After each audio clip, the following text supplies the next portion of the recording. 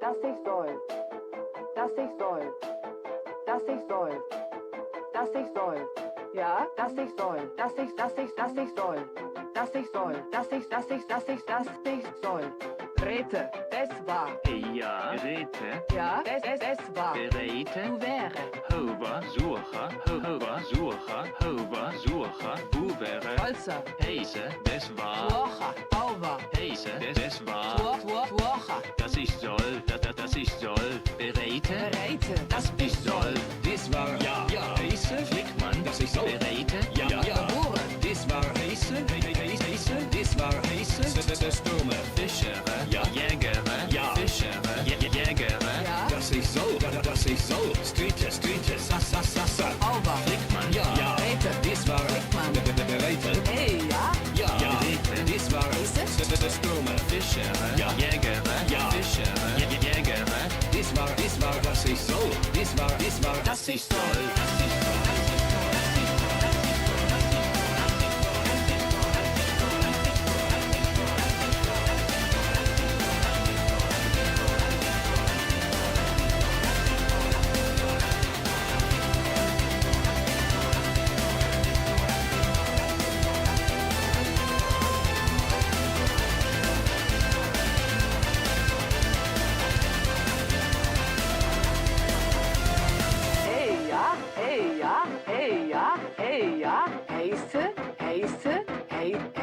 Heiße, dass ich soll, dass ich soll, dass ich soll, dass ich soll, dass ich soll, dass ich soll, dass ich soll. Rete, Ja. Es war, ja, es war. Ja. Berete. Du wäre, es war, ja. Fischere. Ja. Jägere. Ja. Fischere. Jägere. Das war, das ich soll. Das war, Das ich soll.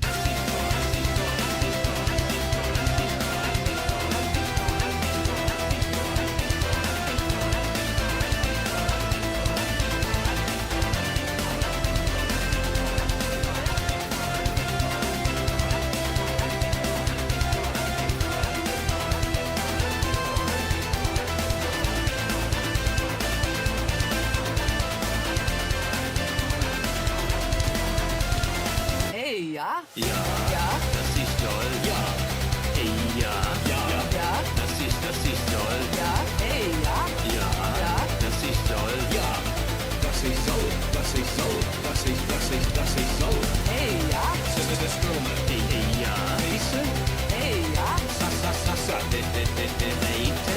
hey, ja, Streetes. Ja. Gebure. Das ich soll. hey, ja, hey, ja. Heiße, dass ich soll, dass ich soll, dass ich soll, dass ich soll, dass ich soll, dass ich soll.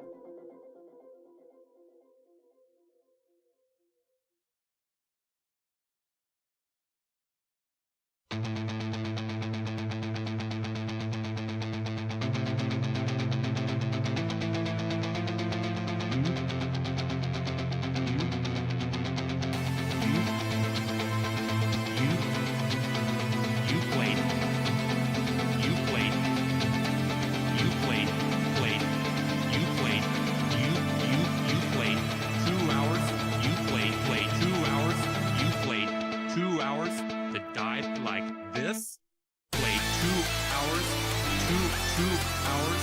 You played 2 hours that died like this. You played 2 hours, two hours. You played 2 hours that died like this.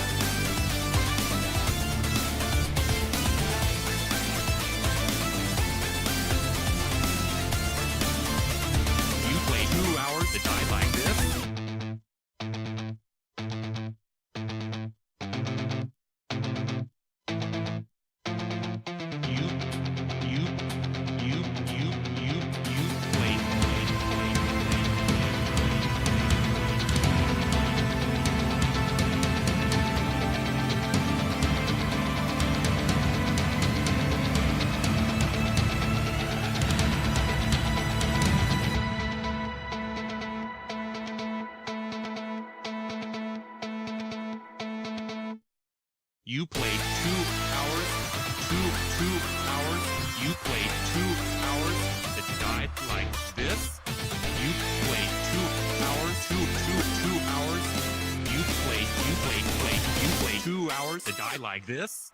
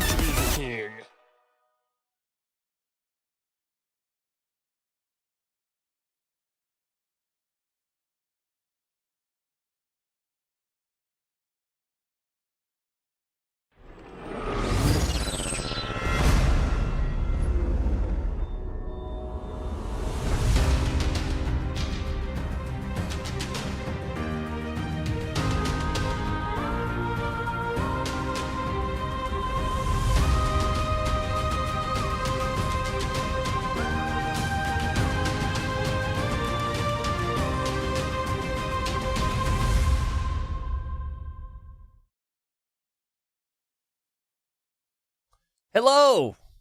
Welcome in, guys. Damn, we're getting really close. I said I would give subs if we're at 1,000 viewers when the intro finishes, and damn, that was... I'm looking at it right now. I think we might have just come like 10 viewers away or something. Welcome in, everybody. Thanks for showing up so early. We have a big day today. We've got 4 sets today. It's probably going to be a dual stream day. Because of the schedule, I will likely leave at some point after the first 3 sets, come back an hour or so later. We'll talk about it. But we've got some big games today, man. We got some big games. And no hockey today. No, the hockey action's over.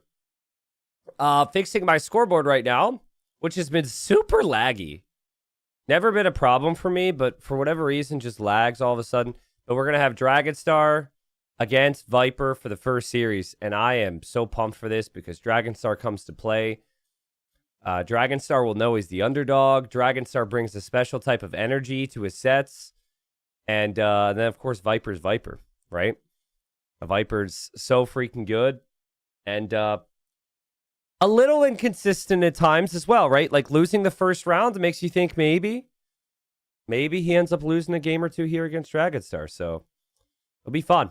Hello, YouTube chat. Hello, Loco. Hello, Mandela. Hello, Ben. Hello, VNet. What's up, Raciak? Welcome. Yeah, it's pretty cool. Viewership's awesome, man. Thank you, Deadly Cookie. Hello, Crusade. Hello, Dragon Blend. Hello, Jartron. Regrettably Alive. Zapthus. Kirby. Is this real or is this fake T90 official? This is I can't confirm. I can't confirm. You'll have to look for signs on if this is the real T90 official or not. Is the fake T90 official actually playing right now? I haven't looked at the fake T90 official in a long time. Last I checked, he's still playing free-for-alls. Nah, he changed his username. It's not T90 official anymore. He changed his username. So fake me's not out there. There is someone named Biggest T90 Fan. There's also Totally T90. There's also T100 Official. There's also T91 Official. Yeah, there's no fake T90 Official right now. So thank you, Deadly Cookie. Props to you for all the memes, man. Props to you for all the memes. Where would we be without the memers out there, right? Sorry, just fixing a couple things here before we get into it. But yeah, schedule was on the start of stream. So these are the 3 sets we have back to back. And then at 23 GMT, which is 3 hours after the scheduled time for Yo and Vinchester, that is when Hera and Hart will happen. So most likely what happens is we do those first 3 sets on schedule. And then we have an hour or two. And then I'm not going to stay online for that hour or two. I'll leave and then come back. So that's the game plan for the day. We'll have 4 sets to finish out the rounds. And then with all that, we'll have a very good understanding of where the groups are with 3 rounds completed. But yeah, wanted to double check the prediction contest because I'm doing okay. I'm currently tied for 8th. All right, I'll take that.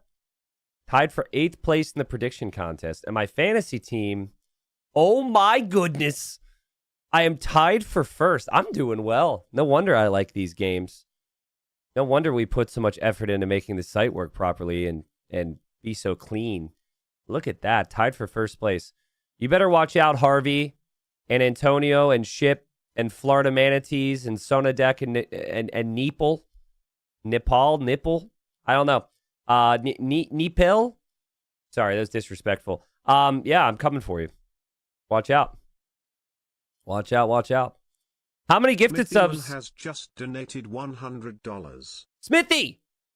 Again? I swear I can't even speak these days without Smithy dropping support of the stream. Smithy, thank you so much.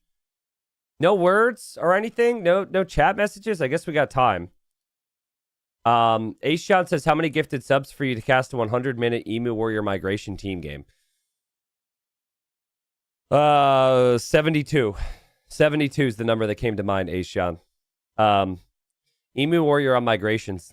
I did cast them on migration before, and it was pretty entertaining. I think there was a game that it dropped the last minute or two, but it did go to YouTube, so that one was pretty good. He's a very unique migration player. I think last time I saw him play, he didn't really play too heavily on water. But yeah, Smithy, thank you. Thank you for the support so far of TTL. You've been crazy. Lord Matthew, thanks for streaming on YouTube. And then your message got retracted on YouTube. Did you delete your own message or? He said very nice things and then he retracted the message. It must be a misclick. I saw it though for a second there, Lord Matthew. Thank you for the kind words before you deleted them. You can't do that on Twitch chat, right? You can't delete your own message. The only mods could do it. Oh, he misspelled something, and so he deleted the whole message because he misspelled it. Oh, that's adorable, Matt. It's okay. I deal with a lot of typos. Trust me. I read Twitch chat a lot, so I'm used to the occasional typo. All good. All good. No worries. Thank you. Alrighty. So, guys, we're working on some things. Hopefully by tomorrow, we'll have a Champy emote from the YouTube video.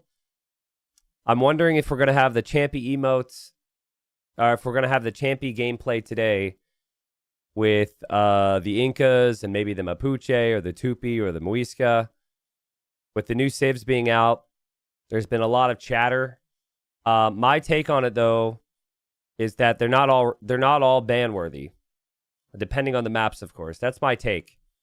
And I think if you do it as a player, it's understandable because you don't want to take risks, but or you don't want to deal with the unknown.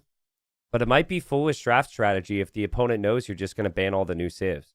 I feel like Viper, though, if there's a player who wants to get rid of them, it might want to be Viper here because Dragonstar really likes the early Dark Age rush anyways.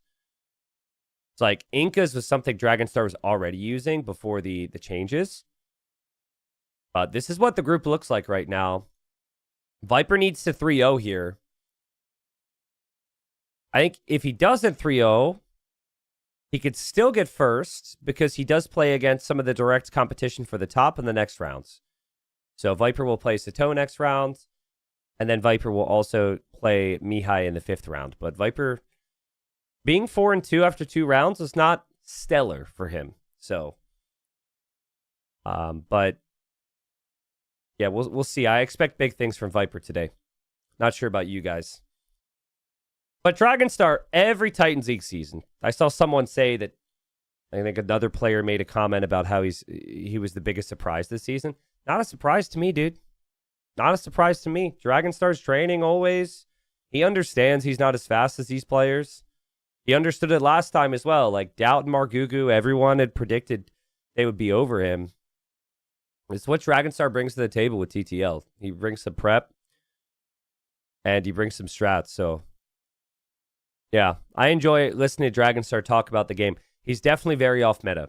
So I don't know what he's been cooking up, but I'm excited to see it. That should be starting soon.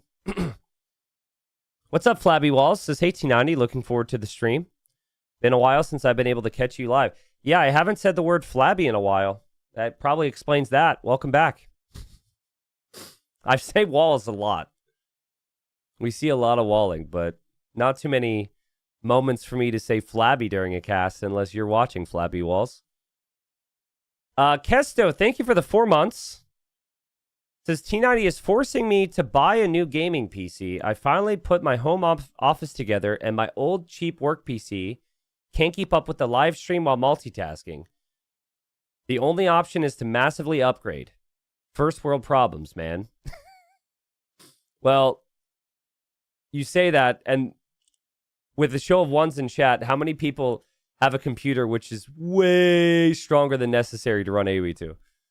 For me, I've got like a double PC setup. I've got 3 monitors. There's memes about this. Could someone post the meme in meme chat in Discord? There's like this meme. It's like, gets new PC. It's has this and that and blah, blah, blah. And then it's like, plays Age of Empires 2. I mean, to be fair, that the game can lag sometimes, but you know, you can't have a complete potato or wooden PC. But we have some people saying, no, my computer barely runs AoE. No, my PC is made of wood. And then we have other people relating. So some of you guys get it. Dude, I still remember playing on the HD edition on my school laptop, which was like 99% AoE and 1% school. Man, this is back when like the laptops, the base of the laptop would be like this thick. It's like huge, right? And I spent like every cent I had on this thing. And which of course compared to anything today was crap. And it would get so warm, it would heat the whole room. And you could hear the fan, like it sounded like a massive AC unit that could have like maybe cooled off an entire apartment complex. This thing was crazy. And HD edition was really bad with efficiency, and it was really laggy, and it was and I would play 300 population scenarios. So everyone, and what would happen was the lag was so bad in these late game CBA games where you just got like 300 paladins versus 300 paladins patrolling for all 8 players. I'd have to go take out the trash or something because my parents were going to get mad at me. I'd patrol my army and I'd go take out the trash and like finish the dishes, and I'd come back and we'd be right back in the exact scenario I was in. And the room I'd be sweating, the room would be warm. Crazy times. All right, the draft is starting here between Dragonstar and Viper. One sec. Does anyone relate to the super laggy scenario games, though? For whatever reason, everyone, I feel like I went through this phase. A lot of people go through these phases. The people with the laggy PCs always play the settings that are going to make their PCs lag the most, right? The players hosting the 500 or 1,000 pop real world games in the lobbies, they never have great systems. They can't handle those settings, and they still play it. It's like the lag is part of the appeal. All right, let me switch over here to the Civ draft. So this is from the yesterday's draft. I'm going to toss up the maps right now. Dragonstar is actually on the left. Viper's on the right. So keep that in mind, and I'm going to fix the scoreboard as we do this. One time I played in a community game with Jordan where he went 400 karambits and my PC was the only one that wasn't giving a red clock. Yeah, well, there's also some rough patches, too. Viper goes Costa Rica here. So, series with the draft already exciting. Let's go. What a map. We were worried about the map, but also we put lots of time and effort into thinking about how maps would play out and balancing it. And so far, I feel like we've killed it, chat. And I don't even mean, I know you guys are going to agree because it's just straight up entertaining. But sometimes viewers will like a map that's entertaining and it's not actually very well balanced. But like, yeah, I think the balance has been awesome too. So we'll pat myself on the back with that one. So they'll ban out a lot of maps now, and then game one will be established, and then we'll have the civs. And it'll be Mudflow game one. Whew! Oh, Mudflow can be crazy. I wonder if Viper knows what I know about Dragonstar on Mudflow, though. I wonder if you guys know what I know about Dragonstar on Mudflow. There's been some strategies happening. And that's before the new civs were introduced. There's always been some unique potential there. Oh, yeah, the thing. Yes, the thing. Yes. Oh, I haven't said that this season. Oh, chat, you guys don't know about the thing. Wow. Well, that's crazy. So much to look forward to then. All right. Yeah, here they're immediately doing the civ bans. Let's see what we get with the bans. How many DLC civs make it through? New Incas, of course, have been banned. That one does not surprise me. I think it's the best civ for of like the new changes. And Tupi was always second on my tier list. Now you got Mapuche for Viper. He bans Japanese. There is still Muisca out there. 3 bans left. First pick will end up going to Dragonstar here. So if Muisca is like super OP, for example, he would not want to ban it.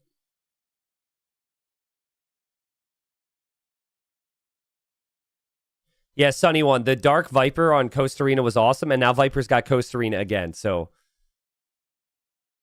I wonder if Viper will try Aztecs again, because that worked for him. Okay, Viper bans Muisca.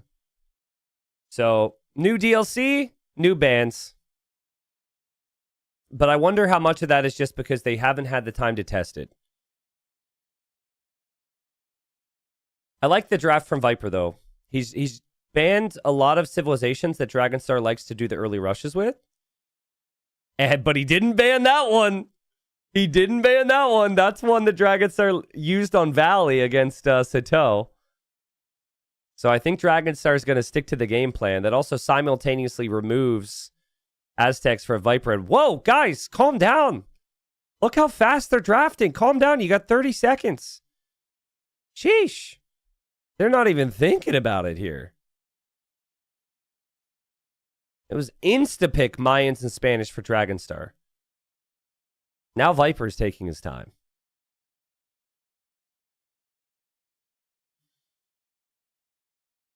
Well, It's interesting. Aztecs, Mayans, and Spanish are on the same side. Aztecs and Spanish, they're always known to be very strong allies. So, I mean, great civs on both sides here. For Dragonstar, it's very specific in terms of how you're going to play these civs. And yeah, great civilizations on both sides. And Viper even ends with Teutons. Ooh. Well, that's the second time we've seen Teutons on a draft. Actually, that's the third time we've seen Teutons on a draft, right? Because I think Vivi picked Teutons. A player forgot to pick and got randomed into Teutons. And now Viper has actually picked them. That's a mind game. And that's to scare the opponent off from going monks on the Coast Arena map. I doubt Viper will play it, though. It's just you're hoping to scare them off of a monk civ. Maybe Viper will call their bluff, and maybe Viper will actually go Teutons, but I kind of doubt it. That would be surprising to me. So, thoughts on the draft, guys? And welcome in, everybody. Salutes in chat if you just got here. What's up? Try and get some hellos. GG Runaway, thank you so much for the prime. C Master, thank you for the 20 months. I think it'll be a banger set. I think wins are hugely important for both. Different storylines, though, because Viper will want top of the group. And Viper was not top of the group last season. He'd love to change that here. People seem to imply that this group was one of the weakest groups. And yet, Viper sits down here in 4th position right now. So, Viper will want to keep pace with Sato and Mihai at the top of the group. Viper has a lot in his control if he gets wins today. If he wins this series, he then can win against Sato, win against Mihai, and take top of the group in the final 2 weeks. If he were to lose here, very unlikely that even wins here could send him top. But Dragonstar, guys, Dragonstar needs to survive. This is must-win territory for him. I don't think Dragonstar was counting on Vivi beating Viper in the first round. He was counting on Viper smashing Vivi, and then he could maybe try and surpass Vivi. But this is a very tough position for Dragonstar to survive in right now. I would say Dragonstar should aim to obviously get as many wins as possible. But if he can get one win here, then in his next rounds, he could maybe see Mihai and Dark as players that he can beat. Especially Dark, because Dark has struggled so much this season. And Dark basically has no hope. Maybe that becomes easier for him. And Chad says T90 so locked in he hasn't showered yet. Do I look like I haven't showered? How dare you, Chad? I'm going to look at Chad's chat history right now.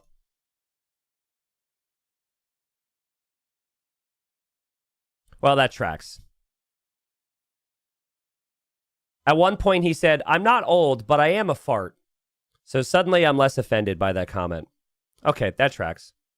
Wait, no. Another time he said, whoa, T90 looking fresh. Ah, shoot. Okay, so maybe I'm not looking good. Sorry. It's all right. We'll just keep the camera off. We'll focus on AoE here. YouTube and Twitch chat, I'll aim to get the ad breaks out of the way in between games. So ad breaks are going to start here in a second. If you do not want the ads, and you would also like to support the stream and maybe pay my water bill so I'm able to shower and look fresh, which apparently I don't do right now, subscribing goes a long way, man. We'll be adding more emotes.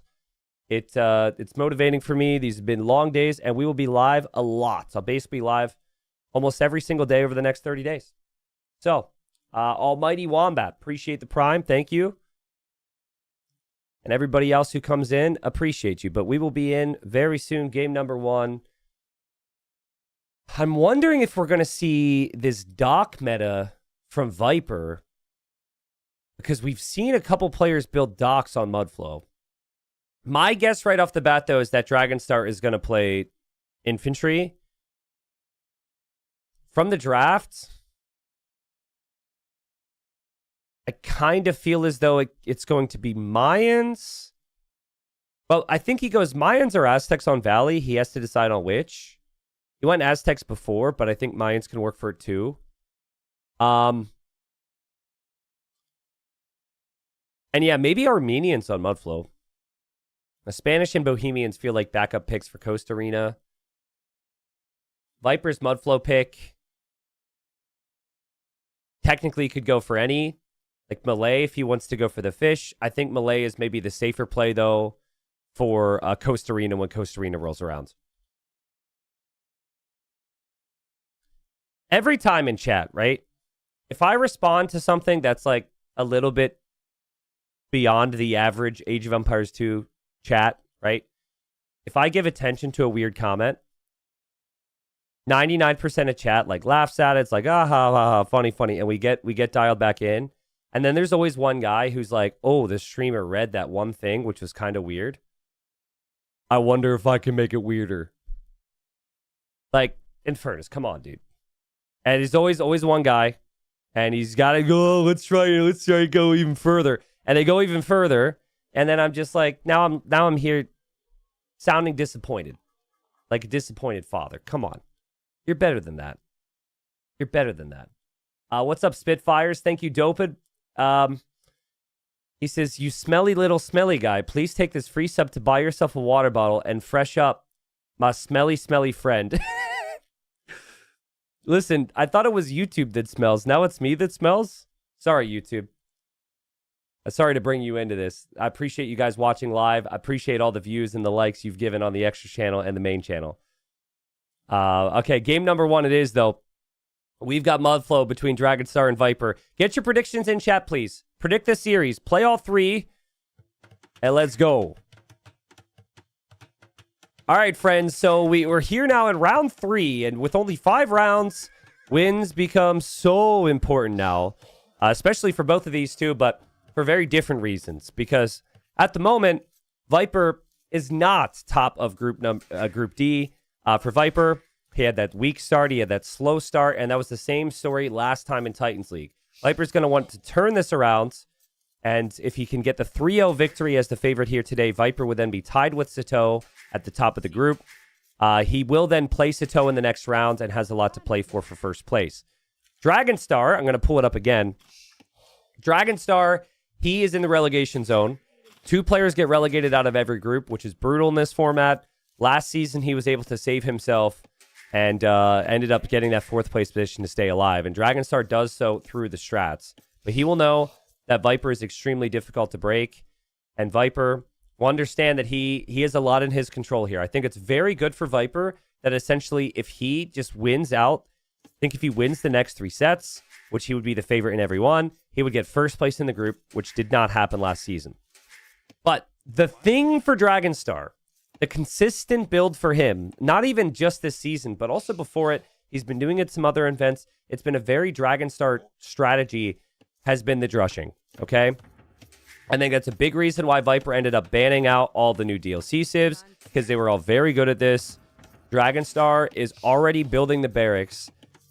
Aztecs don't have any major bonuses for wood savings here, so going for the barracks and delaying your lumber camp is kind of risky, but you do the math, and essentially these little reeds here, there's 5 of them.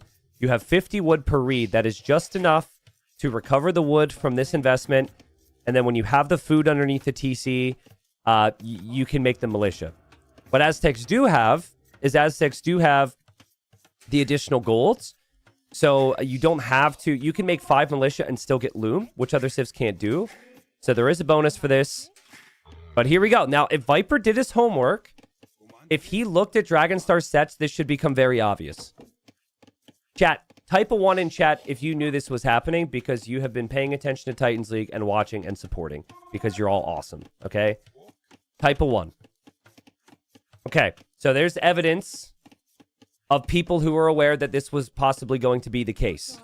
So, you know, for Viper, hopefully he gets some preemptive walls. For now, he's just going to fight back this eagle. And Viper, he knows now. If he didn't know before, because he's found the militia in the middle. Dragonstar's micro is not the best. He had 2 attacks at different areas. And by the time we look back at Viper's base, Viper gets the preemptive walls down. That was important. That is step 1, though. Now, step 2, and it's just all these tiny little details that affect this build. It looks like Viper's villagers aren't actually working. If his villagers can't drop off wood, that'd be really bad. So the houses on this map, guys, when people build them, you can't build them next to your TC. And it's always on the downhill. So basically for Dragonstar, it's not like he needs villager kills here. He can actually snipe all of Viper's houses on the downhill hits, and Viper will then have to rebuild them all the time. And anywhere you build them, they are in range of an attack. Viper wants a trap, though. Dragonstar has to be careful.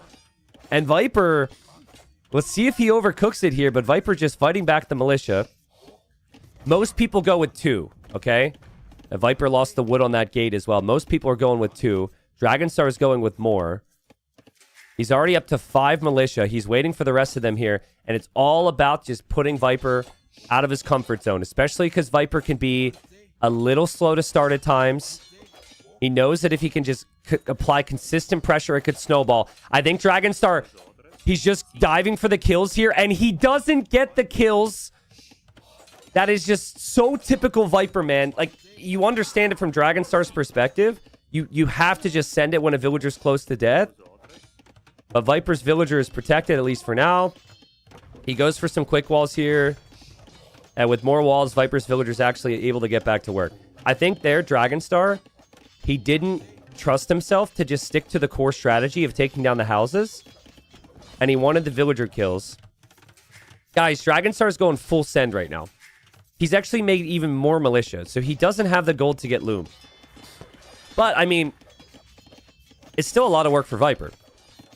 And his woodline's supposed to be the efficient aspect of his eco because he has double bed X in the early stages.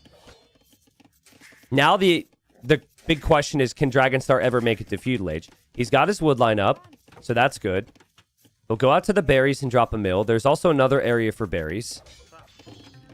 And he's still attacking Viper's houses. Viper has added the fish, so he saved the fish for his fishing ships. So he's up in workers. He also is over here on the berries. The Dragonstar's militia are all just attacking the houses. And what a start. What a freaking start. This is sick. Like for Viper, repairing the houses is pretty much all you can do. But I don't know if Viper is aware of how quick the follow-up can be for Dragonstar.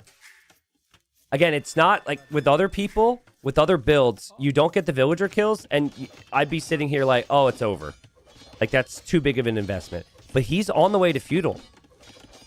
So he will come forward here. I'm fairly certain of it. I think Dragonstar will come and try and drop a tower behind Viper's woodline. The Viper is on the way to Feudal Age. 2 of these units are weak. Dragonstar's probably looking at home right now. But yeah, Dragonstar will group up his units together. Viper comes back to the woodline. Viper drops more quick walls because he's an absolute god at that. But where are the villagers for Dragonstar? Will he send more units out of the barracks? Will he bring villagers forward? Is the question. There's no water in the middle here. Or sorry, that's obviously very wrong. There's no fish in the middle here is what I meant to say.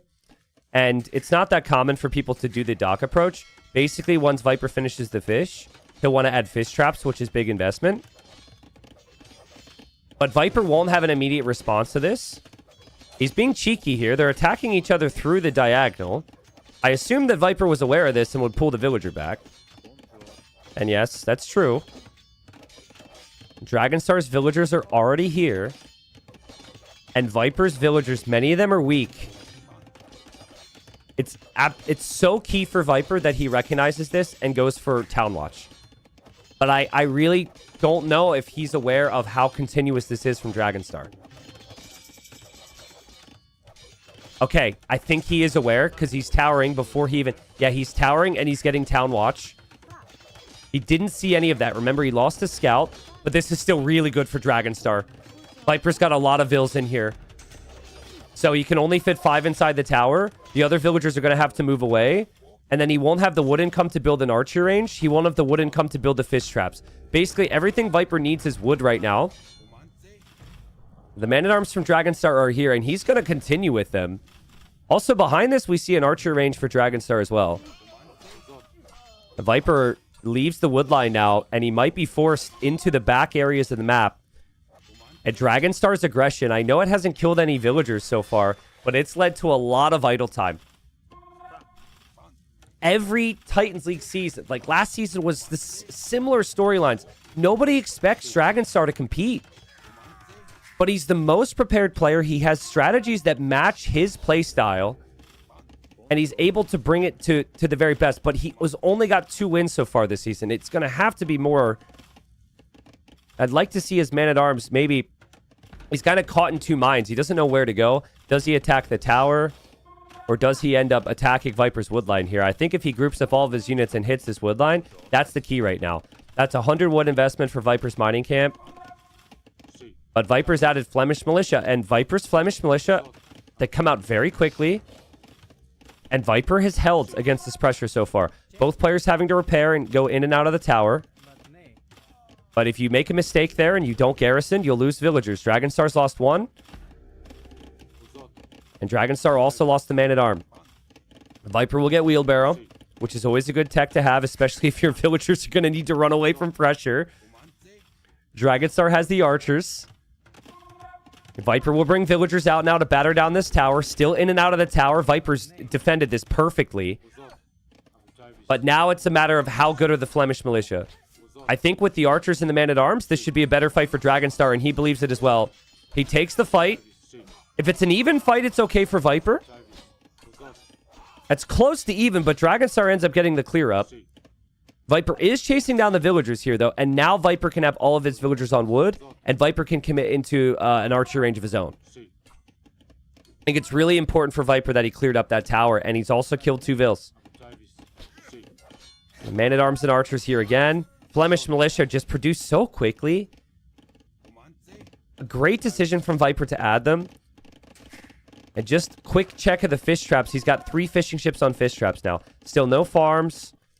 Dragonstar has farms. The Dragonstar will have more army coming forward, but Viper has the skirms. It just feels like the defense from Viper has been just enough. And his Civ can unlock some additional potential as well with the earlier eco upgrades, right? What a fun game. Guys, this is... Now, in the first round, Viper was maybe a bit sick. I think it's a combination of it being first round Viper, but also maybe illness, right? But Viper is playing insanely well. This is actually way cleaner from Dragonstar than we saw against Vivi in his prior rounds. Like, this opening has been stellar, and he's had the right ideas, but he just cannot get enough to break Viper right now. And so you kind of worry if you're Dragonstar that if you haven't been able... You've worked so hard. You've had all the perfect timings, all your practice. And if that hasn't worked yet, that you could have some issues breaking him here. But we'll find out. He does have fletching. Viper doesn't have that yet. Viper does have big numbers. And Viper backs off, and I hear a dock there from Dragonstar, so he'll dock the middle. Yeah, so you can go demos. Demos are more expensive now. Remember the water change? So I feel like the occasional demo on Mudflow is a bit more questionable, but if Viper ever runs through the middle, Dragonstar has that potential. You also could just use the demo on the woodline, and that's a lot of villagers on the woodline.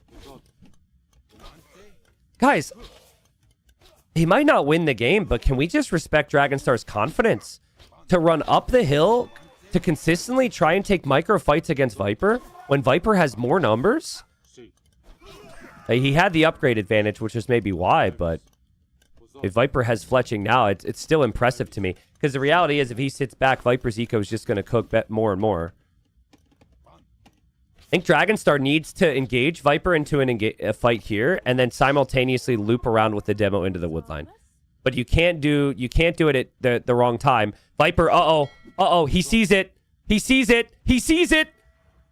And the demo kills 2 units. There's arguments that's not worth it, but it might be worth it because now Viper doesn't have the defense that he needs, and the archers can just run right up the hill for Dragonstar. Dragonstar just keeps pressuring Viper, and Viper is now pushed off of his stone, and the archers can run around. Defensive tower in the back for Viper if the archers eventually get there. Defensive skirmishers from Viper, but now Viper's got the Flemish Militia into the woodline from Dragonstar. But Dragonstar knows he didn't see the Flemish Militia anymore. He has the archers around. He's still microing here, but he had the archers there in position at least. That's probably good value for Viper, though. He still kills 2 eco. And luckily for Viper, he was on stone for a really long time. The other change is they made fish traps significantly stronger. They like triple buffed the strength of fish traps. They increased the HP, they increased the armor. So you can't just use feudal age units to take fish traps anymore. Which should be amazing for Viper there. Dragonstar tried to attack.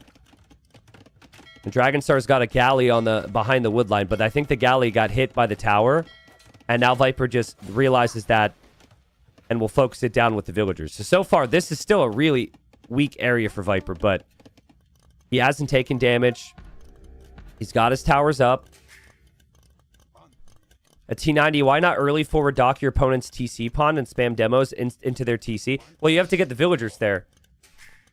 And it's just extremely difficult, and it's extremely risky, and it's bad for your economy to be walking forward like that. But no, like, if he came forward right now, Viper does not have enough army. Viper is chasing these skirmishers. He's now got more army coming this way. Dragonstar continues to surprise Viper with the sheer numbers. But he recognizes, like, Dragonstar knows he's not as quick. He's not as good, maybe. So it has to be the strategy. Viper's just been spending all of his resources on the fishing ships and fish traps. The fish traps might be stronger, but the fishing ships aren't. You see how many hits that takes now? And docks also do fire arrows. The fishing ships get garrison now. Viper's added a galley in his own pond just to protect the fishing eco. Dragonstar, I don't know if he's done enough yet, but he is on the way to Castle Age. Viper's using the market now. He'll be clicking up soon. I'd love to see Dragonstar play galleys in the middle water now. I think he still wants to get all the kills over here, and he clearly feels like eagles are the play or something to try and take down the fishing ships. I guess it's difficult, but if you can hit Viper's woodline, like, that might be game ending. Viper's got 18 villagers there. So many of them are weak.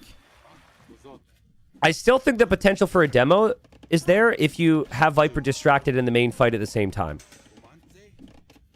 What a game, though. What a game. And it could go either way. Like, I don't know if Sato is watching at the moment, but Sato's got to be losing his mind. Sato wants Dragonstar to win this game. That puts a lot less pressure on Sato in that next series when Sato plays Viper. Sato's top of the group, 7 wins. Viper's at 4. I'm sure a lot of the players in the group are watching. What a game. What a game. I'm enjoying this so much. It's kind of the dream to see the underdog versus the favorite. Have the underdog bring excellent pressure, but have the favorite hold on. Have to have completely different strategies. Vipers has the right idea. I think he was saving for a castle, but he's just gonna drop towers everywhere now. He knows Dragonstar will continue to send some pressure. With 3 towers now for Viper, if he gets ranged upgrades, becomes really 4. Really difficult for Dragonstar to do damage there. But, I mean, Dragonstar is not interested in any of this. He's sick of this crap. So, he wants to go here, and he wants to pressure the fish. I think if he gets rid of the fish, everything else he can figure out. Quick look back at Dragonstar's eco. He's got awesome farming eco. Here he comes with crossbow. Here he comes with bodkin. But you can garrison the fish, right? And so if you garrison the fish, they'll fire and get some defense. Dragonstar's like, I don't give a crap. I don't give a crap. I'm sniping your fish traps. This isn't Black Forest, you nerd. And it's working. Guys, every fish trap is 100 wood. Like, that is so costly for Viper. That's supposed to be his food eco right now. And Dragonstar's just losing his crossbows to the new change and the new arrows. He loses eagles. He doesn't care. Viper's got like 2 fish traps to work off of right now. Counterattack from Viper. It's a tiny counterattack. I don't think that will accomplish too much. Dragonstar drops the second TC.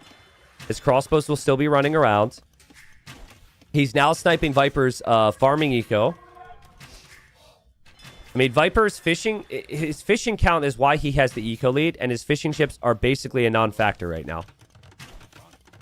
The second TC from Viper over on the right side. And yeah, like we said, this was always going to get cleared up, so Dragonstar gets the full clear. Guys, Dragonstar's cooking. He's cooking big time. This is beautiful play. It is easily the best I've seen Dragonstar play the whole season. And it is also some of the sharpest AoE we've seen from Viper so far, too. And this game could go late. Second TC for Viper secures the wood line. I think Viper does need to just find some safe eco away from the crossbows. No hesitation from Dragonstar. We've seen the Viper affect people so many times where people don't take their opportunities. Nope, he's just chilling. He'll dive the tower. He says, what are you going to do? Still wondering what Viper's going to do. He will get a relic. This could be an important matchup for relics. Aztecs get 33% more gold for each relic. Still feel like the longer the game goes on, maybe a second dock, maybe some Hawks could be strong here. But I guess with Viper's town centers and towers, it's tough to find immediate value. Look at him patrol around with the crossbows. He's searching for Viper.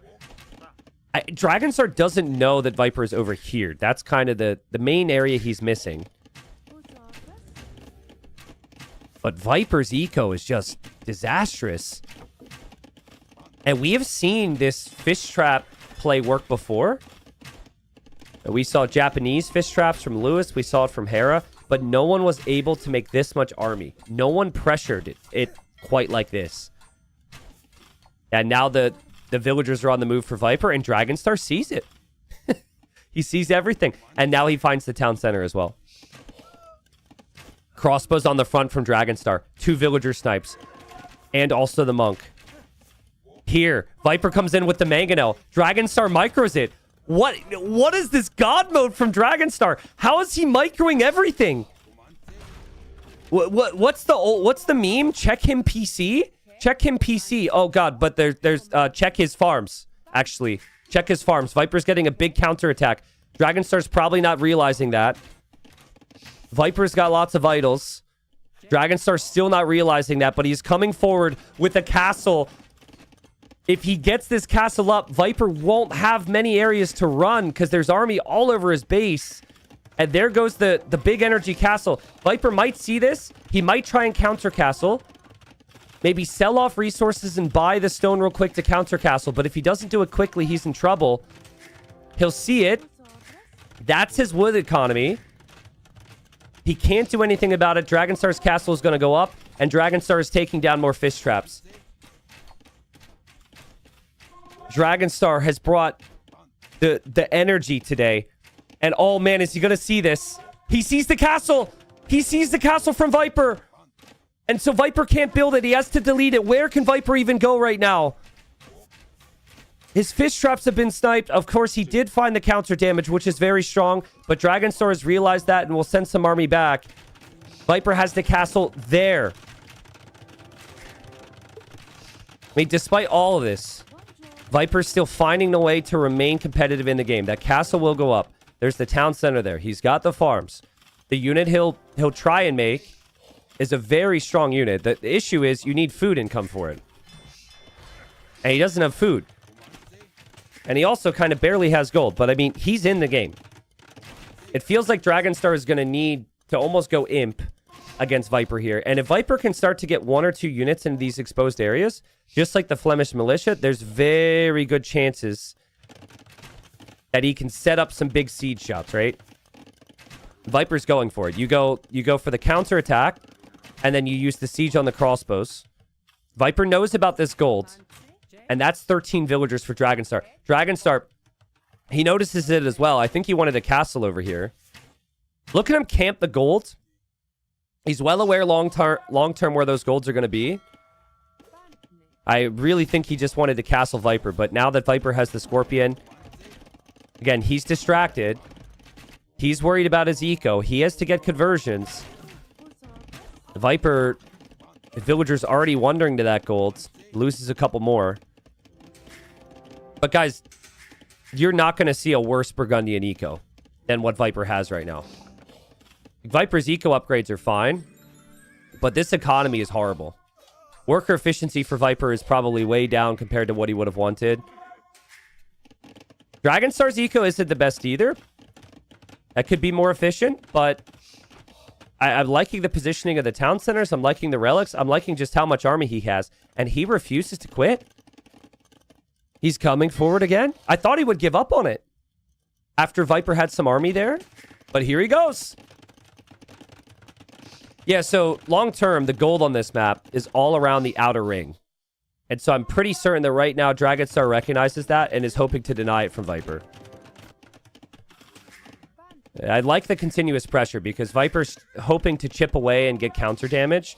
But eventually, Viper's going to need to face the army.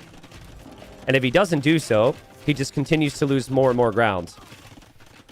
Little sloppy for Dragonstar. He's underneath... Oh, God. He's underneath the TC in the castle. But the castle completes. And once the castle's up, another Viper town center has been castled. Another direction Viper can't move.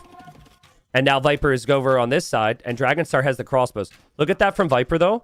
This could be a game-changing play. He notices it, and he is luring the crossbows away, and he is sneaking these vills. He's missing the gold, though. He doesn't know the gold is there.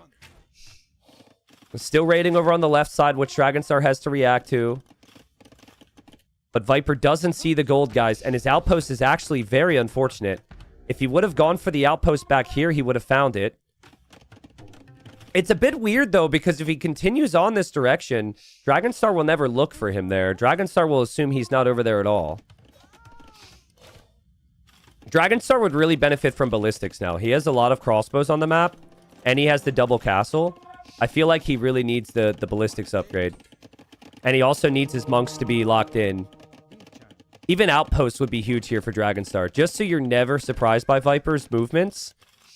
Outposts in this position, not so much. But outposts on the left, especially. Now that he lost that army.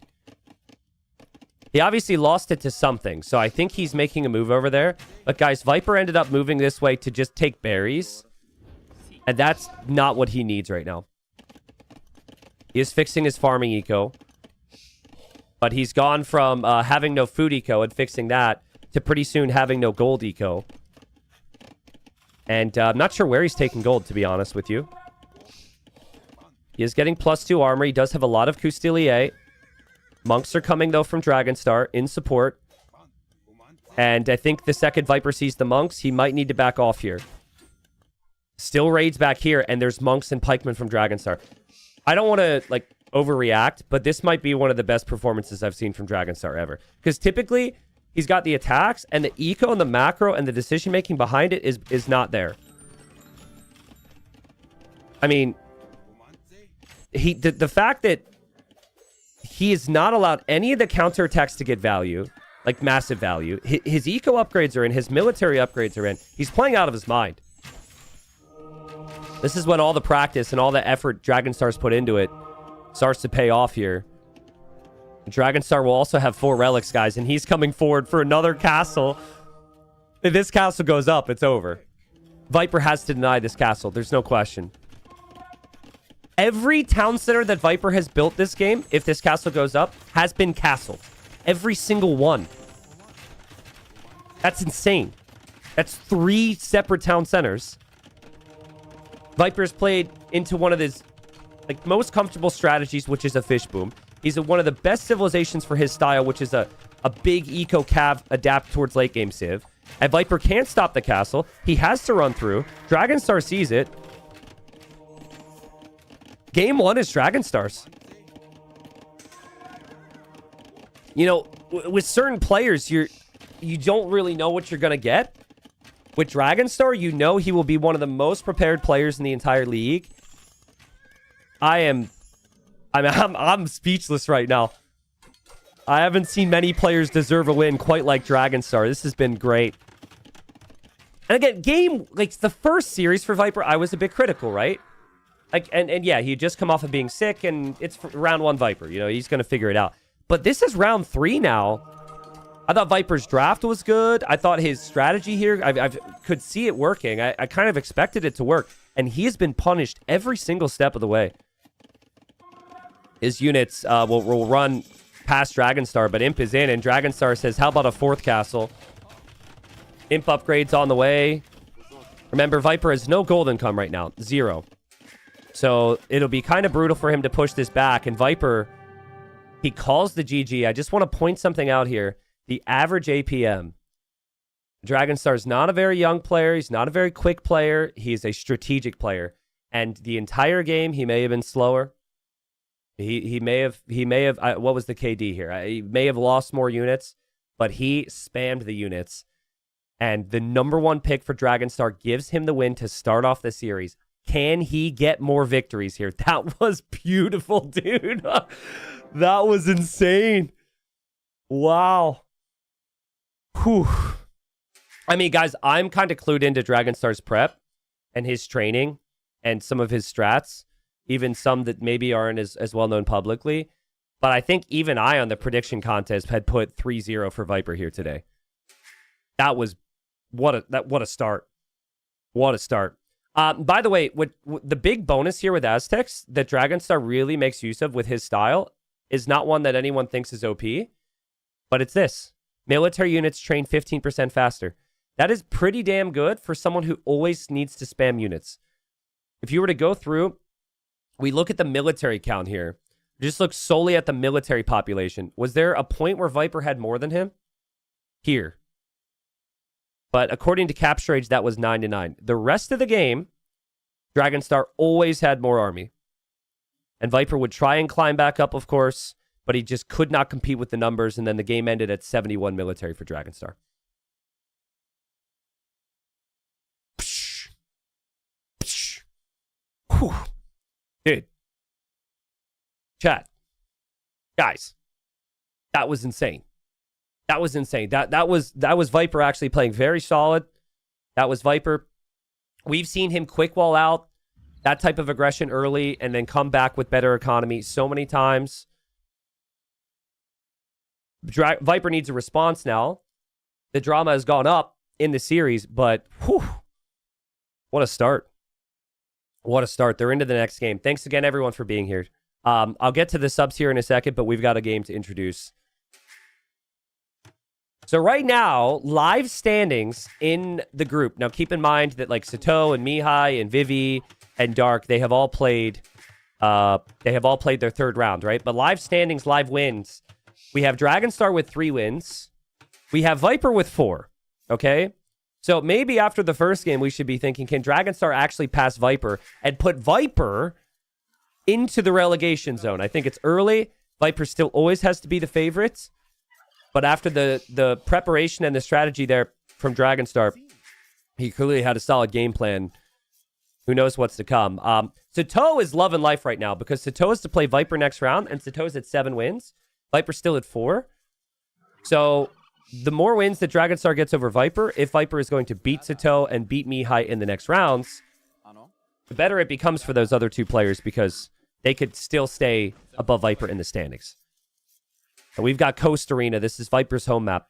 And that game that Viper played against Dark in Coast Arena was just amazing adaptation to the pressure. And so clearly loves the map. Nice mix of water on this map. You've got the fish on the outside. You've got cheap gold units with the Portuguese.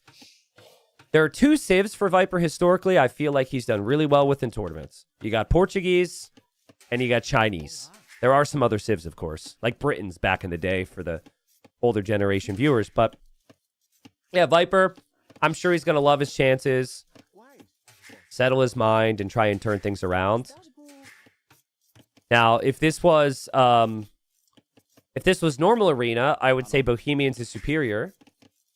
Bohemians are one of the best normal arena civilizations in the game, but they don't really have many water bonuses.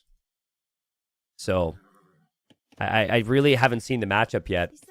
You always need to add some fishing eco, but with the new water balance having changed, with so many different things going through Dragonstar's mind, he will have to find a way to lean towards his strengths. And I would say that, like, you probably play defensive. You probably garrison your fishing ships inside the dock, and then you play land. Like, go for a castle drop, go for Hussite wagons, go for monks. Like, make this become very, very clowny. That's kind of what Viper did, but Viper was playing as Aztecs, and Viper went for monks with a better monk civ. But Portuguese still have very good monk upgrades. Guys, I was wondering why people were spamming the salmon command. Apparently the mods have not started the predictions, and people are spamming the salmon command. We have more people spamming the salmon command than we do spamming the dodge command after Star Wars gifted 50 freaking subs. Cut the mods some slack. It's a Monday, dude. It's a Monday. Thank you, mods, though, if you can get around to it. It's funny because there's no rewards for the channel points, and yet people really want the channel points that badly, so. MBL saying lazy. MBL, I'll make you a mod right now, and the people will turn against you immediately. Actually, making MBL a mod probably doesn't sound like the best decision. I say that with love. But yeah, you're right, MBL. You're not wrong. I am lazy. And it's all good if the mods don't get channel points for every game. I appreciate the mods. Thank you so much, Star Wars, though. Thank you. Viper using his scout, the old arena trick, bringing in his boar would be horrendous if he were to end up losing the scout. But this tells me that Viper will go monks pretty early. A player using their scout and weakening their scout to bring in the boar wouldn't make any sense otherwise. Dragonstar, not really certain yet, but he scouted the base. He looked very intently on where Viper might have any stone and gold, and he found the stone at least. And you also know where the relics are, so I think a castle somewhere around here. You deny the stone, and then you can take the gold, and then you can get the relics. Could be really strong. T90, do you think the new Portuguese circumnavigation tech will come to play here? I don't think so. But, like, because I don't think ships training faster in the Imperial Age is that important. I guess it's a Castle Age tech. But yeah, it sets the entire map to explore it and then ships train faster. I don't really think so. Also, I think it's bugged. At least with Capture Age, it's bugged. Has anyone tested that technology in the game? Because someone researched it the other day, and you couldn't see everything with Capture Age. So I'm guessing Capture Age just doesn't work for it. They just didn't update it for it. Okay, it works for you guys. It's a rather specific thing, so maybe Capture Age will just have to get a fix out for that. But no, I expected this from Viper. I expected lots of fishing ships, especially now that you have some defense. If you're greedy and can garrison the fishing ships, I thought players would make a lot more of them. Dragonstar is on the way up right now. So he's gone 2 docks. He'll go up to 6 fishing ships. This looks like a water play for Dragonstar. The only bonus that the Bohemians really have here is their blacksmith is cheaper, so you can get to fletching faster if you wanted to play galleys, but I don't know. I think Viper, he's gone for the better economic play, and if there's not lots of obvious ways to do damage with military, I'm always going to prefer Viper with the better economy. Viper should have just enough time here. If you look at the difference in feudal age, by the time that any navy from Dragonstar were to get to Viper's base, Viper can probably have his own ships out. But you do have to decide on what ship to make. I guess the way it's supposed to work is fires are better than galleys. So if you're expecting galleys, you should go for a couple fires. But if you're up against Hawks, you would want to go for your own galleys. It's a bit more of a water triangle now. Wow, someone in YouTube chat just called me very high IQ. Damn, YouTube chat. Thank you so much. Thank you so much. You know, I don't get that all the time from Twitch chat, you know? People make fun of the farms. People make fun of the archer ranges on the island. Wait a second. Their username is my mother's name. What is... Oh, Mom! Mom! You're embarrassing me in front of chat again. Leave. No, I'm kidding. It's actually... First off, it's not a paid chatter, and it's not my mother, okay? It's my uncle. No, it's not him either. Moving on. Market Blacksmith from Dragonstar. Okay, so I thought Dragonstar would play water. So it was very low IQ of me to assume that. My initial prediction was correct. He's going to send it, and he's on stone. Viper is going to play... Oh, archer range. Viper is expecting the castle, and he wants to deny it with archers. That's what this is. Oh, boy. And the key here is, will Dragonstar have Loom? He does have Loom in queue. And then, of course, how many villagers does he bring to drop the castle? And then the position of the castle is clutch. The golden stone is always forward. He found the stone. He didn't fully check the gold. The fact that Viper's scout is weak, though, now hurts this. Because the scout would be really helpful. Dragonstar looking around. The Dragonstar has made some hulks in case Viper goes for water. But Viper has neatly built the barracks and the archery range further back so he cannot see what's coming. If Viper's getting fletching, Viper is definitely expecting a forward castle. And he's looking. And Dragonstar is on stone. Honestly, it's a small win for Viper even if the castle just doesn't go on his face. Even if it's just a defensive castle, it's good. But here comes Dragonstar. Loom's not in yet. Loom is not in yet. Loom is not in yet. This could be so bad. This is so good from Viper to understand the energy that Dragonstar will bring. Loom is in queue, but the villagers are going to die so quickly. The Viper's scout went down, but Viper will get the villager kills. The Dragonstar has to run all the way home. A great read from Viper. And Loom, if Loom was in before he went to Castle Age, he might have saved every villager there. But Loom is kind of an important tech. Dragonstar backs up. He lost 3 vills. And now he drops the castle. But here's the good thing for Dragonstar. The good thing is, Viper showed his hand too early. If Viper waited, if Viper sat in his base, Viper maybe denies that castle entirely and wins the game. But he only killed 3 vills. And so now Dragonstar can make a Hussite wagon to help with the archers. And now he could play this game out. Dragonstar sees the gold now. We have the medium warships upgrade on the way for Viper. His Hawks are over here. And he'll aim to get the fishing snipes. Obviously, Viper's economy is much stronger right now. Viper signals over here and says, oops. So he did not mean to signal. He's just very distracted. And Dragonstar finds the siege workshop with the scout. Viper will expect Hussite wagons, so 1 mangonel can lock that down. That's a good decision. Viper already 1,000 resources ahead in resources collected. And he's got 10 fishing ships behind. I think he'll like his position. He should know he has the better economy. And it's very unlikely that Dragonstar can immediately do damage to his eco. Unlike the previous game.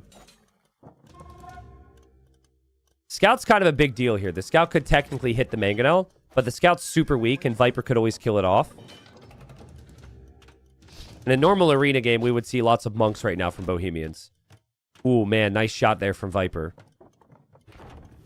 And Dragonstar snagging the relics. Dragonstar still is not actively fishing with his fish, guys. He's got them garrisoned. They're just not working. And it feels like the energy is going to have to raise here for Dragonstar.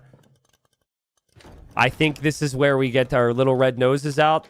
And we start to get start to get clowny.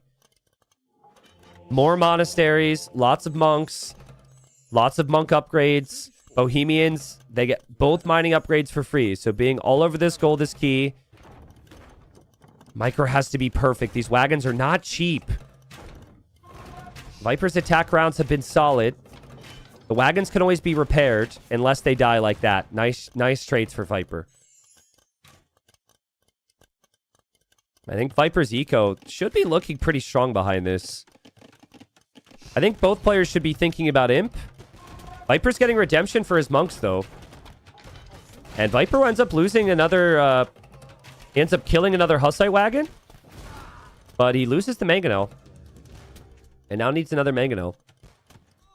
And just 1 monastery for Viper. Hussite wagons are no joke. Mangonel's out again.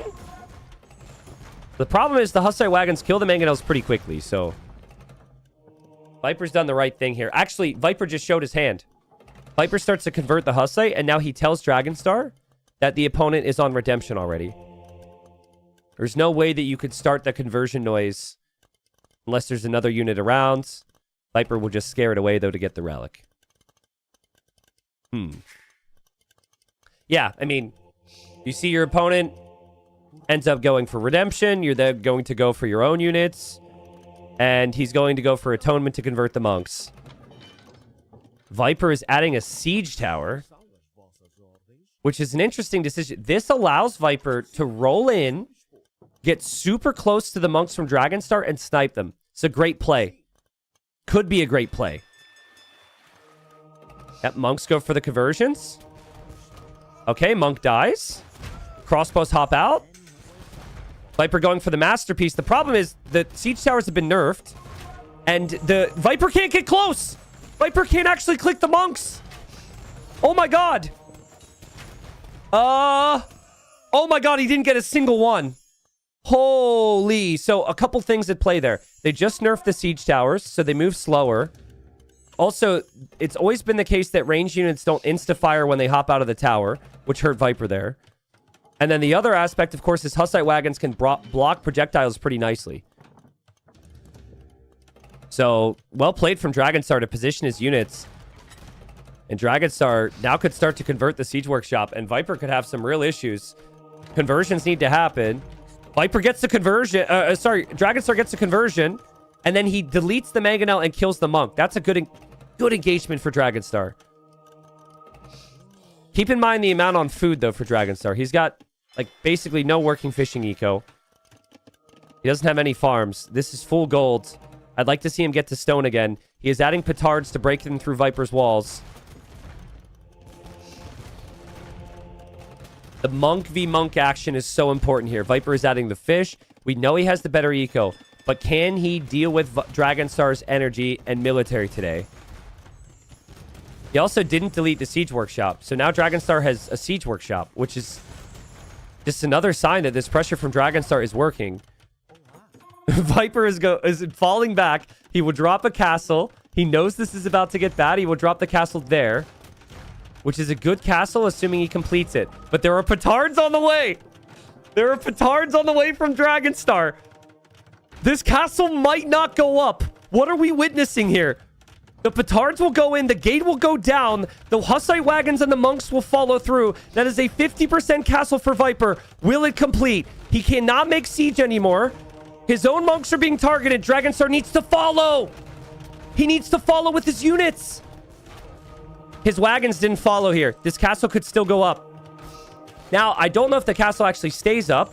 The Hussite wagons might have to sit underneath the castle. Dragonstar's panicking right now. This is tough because the castle will range a lot and Dragonstar has to back up there. Oh man, Dragonstar almost had it. He almost had it. If he was able to click, and that's a tough click there, in next to the castle, I think he could have denied it. But, of course, he has to back up now, and that's horrendous when he's behind an eco. All the military gets shut down, but he does know that Viper has his gold over here, and he can just come this way. I see he's adding rams. I see he's adding farms. That was so close, dude. Great call from Viper, though, to drop the defensive castle. He was never expecting the petards. It almost worked out, but that castle's huge. Viper's going to go imp now. But, like, what's he making, imp? I guess with 15 fishing ships out there, you have the food. So that's no surprise. I would imagine maybe Viper's going to end up making monks. Getting more monk upgrades in imp. And Viper just moves off the gold. Okay. Organ guns are not an option. Basically, normal military units are no longer an option. With this many monks out. Look at this, though. Like, Dragonstar is so locked in today, it's unreal. He's going to this gold, and Dragonstar has an outpost there already. So, and that's what Dragonstar should be thinking. Is like, if Viper's not there, where is Viper going to be for gold? But realistically, there is some gold on the shoreline, so Viper can take the oysters. I don't think you're supposed... I didn't know you ate oysters like that. I thought you mined them. So that's a bit weird. Isn't that the... Am I wrong, guys? He's like eating the oysters like he's eating berries. I thought you... Oh, they changed it in the new patch. Oh, I see. Okay, okay. That explains it then. Viper does have another 400 gold of oyster over here. Oh, and he's dropping a town center there. Okay. Guys, Viper does need to keep his imp TC alive. Is there a chance? And that... He's got no protection. Castle will take down that other TC. would have been epic, but I think Viper's got just enough time to get Imp. Holy cow. He has to be careful here, though. This still could get extremely dangerous. The Rams and the Mangonels are here. The castle is up.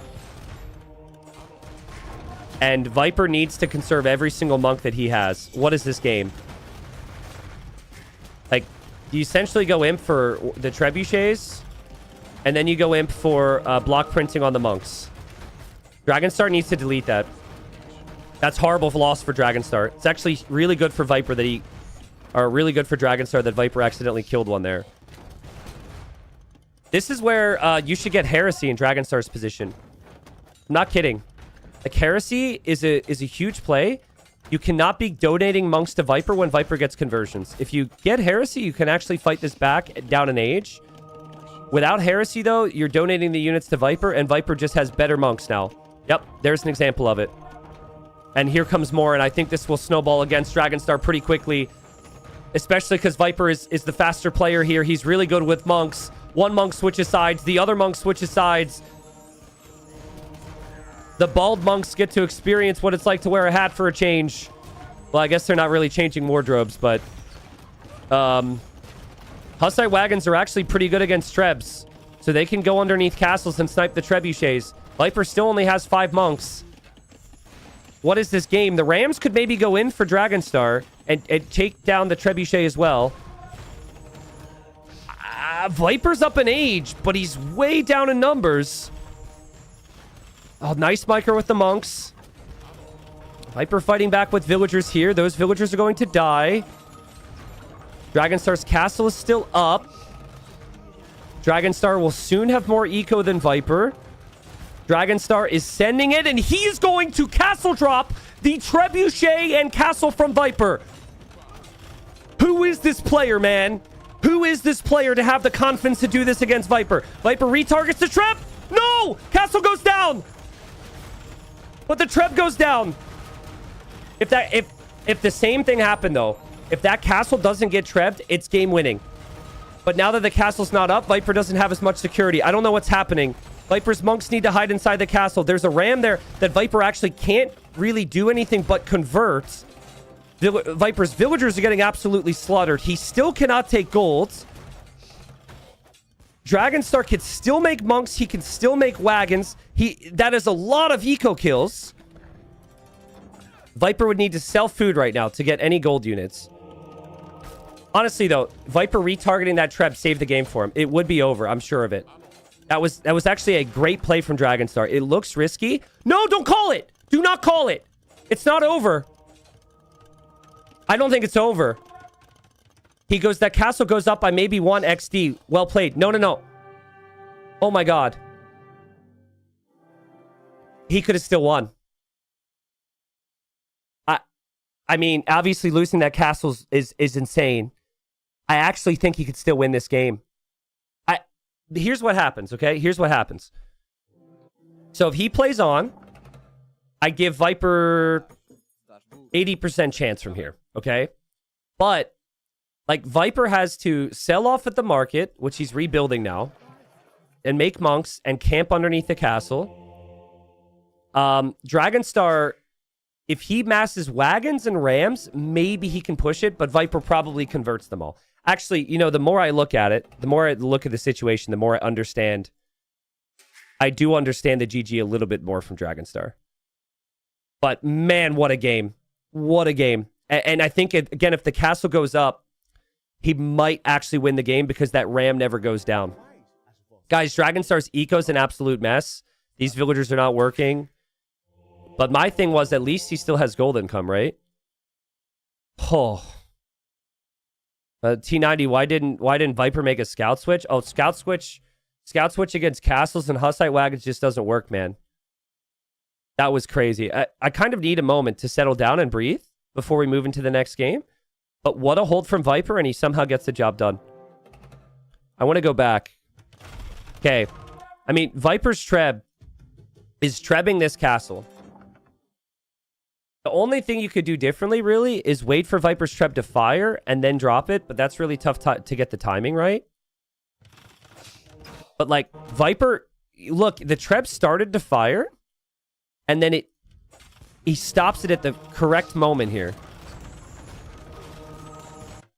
Guys, a Treb damage from one Treb does 400-ish damage. I don't actually know the exact number on flat ground. Maybe chat can help. Look at how close this is. This is at 380 HP. It was at 386 when it hit. Like, if he had slightly different timing there, the castle will complete. The castle will protect the ram. Viper's castle goes down. He has no protection. Wow. And like, Viper needed that win so badly. He needed that. Holy, that keeps him in the run for first place. But, I mean, one of the best sets of the tournament so far. Thank you for being here. I'm kind of losing my mind on what I need to say right now. But they're about to play game number 3. Wow. Whew. Dragonstar did snipe the trebuchet. The problem was Viper was always going to be able to make more trebuchets, and Viper could always make more monks, and the castle always protected him, and he had 12 range monks. So, Viper didn't have a town center. Viper didn't have a lot of access to gold. I would have liked to see Dragonstar play it out a little bit longer.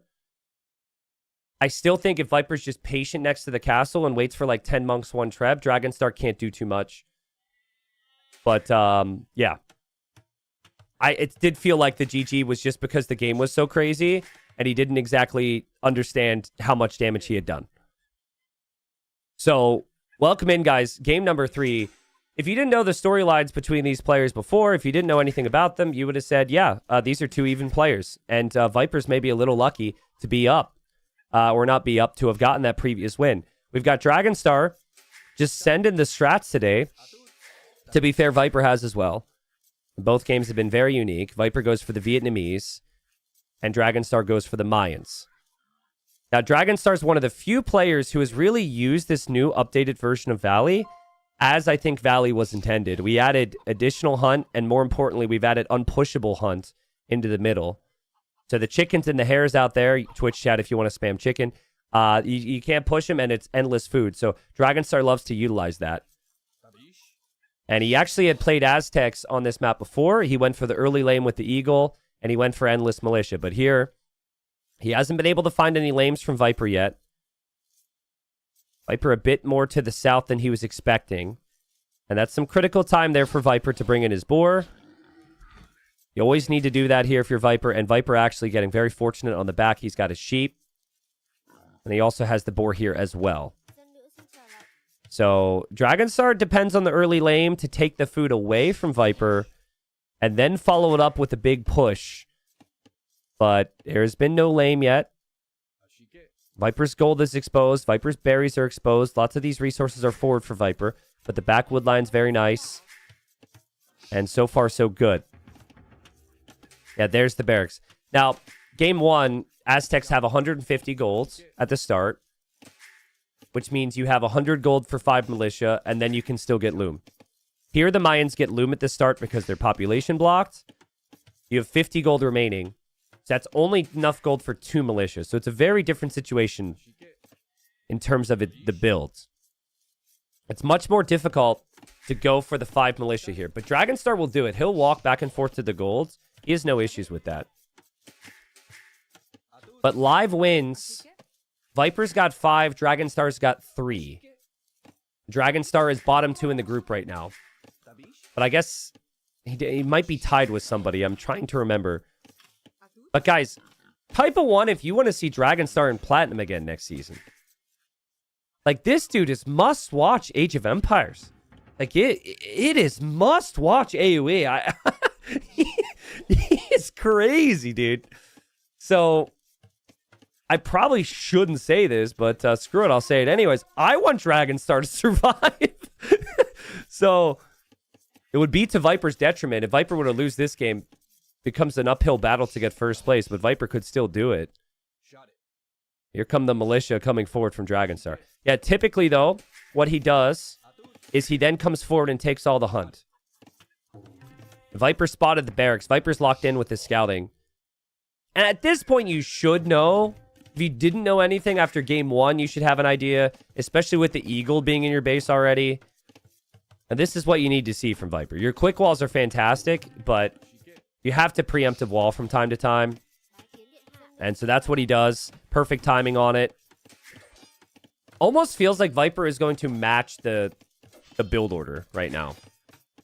Because he's building a barracks. He just collected 10 gold. I feel like Viper just wants to make a couple militia of his own. It could end up being a good idea if he knows Dragonstar will go to the middle too. Ooh, he's going to go to the middle. All right.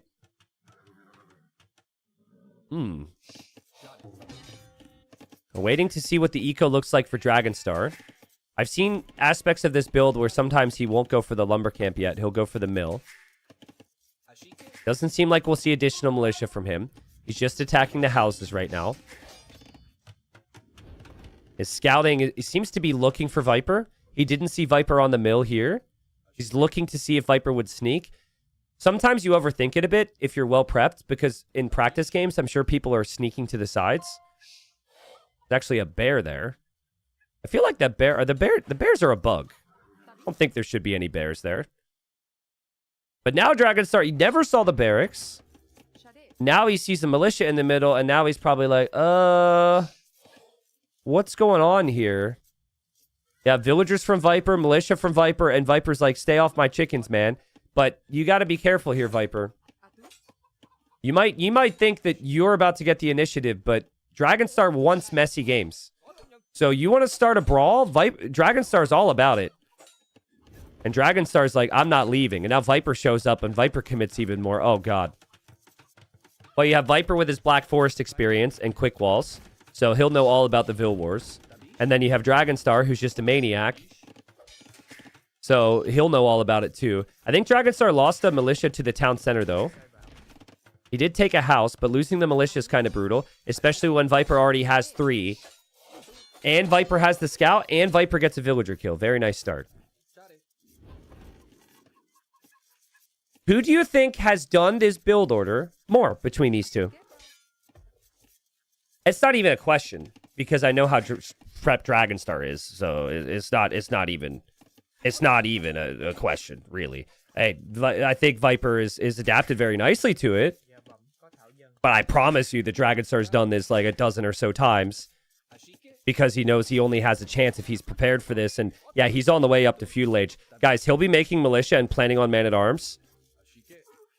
If he has enough time here, and he does, to get to 3 to 4 man-at-arms, and Viper's still out here in the middle, even Viper could have some big problems. Also, a big thing to bring up right now is you cannot wall on the sandy area in the middle. So that's why they don't build mills there. And also that means no quick walls for Viper, right? I don't like that for Dragonstar. Losing that militia. A bit of a problem. It's essentially the same build, though. And they're both hard committed to the middle. Viper will add more militia as well, I believe. I like the farms for Viper, though they're not actually, they don't have any active farmers. But farms become important. Archer follow-up becomes important. For Dragonstar, houses become important. He'll drop a house now. But Dragonstar is going full army here.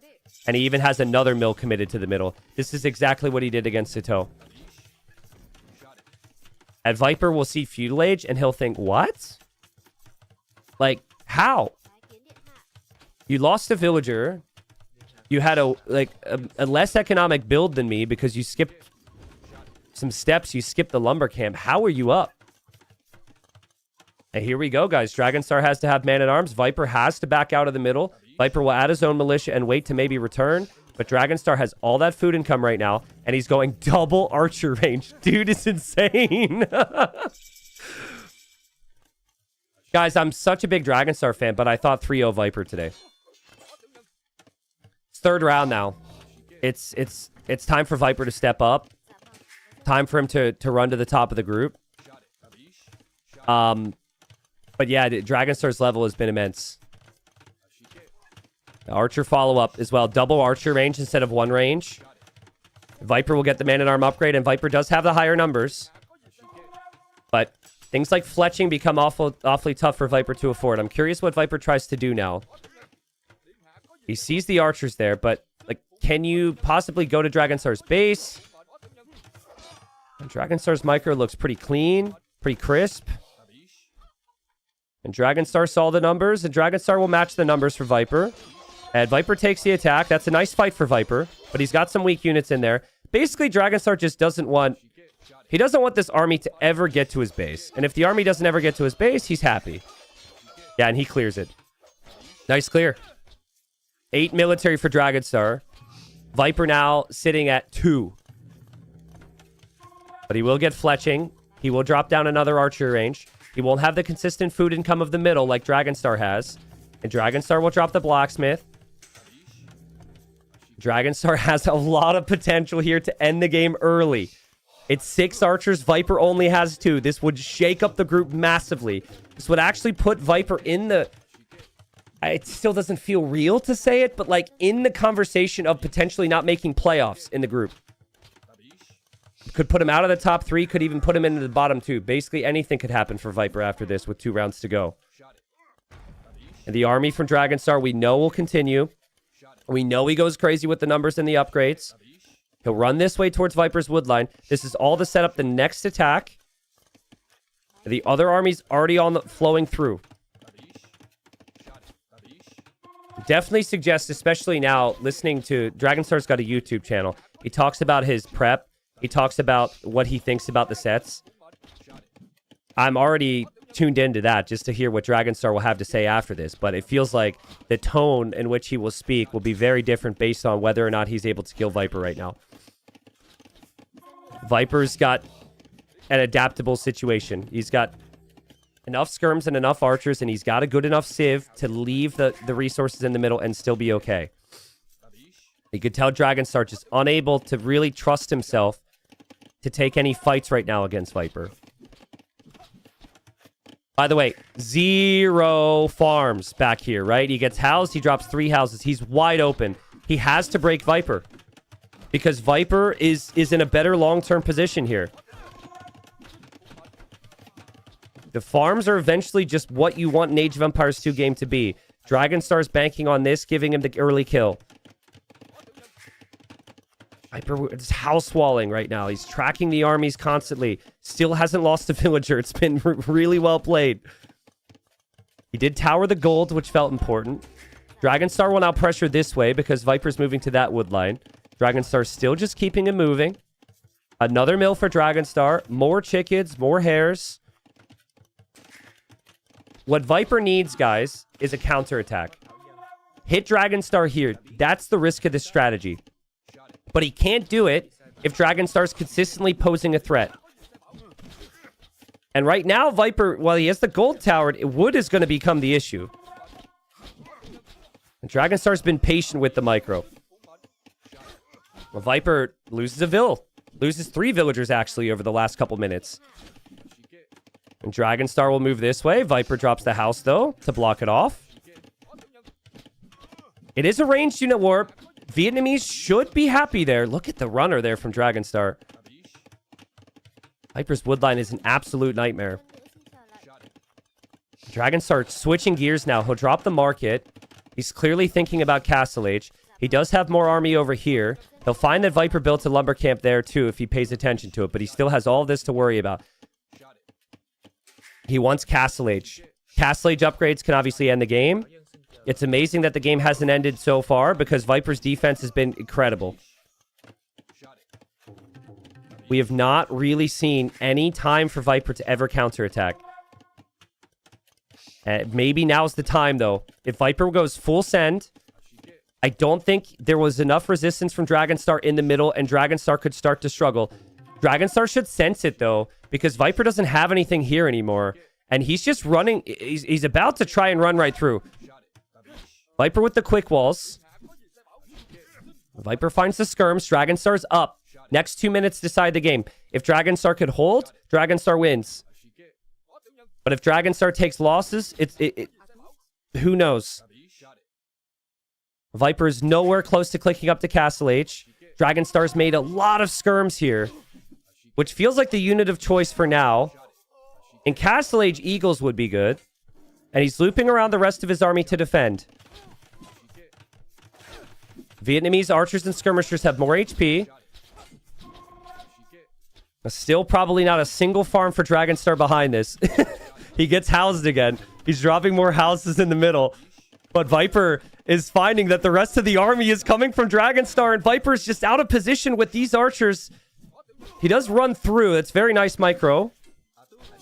But I don't think that army will do much.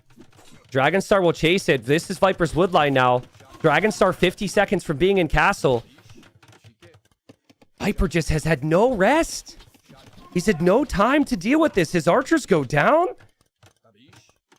And guys, it's been the same theme. It's not the economy necessarily, but it is the numbers of military from Dragonstar. He never stops. I've been thinking for a long time with Dragonstar strats that if like the top 5, top 10 players in the world were to play this way, it might be the way every game should go. Dragonstar's up. This is tap out territory. Dragonstar beats Viper. Round number 3 wins 2-1. Amazing performance from Dragonstar. He has been, just based on what I know, putting in great amounts of time to prepare for this tournament. He did the previous season, and the conversation for him was, can he survive? With that win over Viper, I think he ties Viper's win count, and the sky is the limit for Dragonstar. What a performance. One of the best displays that I've seen from him, truly. Because in other sets, you could see the potential was there, but he would miss the timings on the attacks. He would have worse micro. I am really impressed. And I know, like, for Viper, this is going to be brutal, right? Because the first series, I was saying, Viper's just not very sharp right now, and Viper's a slow starter in TTL. That's an amazing performance from Viper as well. So you look at the result, and you could say, yeah, okay, maybe Viper underperformed just because of the result, but Viper played good today. Viper played good today. He played far better than he did against Vivi.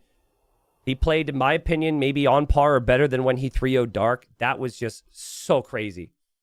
So crazy.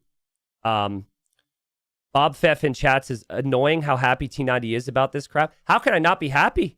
I'm kind of shook because Viper just lost 2-1 to Dragonstar.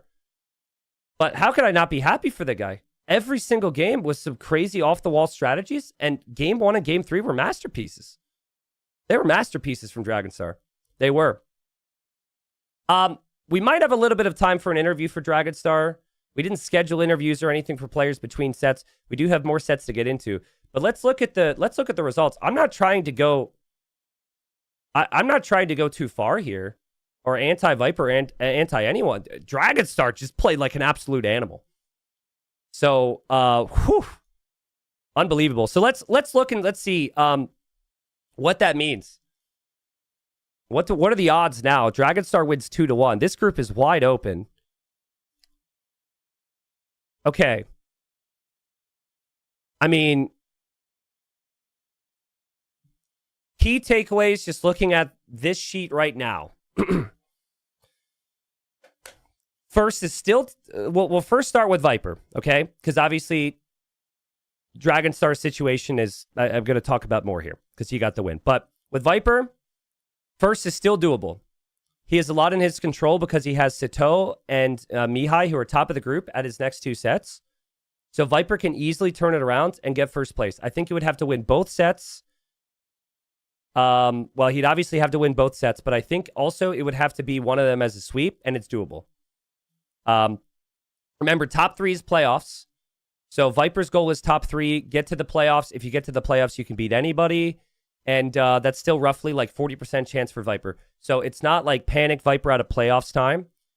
It's unlikely, I would say, that Viper gets relegated. Because, again, he still has a lot in his control. But so far, Viper he's only won 1 set. He's lost 2-1 twice. He lost 2-1 to Vivi. He lost 2-1 to Dragonstar. And then he beat Dark 3-0. But everybody else has beat Dark 3-0.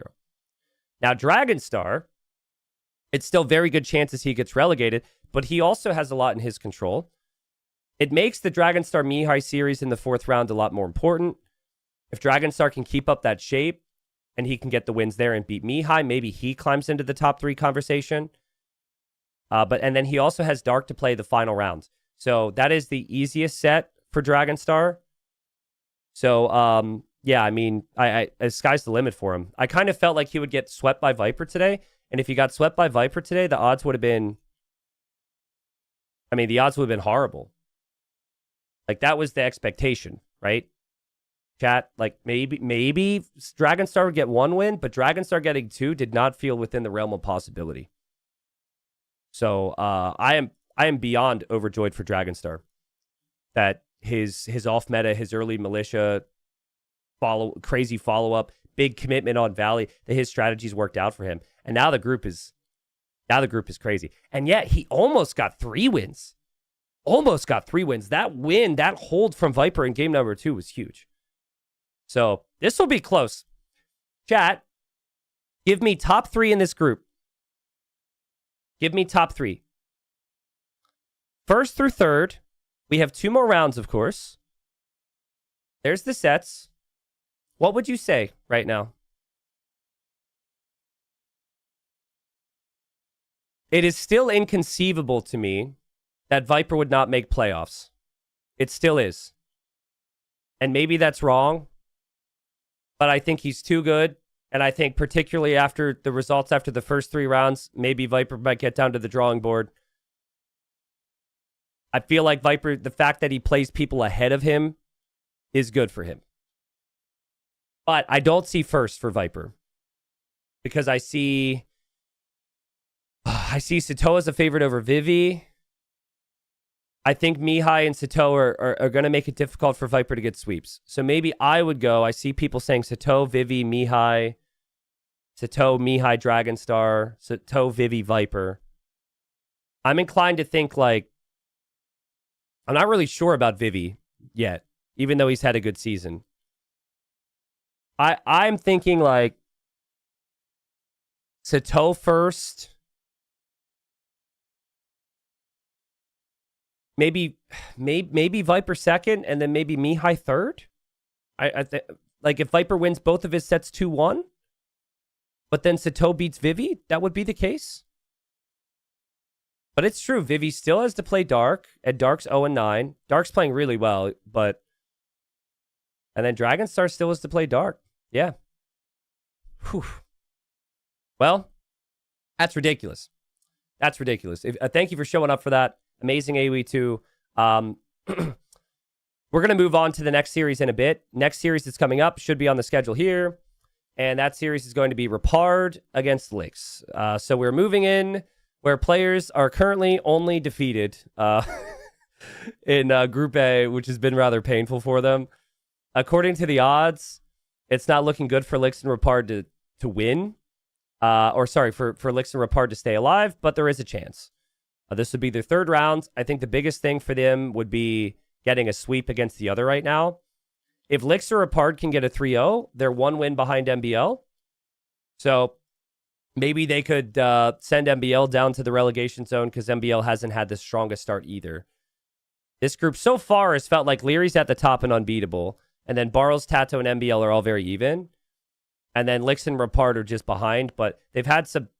all the players are killers, but they've had some really tough matchups so far. So I'm kind of curious on this. That'll be our next series. 3rd series of the day, then, is in Group B. 3rd series is Yo versus Vinchester, which right now, again, feels like the bottom 2 is pretty well established in this group because this kind of Lucho only have 2 wins after 3 rounds.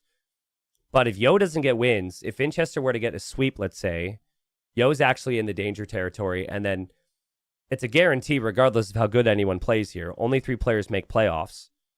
Hera's most likely first. Who's going to make playoffs in 2nd and 3rd place position between Hart, Vinchester, and Yo? So that's basically what we have a really good understanding of after that Yo-Vinchester series. And then later today, we have Hart and Hera. They're unable to play within the working schedule. So most likely, depending on how long these other sets go, I'll be going offline, and then I'll be coming back later on today for Hart and Hera. That is correct. The time that's there, 23 GMT. All right? But yeah, thank you very much for the support.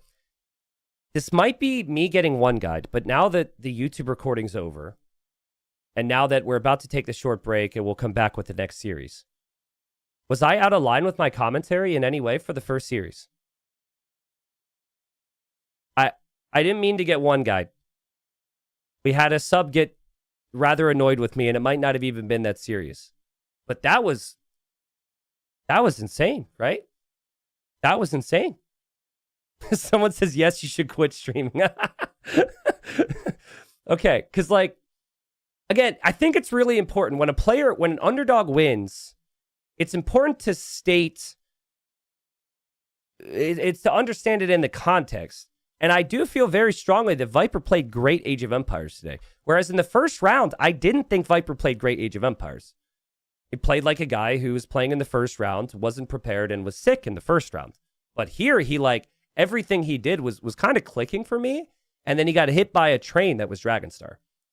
So, again, it's hard, right? Like, anything I say, I guess, is going to be potentially criticized. But, you know, I'm just speaking my mind. All I can do is be real with you guys of the situation and hopefully break down the game. And that's what I did. So, thank you guys for backing me up. It seems like maybe I just saw the wrong comment and took it the wrong way. So, thank you, Rage Guy, for the 13 months on Twitch. Thank you, Plant. Thank you, Varion, for the 74 months. Pato and Nope Nuts for me. Thank you, Nope Nuts, for me for the 24 months. Thank you for the 2 years. Yeah, if you want to support TTL and you're enjoying all of this, subbing's a great way to do so. YouTube, I know you guys have been chiming in as well with some subs here or there. Thank you to everyone who's done it. I'll also point out, because we put work into getting it set up and the quality is good, even though I kind of hate selling out merch. Check out the merch store on the TTL site that has the probabilities and prediction contest. I've been wearing it from time to time. If you guys want something in return for supporting the show, check out the merch. And we've got quite a few options there, from mugs to hoodies to shirts, whatever. So, but yeah, we'll take a short break. When we return, it'll be Licks against Rapard, then Yo versus Vinchester. And then what the schedule does not show is that Heart and Harrow will be back later on for my second stream. And catch you soon.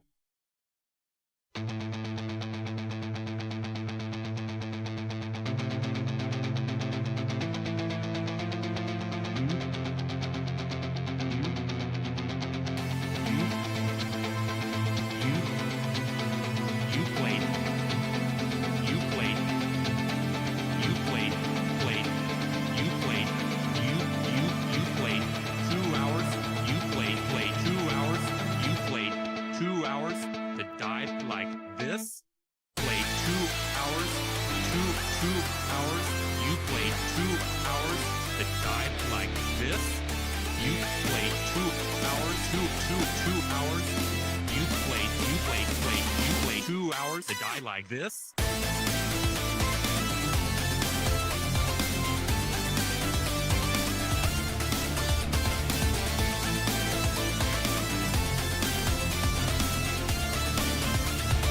played like this?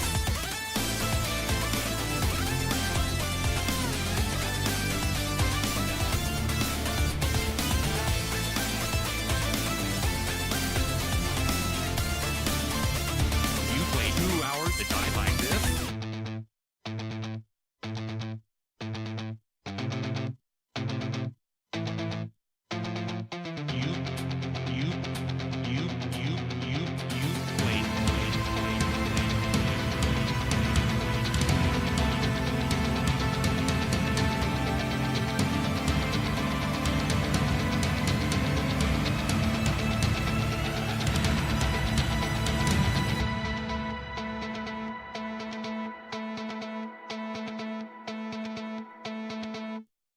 You played 2 hours.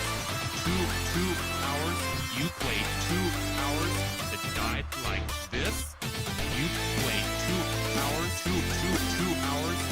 You played 2 hours to die like this.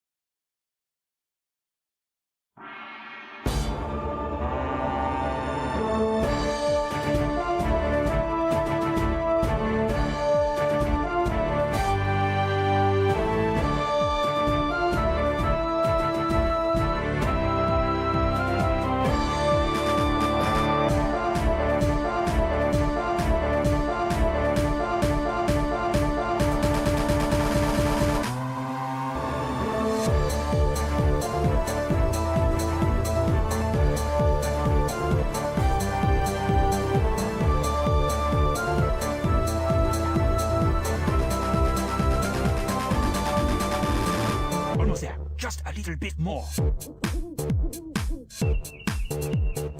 But wait, what is this that approaches? Dwarves! The English are making a sneak attack. Lahir wishes to kill something. Our city needs help. The British are destroying our towers. You must save Orléans. No. Attack! We are tired of licking British boots. Here they come! Fire! Lahir wishes to kill something. Age of Empires. Age of Empires. Age of Empires. Age of Empires. Good! You have a relic. Protect the relic in the monastery by right-clicking the monastery.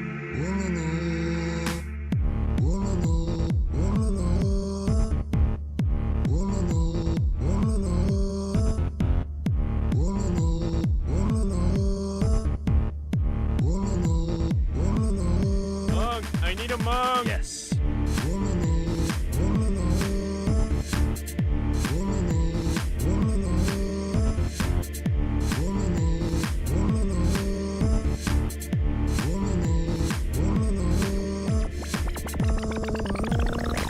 Food, please. No. You have a market. Wood, please. You have a market. Gold, please. You made a trade. Stone, please.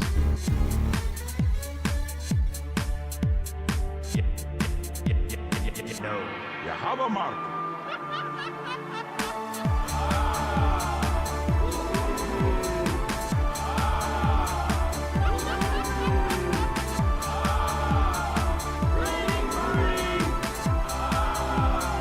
Yes.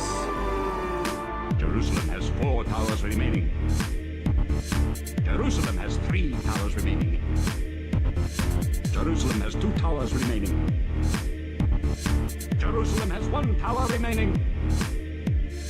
All Jerusalem towers destroyed. The city is ours. Jerusalem has 4 towers remaining. No. Age of Empires. Age of Empires.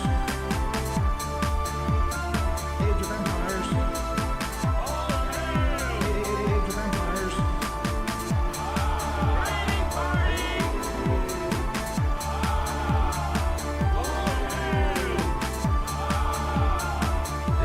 Lahir wishes to kill something. Oops. Hold on. Oh God, I misclicked. Hold on, let me give you the last 5 seconds. Lahir wishes to kill something. Enemy sighted. Sorry, I knew that if we didn't have the enemy sighted, that would completely ruin it. So now that we've had the most exciting part of the stream with the music, it's now time for the second most exciting thing about this stream, which is the casting. Yes, next series is coming up soon. Sorry to disappoint you that we are back to games. Man, I'm like sweating right now. Casting that previous set, the games were so intense and there was so much happening. I had no time to chill. And I decided to like wash off in between the sets because that was unreal, right? Like there was just so much activity. Like typically you have like a little bit of fighting and then the players sit back and then there's no real fighting for 20 minutes and then it just didn't stop. I don't know if that'll be the case in the next series. I'm not really sure what to think about these two so far just because of, well, they're both been 0-6, but it'll be good to get a feel for their level against another promoted player. I want to go back. Chat, do me a favor. Type a 1 if you'd never really heard of Rapard much before this tournament. Don't feel bad. There hasn't been many instances where he's been up against players of this caliber, so don't feel bad. He's a player who's been around a long time. What got him here was upsetting when he made it to the Gold League in the previous season, and in the previous season, he won his group. I just want to go back and show that because that's essentially how this works. Is you are in the lower categories, you could work your way up to the top. If you don't deliver at the top, you could potentially get sent back down. So I've always known about Rapard, but I thought Rapard would maybe be like 4th place at best last season in gold. And look at how well he did. It wasn't like a fluke. It wasn't like he came into 3rd place and went into a playoff and had a good day. He had a good season. Like, he won 12 out of 15 games. He beat Mihai, who I think most chatters would know more. Prisma, who I think most chatters would know more. Draken was a former Platinum player. Miguel's a former Platinum player. He beat, like, relegated Wide. Wide, who, by the way, in this season of Gold League, or would it be Silver League? No, he made it back to Gold League through, like, the bronze bracket or something like that. But Wide is currently beasting. Prisma is currently beasting. So, like, these are all super well-established players, and Rapard went 12-3 against them. So that's how he got here. And then in Lix's case, we could kind of go back. Lix ended up getting 9 wins in a group that had Lewis, Kasva, Ganji, Stone, Please, and Say My Name. And then Lix went to a playoff against Kingston. Beat Kingston 3-1 to get there. So I explain that because when you get promoted, it can sometimes look really bad for some players, right? And then there's this feeling of, oh, you know, they don't necessarily belong here. And I think if I were to ask people, like, who's better, Rapard or Mihai? People would say Mihai. Who's better, Rapard or Prisma? People would say Prisma.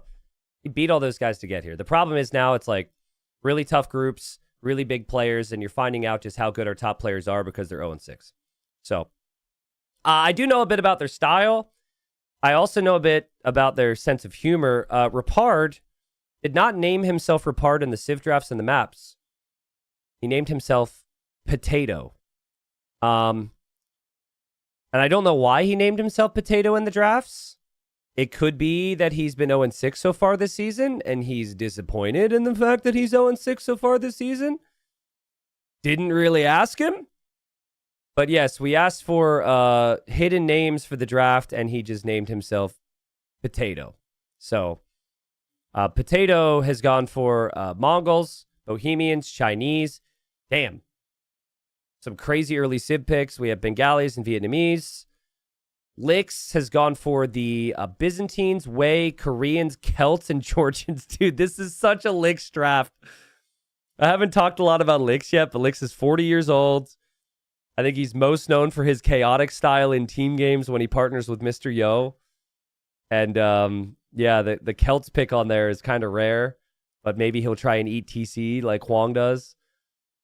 Did any of the new DLC civs make it through? We had Muisca, Tupi, and Incas banned by Lix. And then we'd be missing the Mapuche, and Mapuche just didn't get picked. So apparently... oh no, but Mapuche were also banned. Sorry. So neither player wanted to take the risks with any of the new civs. And so, just like the others, they are going to be banned out. The players continue to say, no advertisement for you, Microsoft. So Seams is asking, do I expect the new civs to be used or at least not banned more often next round, the ones people are more familiar with them? Or do you think it will make more time or take more time? So, and the reasons I explained in the Champy video, and by the way, we have a Champy emote now, which looks ridiculous. But if you want to spam the Champy emote, even though we're not going to see Champies apparently, we have the emote now. In that video, I explained I think Incas are the absolute best. It's not even close. The extra population space they get from the houses, and also the settlements, and also the free llama, like all that stuff makes it insanely strong. So I think that will be banned always. Unless there's a balance patch, I just don't think people will play it on the majority of maps. The next one I think that could be strong would be the Tupi.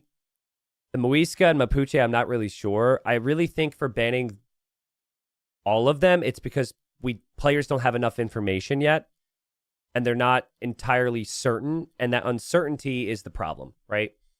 So I would guess that we probably will see it in some drafts because I think players will realize how good and bad the civs are over time, but maybe not this round. Maybe this round we'll see them banned more. So far, we had it a couple times, but players are just going for the bans. So, thank you, Bulpy, for the 22 months. Thank you, Andrew Star, for the Prime. But yeah, real quick before we hop in, just look at the probabilities here. Yeah, that emote looks horrendous. I thought the emote would look better because it would be the full body from the YouTube thumbnail. But it is just the weirdly shaped Champy T90 head. All right, you'll see more Champies in chat than you will in TTL so far. But yeah, this is what the situation is. So I think it's tough to imagine Lix and Rapard turning this around, but technically, according to the numbers here, they could both make playoffs from here. I think the big reason for that is that MBL and Tato are only at 4 and 5 above them. But let's just look through this. If it's a 2-1 for one of the players, then it obviously way less chances to catch MBL. I really think their best chances is get a sweep. There's no better chance for them to get 3 wins the entire season. It does not get any easier. So someone's got to pop off here, and if they pop off, we get some drama. I think we definitely get drama if it was Lix winning this, because MBL and Lix play each other in the final rounds. Rapard still has to play Leary, and Leary seems unbeatable at the moment. So, yeah, if we want drama, Lix probably would have to be the player to win. So, the emote was just added. So if you aren't seeing it on Twitch, you probably need to refresh. But yeah, the emote should be there now. What's up, Gunner? Thank you for the 8 months. And YouTube chat, I'm aiming to add a few more emotes for you, but we just don't have any there just yet, though. So sorry. Do you guys think we'll have an undefeated player this season? We've never had it. Ever. In any of the groups. Dark Matter says Hera. Okay. I could see it. I mean, but the thing is, think about who Hera has to play. Like, Hera has to play SizCon round 4. So maybe you could see a 3-0 there. But he has to play Vinchester round 5. He looks incredibly strong. So if anyone's going to do it, it would be him. But he has to play Hart later on today as well. Like, is he going to win every game against Hart and every game against Vinch? I don't have the clip, but I asked the same thing last season, and people said Hera and Leary, and then they did lose at least 1 or 2 games. So it's a fun thing every season to ask this question. People in chat are going to say it's possible, and then, yeah, we'll find out. But I think it would be really nice to always have it that no one has ever gone undefeated. But I think the more that I say, the more I talk about this, if players hear about it, I think they might be a little bit more motivated, right? All right. By the way, I asked WDW, who helps us run the stats and the predictions contest, to give me the percentage of people that predicted Dragon Star's win over Viper in the first set. And he's typing right now.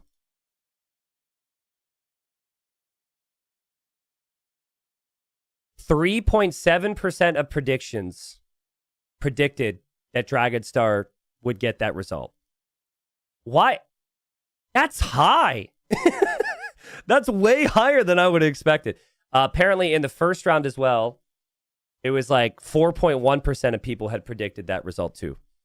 So, majority of people had predicted a Viper victory. We already had one upset. Maybe there'll be more today, but I don't know. This set seems close. The series after seems really close in Yo and Vinchester. And then Hart and Hera, you have Hera as the favorite, but Hart is an incredible player. So I think that the next 3 sets, there might not necessarily be like a true underdog story. Is there a prize to go unbeaten T90? I decided not to do prizes because we had a bunch of people do multiple submissions. It becomes really difficult to do like monetary prizes when there's evidence of people submitting multiple. And it's also really hard for me to track if people submitted multiple. So the cases that I'm aware of, it's because people have made it obvious. Like if you search for T90, there's multiple where there's like T90 feet picks in there like 3 times. But yeah, if people were like smart about it and I added some type of prize pool or giveaway at the end of it, people could have submitted 6 or 7 times. So it's, unfortunately, I just felt like we're just going to keep it for fun for now. But what I will do is I'll learn from this, and every season I try and make it better. And we'll possibly have some things we can do in the future. So I meant for the players. Oh, the players. You mean for going undefeated? Well, you get $30 per win, and you secure your group, so you get a bye in the quarterfinal. I didn't realize you meant the players. I thought you meant for the prediction contest. Yeah, so every win matters. So even if a player is already relegated, there's $30 per win. And that applies to all leagues. It's in Gold League, it's $20 per win, and it's Silver League, it's $10 per win. And then you also have the placement prizes, right? So there is the financial reward for each game, as well as the bye from going first place. Okay. Yeah, I don't think there's any other major questions. We'll hop into the first game here. I realized I was a little bit behind on the Twitch ads, so I'm going to run them right now as we're going to hop into the first game. First game will be Quarry, and then Lix has picked African River for his home map, and then it will be Toulouse for Rapard's home map. So Rapard clearly feels like Lix is going to struggle on the more closed maps today. The Civ draft is very confusing to me. It's very Lix to me. Like Lix he loves some of these Civs. He loves the Byzantines. He loves the Koreans. He loves the Celts. All these Civs are just really annoying to play against. I wouldn't value them as high as he did in the draft, but at the end of the day, you have to play towards what you're comfortable with, which probably is the explanation there. But I don't think there's many people that would have picked Byzantines first when these maps are involved, except for Lix. What's up, man? Oh, man. Thank you for the prime. All right. We'll dive in. Type your predictions in chat if you wouldn't mind, chat. I have no clue. I'm going to probably get to my predictions midway through the Dark Age here. But I really have no clue what to think about these two so far. Let's go.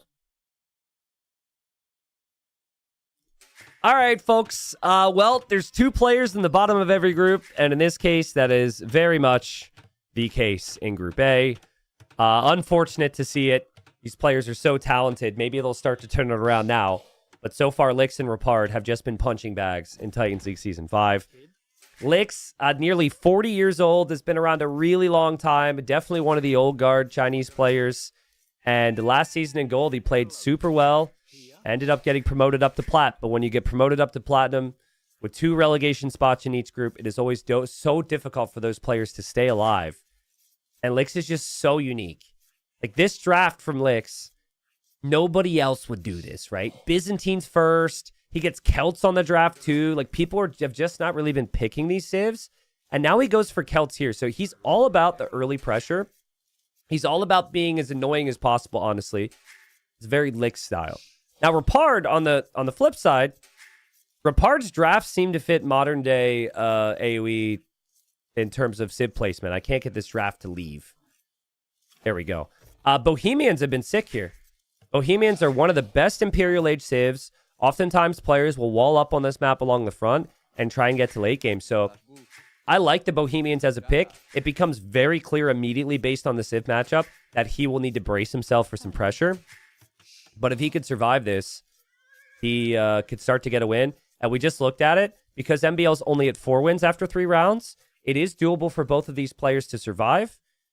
And I think playoffs is also technically possible, though it seems unlikely, right? We'll take it 1 win at a time. I think Rapard and Lix need to basically sweep the other here. You sweep, then you beat MBL if you're Lix. And maybe then MBL could be in trouble. He's going to hate me for this because he was listening earlier. I don't know if he's around now, but MBL was relegated from TTL before. Look at Lix. So Lix doesn't know the sheep are there, which is really unfortunate. Oh, now he knows the sheep are there, but he's waiting. And he'll do anything he can here to stop any early game from Rapard from working out. Rapard knew the sheep were there, so the sheep will disappear. But he also knows the boar is there, and he might send a villager out there without loom to take it. So far, Rapard is just pushing in the deer. Yeah, MBL got relegated down to Gold League, and then he promptly just smashed everybody in Gold League and came back to Platinum. That was one of the big upsets. The biggest story, I think, was when Vinchester won a season of Platinum League, It was the first S tier tournament he ever won, and then the very next year he got relegated. That will probably never happen again, but it did happen. There's been some big names. I mean, Dowd is down in Gold League right now. And yeah, Lix already bringing in Militia from the other side. Lix has been waiting here. Apparently there was some lag there as well, which is some really bad time, and Rapard loses a villager. Oh, God. I mean, Lix gets exactly what he wants so far. He's got the Militia here.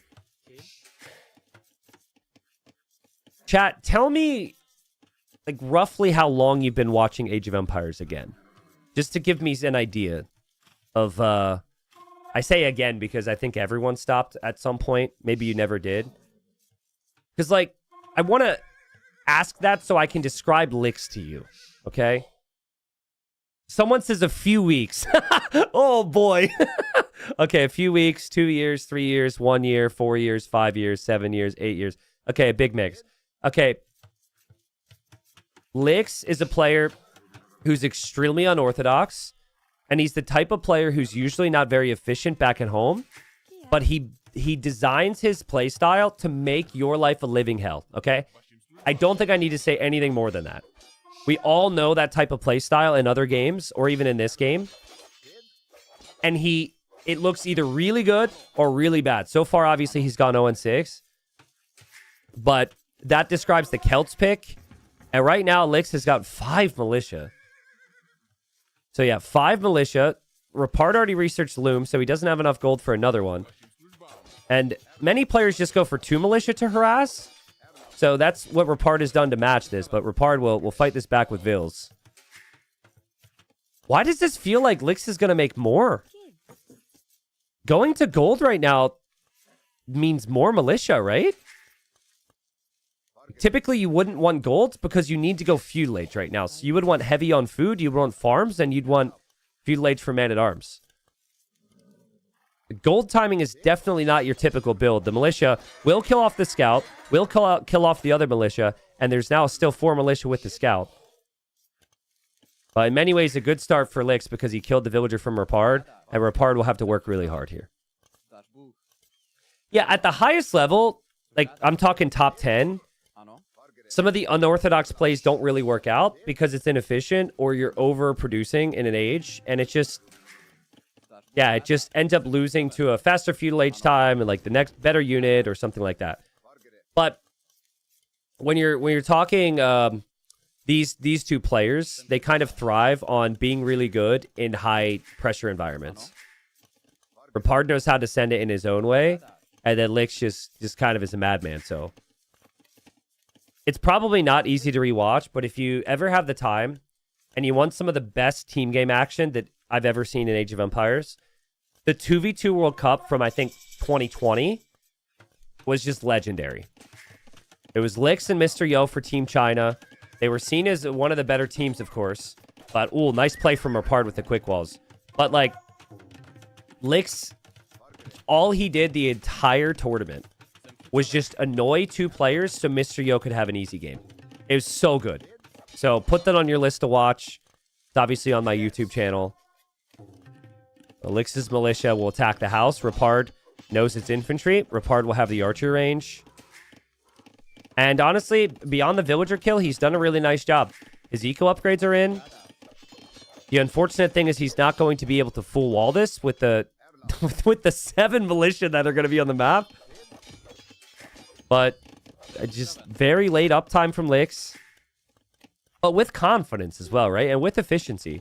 Villagers are all working very efficiently. And now he can go for man-at-arms. He'll snag his wood upgrade. He'll drop an archer range. Yeah, Lix went full YOLO. And I think you should also watch the semifinals of that tournament.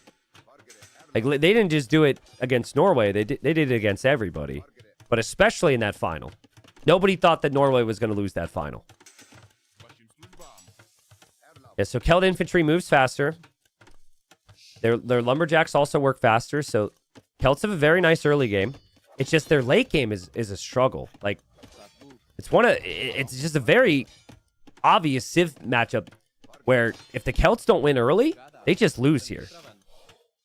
One of the big weaknesses for Celts is gunpowder, but oh god, Rapard's got Rapard's got holes in his walls, and there's still units running around, and he still needs to move away, and he still needs to repair over here. And I've even looked in the wrong location, but Rapard has fletching. Rapard has managed it. I think for Rapard, the eco will kind of struggle in terms of the food income because he's going double archer range, but I don't mind double archer range against as much pressure. Because it's going to be double archer range from Licks as well. Wow. Yeah, Max is a classic team game player. Max doesn't play team game. Well, actually, Max doesn't really play 1v1s anymore. He does occasionally play some team games. But this is what Licks does to you. He sets you up with the man-at-arms. Looks like he got in. He got through the palisade. He killed 2 villagers there. Oh, my goodness. And it's just one thing after another. You have to deal with the constant militia. You have to deal with the constant man-at-arms. And now there's double archer range pressure coming out behind this. Licks is playing comfortably here. I think for someone who's been around as long as Licks is, and he plays a lot of ranked games, he'll know Rapard, and he obviously knows everyone else in the group, and there's a clear confidence difference here. I don't know his personality all that well. I think his play style is chaotic, and he's not necessarily quite as chaotic individually, but we'll probably just look at this and say, oh, Rapard? I could beat this guy, right? It's not like he's, it's not like it's Leary, who he faced in the first round, who he's never really been able to show better skill than. At T90, can you explain how this aggression doesn't beat players like Hart, Hera, or Leary? Well, because the investment into the militia that delays your uptime would do no damage because they would just defend better, basically. And then they would be on range units faster. And they would be, so they would take no villager losses. And they would be on range units faster than you, and they would have a numbers lead right now. But because of Licks being able to use multiple groups, fighting in different areas, he got a little bit of a reward with villagers. I mean, you could just tell, like, that archer standing in the wood line is all because Rapard was just scattered. Yeah, Rapard also lost a villager in Dark Age. And that villager in Dark Age, I think even there you'd expect some of the players to be able to manage that. So I think even just with the players that they have to play against, Licks is my favorite to be in 5th place at the moment and to be ahead of Rapard. He has so much experience. He's had a perfect start to this series, but remember, Licks already played Leary. Licks is even going to go Arson now. But Rapard being 0-6, now struggling in this game, and then also having to play Leary later on, means that things are going to be really difficult, and Rapard just seems shaky. It's very obvious that Licks' pressure is getting to him, and Licks has had a super clean game. 17 farms back behind this. Wood eco's still looking good. Market goes up. And Rapard just doesn't have the... He just can't sustain the numbers right now. I think it's about to be Celt ETC time for Licks. Archers and Skirmisher Micro, very clean. I'm not in love with Arson. Well, let me take that back. I am in love with Arson. I love that tech, but I think researching it here probably is a little unnecessary. We'll see, though. I honestly, I feel like Rapard is playing shakier now than he might have even played in that first and second round. He really went send it mode against MBL, for example, but there was a lot of control over the game, at least. Like, he had the army numbers, but this whole game, Licks has been ahead. Yeah, I don't love Licks' walls. I think that these walls were just safe walls because he thought there could have been a counterattack. I would have preferred he just go and wall here. So this is a bit odd to me. Ooh, but guys, I love this. Licks is going to cut the trees. So yeah, Rapard is thinking, let's full wall the middle. Let's hold on. Let's get to Castle Age. If we can get to Castle Age, then we can hold on. But you can't just wall the front on this map and have that be enough, because the sides can always be chopped. Licks his archers running this way, and this is so typical Licks. I'm sure he'll go through with Vils. And if he goes through with Vils, he'll want the Siege Workshop.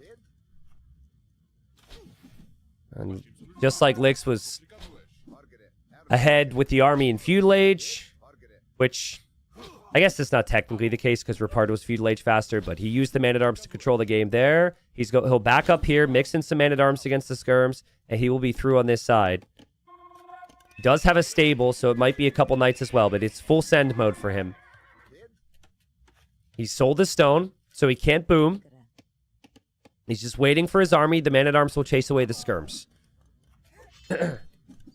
Guys, it's so cool.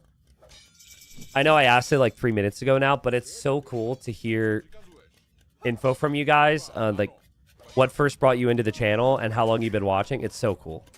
I need to do it more because I've been doing it for so long, and like even I forget some things, some moments. It's fun to think back.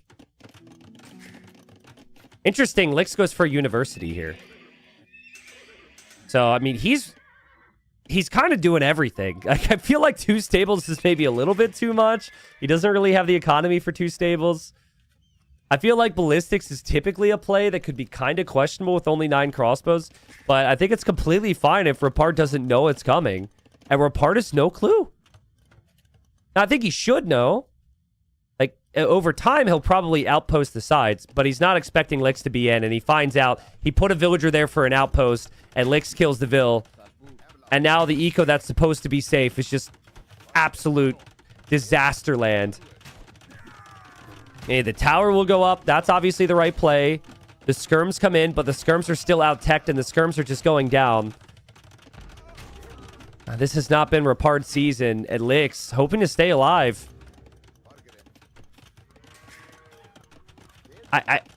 This is me getting ahead of myself because this is just the first game, but if Lix starts to get some momentum and then a very nervous MBL is against him in the 5th round, we could have a very interesting conclusion to this group, assuming Lix can keep this up. But this whole game has just been fully Lix. Mangonel's there. The villagers are there to repair it, so the tower won't be enough. But in Rapard's mind, this matchup is just horrible for Celts long term. If he can just get to gunpowder, he can win easily. The Celts just struggle so much against gunpowder. Their infantry and siege civ, both those things kill gunpowder. Or, sorry, are killed by gunpowder. But I just don't know if he can get there. Lix has killed 8 villagers. Tower will end up going down. The wood line is now completely abandoned. He can't take wood. He'd have to buy wood, but he doesn't have the gold to do it. Lix attack grounding now. Lix is so far ahead, and Lix's eco is super efficient as well, right? I know he doesn't have bowsaw, but you don't really need it with the Celts. And Celts already have such efficiency with their wood income. Yeah, Lix has been around a long time, and you could just tell. The randomness that we see from Lix used to be a lot more commonplace. With quality of life features to the game, it's become a lot easier to kind of perfect your builds and to keep things clean. And then, of course, with more money and more tournaments, people just improve over time. But Lix is Lix, dude. And he's a tricky nut to crack, and I don't think Rapard has it. Now I'm feeling bad for Rapard. I thought it was funny when Rapard named himself Potato in the Civ draft. Because I was like, okay, he's self-aware. He feels like he's not had a good season. But now I feel bad he called himself Potato in the Civ draft. Oh, man. I mean, he fought on for a really long time. This looked bad even while Lix was on the way to Castle Age, and Lix just smashed him. So, yeah, live standings. We got Lix at 1 win. 2 more games to be played. We got MBL with 4 wins. And he's already completed his 3rd round. If Lix could do that 2 more times, maybe he's got a chance to stay alive here. Well played. But still was very all in. But considering the Civ matchup, it worked out. So, Celts get the job done. Celts better than Bohemians, apparently. Well played. Celt ETC. 43 kills to 37. Economy was just so good the whole game. And it all started with what? Like the 7 or 8 militia he added. Lix is one of the slowest players in the league as well. Look how little time he put on his economy there. That's 11 actions per minute, economically average. The 61 average is actually half decent. It's a little faster than me. But yeah, Lix is just tough to break. Nikov says, Lix is one of those few players for me whose play style is incredibly fun to watch every time. Yes, and incredibly unfun to play against at the same time, right, Nikov? Against a player like Lix, someone like Nikov, any of these guys in like the top 16, they hate playing it because if they lose to it, they feel like they shouldn't have lost to it, and you never know what to expect, right? Like even though you kill the first army, there's always going to be a second wave coming. Nikov loves to play them. Okay, never mind. All right, Nikov, best of 111 versus Lix. Celts only. Are you down? You said you love to play against him. If chat and I can make it happen, we'll put some money on the line. Best of 111. Celts mirror matchup. Probably not. Actually, Nikov's like easy money. Nikov's like, let's go. Please. That might be a bit much even for me, Nikov. All right, game number 2. Let's see if Rapard can turn it around. All right. Well, the last 4 times we've done this map, we only had kings. But now we have queens. So 50% of the time, Regicide will now spawn queens, at least on this map. And if you lose the queen, you are defeated. So don't do that, please.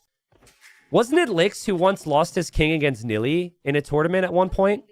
I think Nilly was super far behind, and Nilly was playing Goths or something on Regicide Fortress. Oh, God. They're both bringing villagers to the middle. They're both docking the middle here. And the weird thing about this is you don't have gold in the bank to get loom. So typically you'd think get loom, keep your villagers safe, but now neither player can loom. So it's kind of even in that regard. Lix has gone for the way. Rapard has gone for the Vietnamese. All the stone on this map is on the outside, which I'll show you in a second. But I still feel like I can't look away from the... What? Lix is up to feudal age? 13 villager feudal age? Okay. Well, I mean, that's going to be a new record for the map. The thing is, you start with Regicide Res, and which is a lot of food, which is why this is possible. I guess the benefit of doing this is so you can immediately make some navy here to pressure and push the opponent off the fish. But that does mean you only have 13 economy working, which is really low. But it's certainly a strategy. This is Rapard's home map. Rapard's going to be probably the one doing the things that seem a little bit more standard on this map. And he's chopping the wood on the outside. He's bringing in his boars. But Lix will be up. Remember, new water meta. You can garrison the fishing ships inside of the docks. But it does have minimum range. Lix is just waiting it out right now. I guess it's going to be a Hulk, probably. A Hulk would make the most sense. Actually, does Lix even know the updated water meta? He did ban all the new saves. It would be very Lix to just make a fire right now. Okay, he's making a Hulk. And Rapard sees that, and Rapard's probably just as confused as I am, and now he backs away. All right.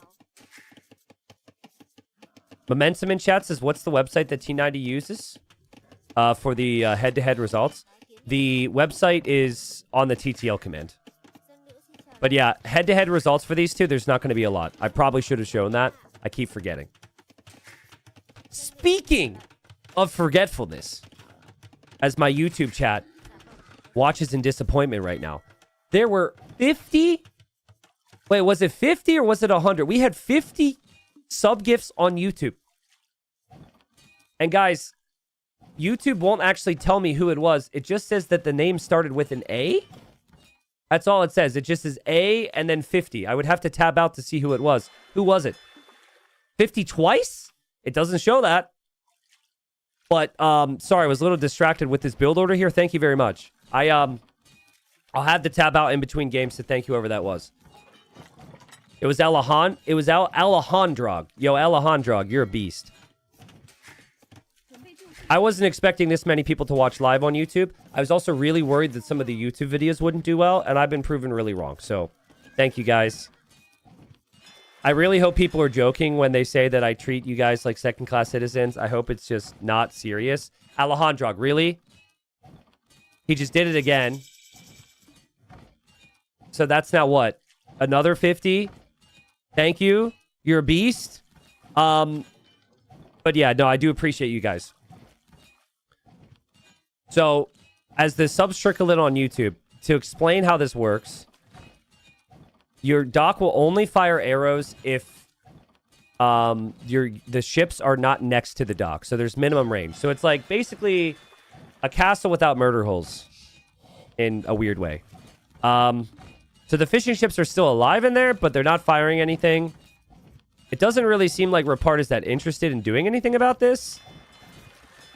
And I don't know if it's really worth having 4 ships here in the long run.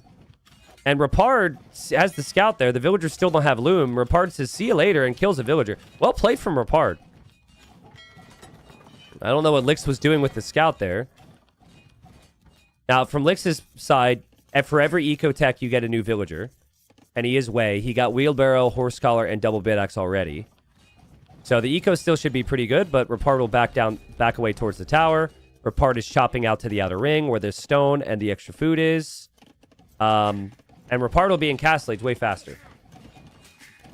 So I think Rapard will be fine. I think he can get to the second town center. What I don't want Rapard to have happen here is I don't want him to lose his scout. I think that scout's always something that can be safe. And oh, the dock could have actually fired on the scout. And now the tower can fire on the scout. And oh, they both go down. Well, it's only fitting.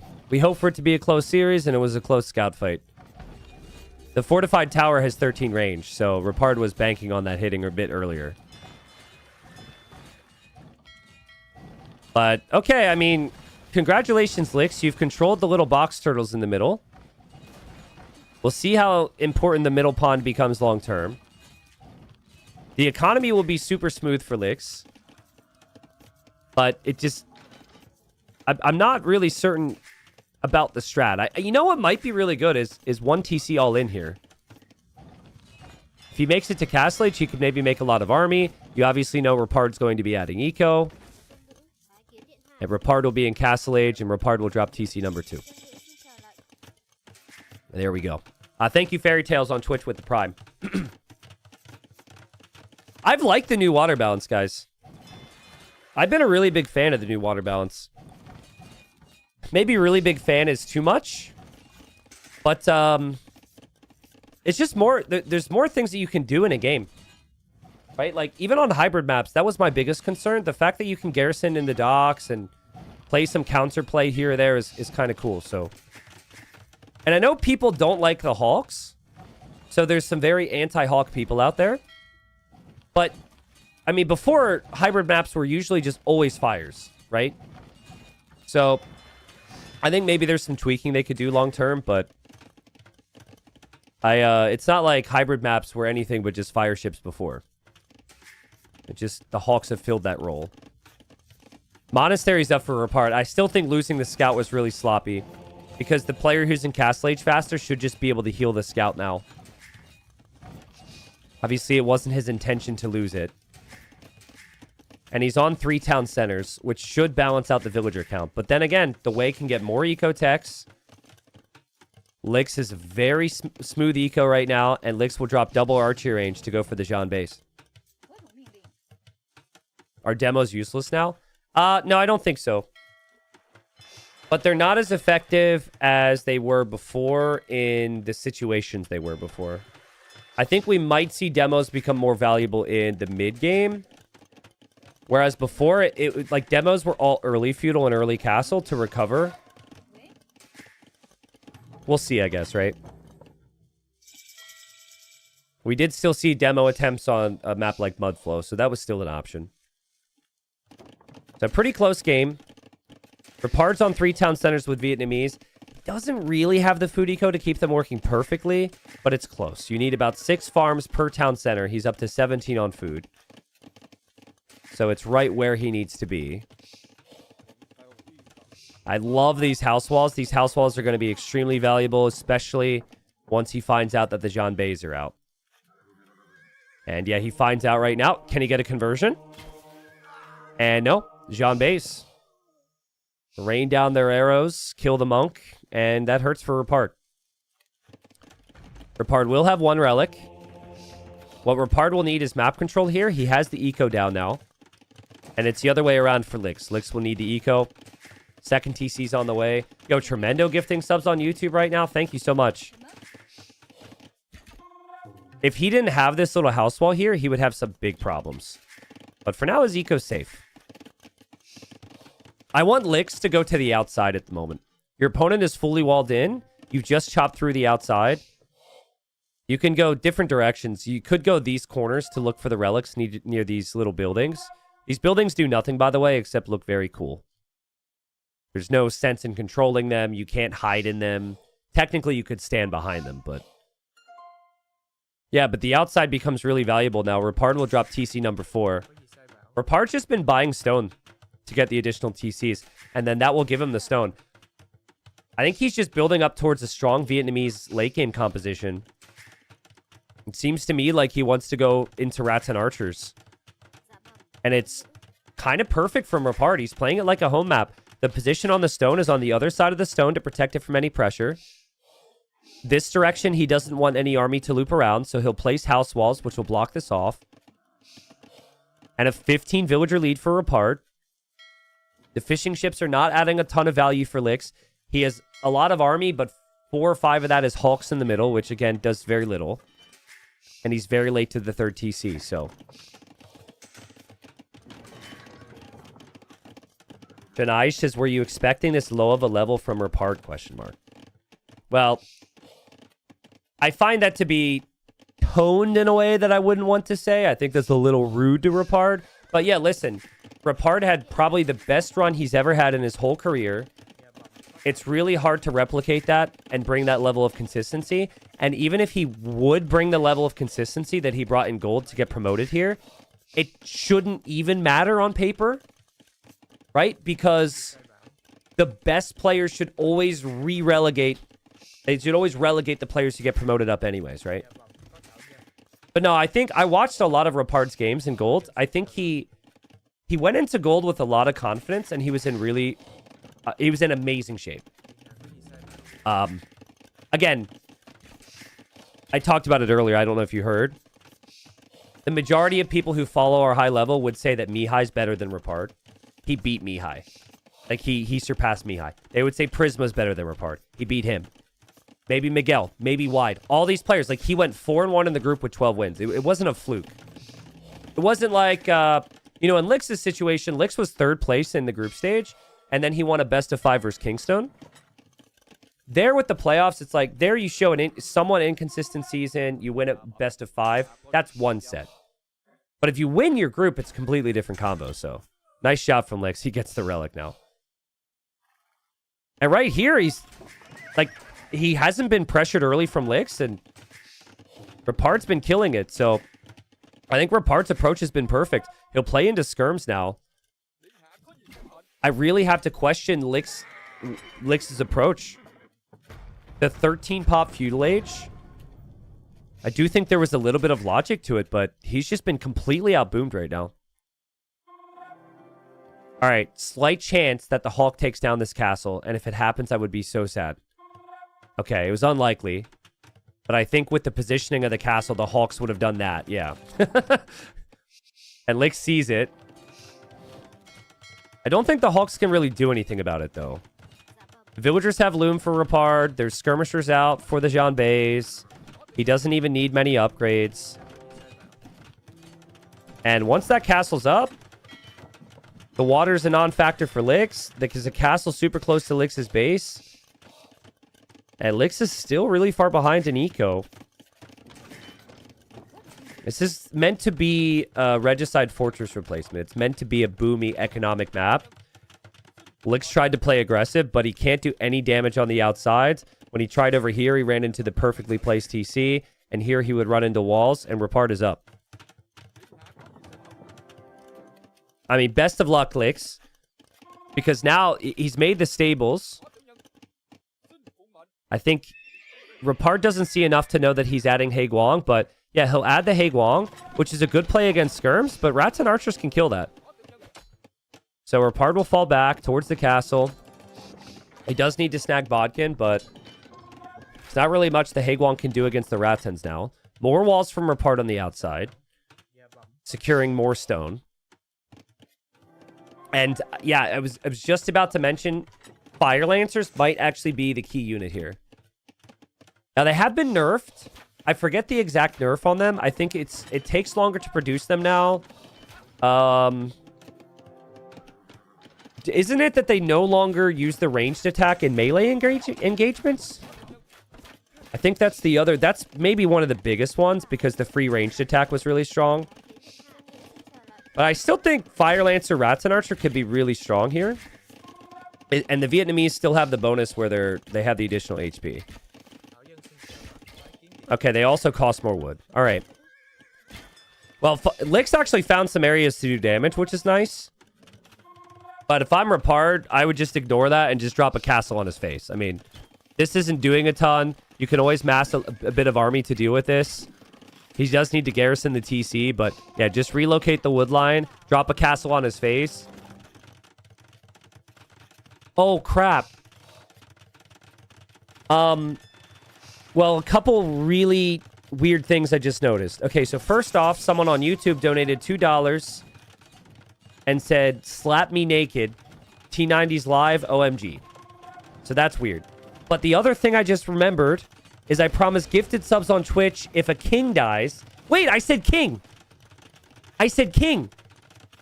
So if a king dies, I'd have to gift subs. But it's a queen. So that doesn't count, actually. So I think I'm safe. Okay, also she's running. She's running. That's a scam? How can it be a scam? You didn't pay any money. This is free entertainment for many of you, right? Fine. If the queen dies as well, I'll gift the subs. I still think it's unlikely.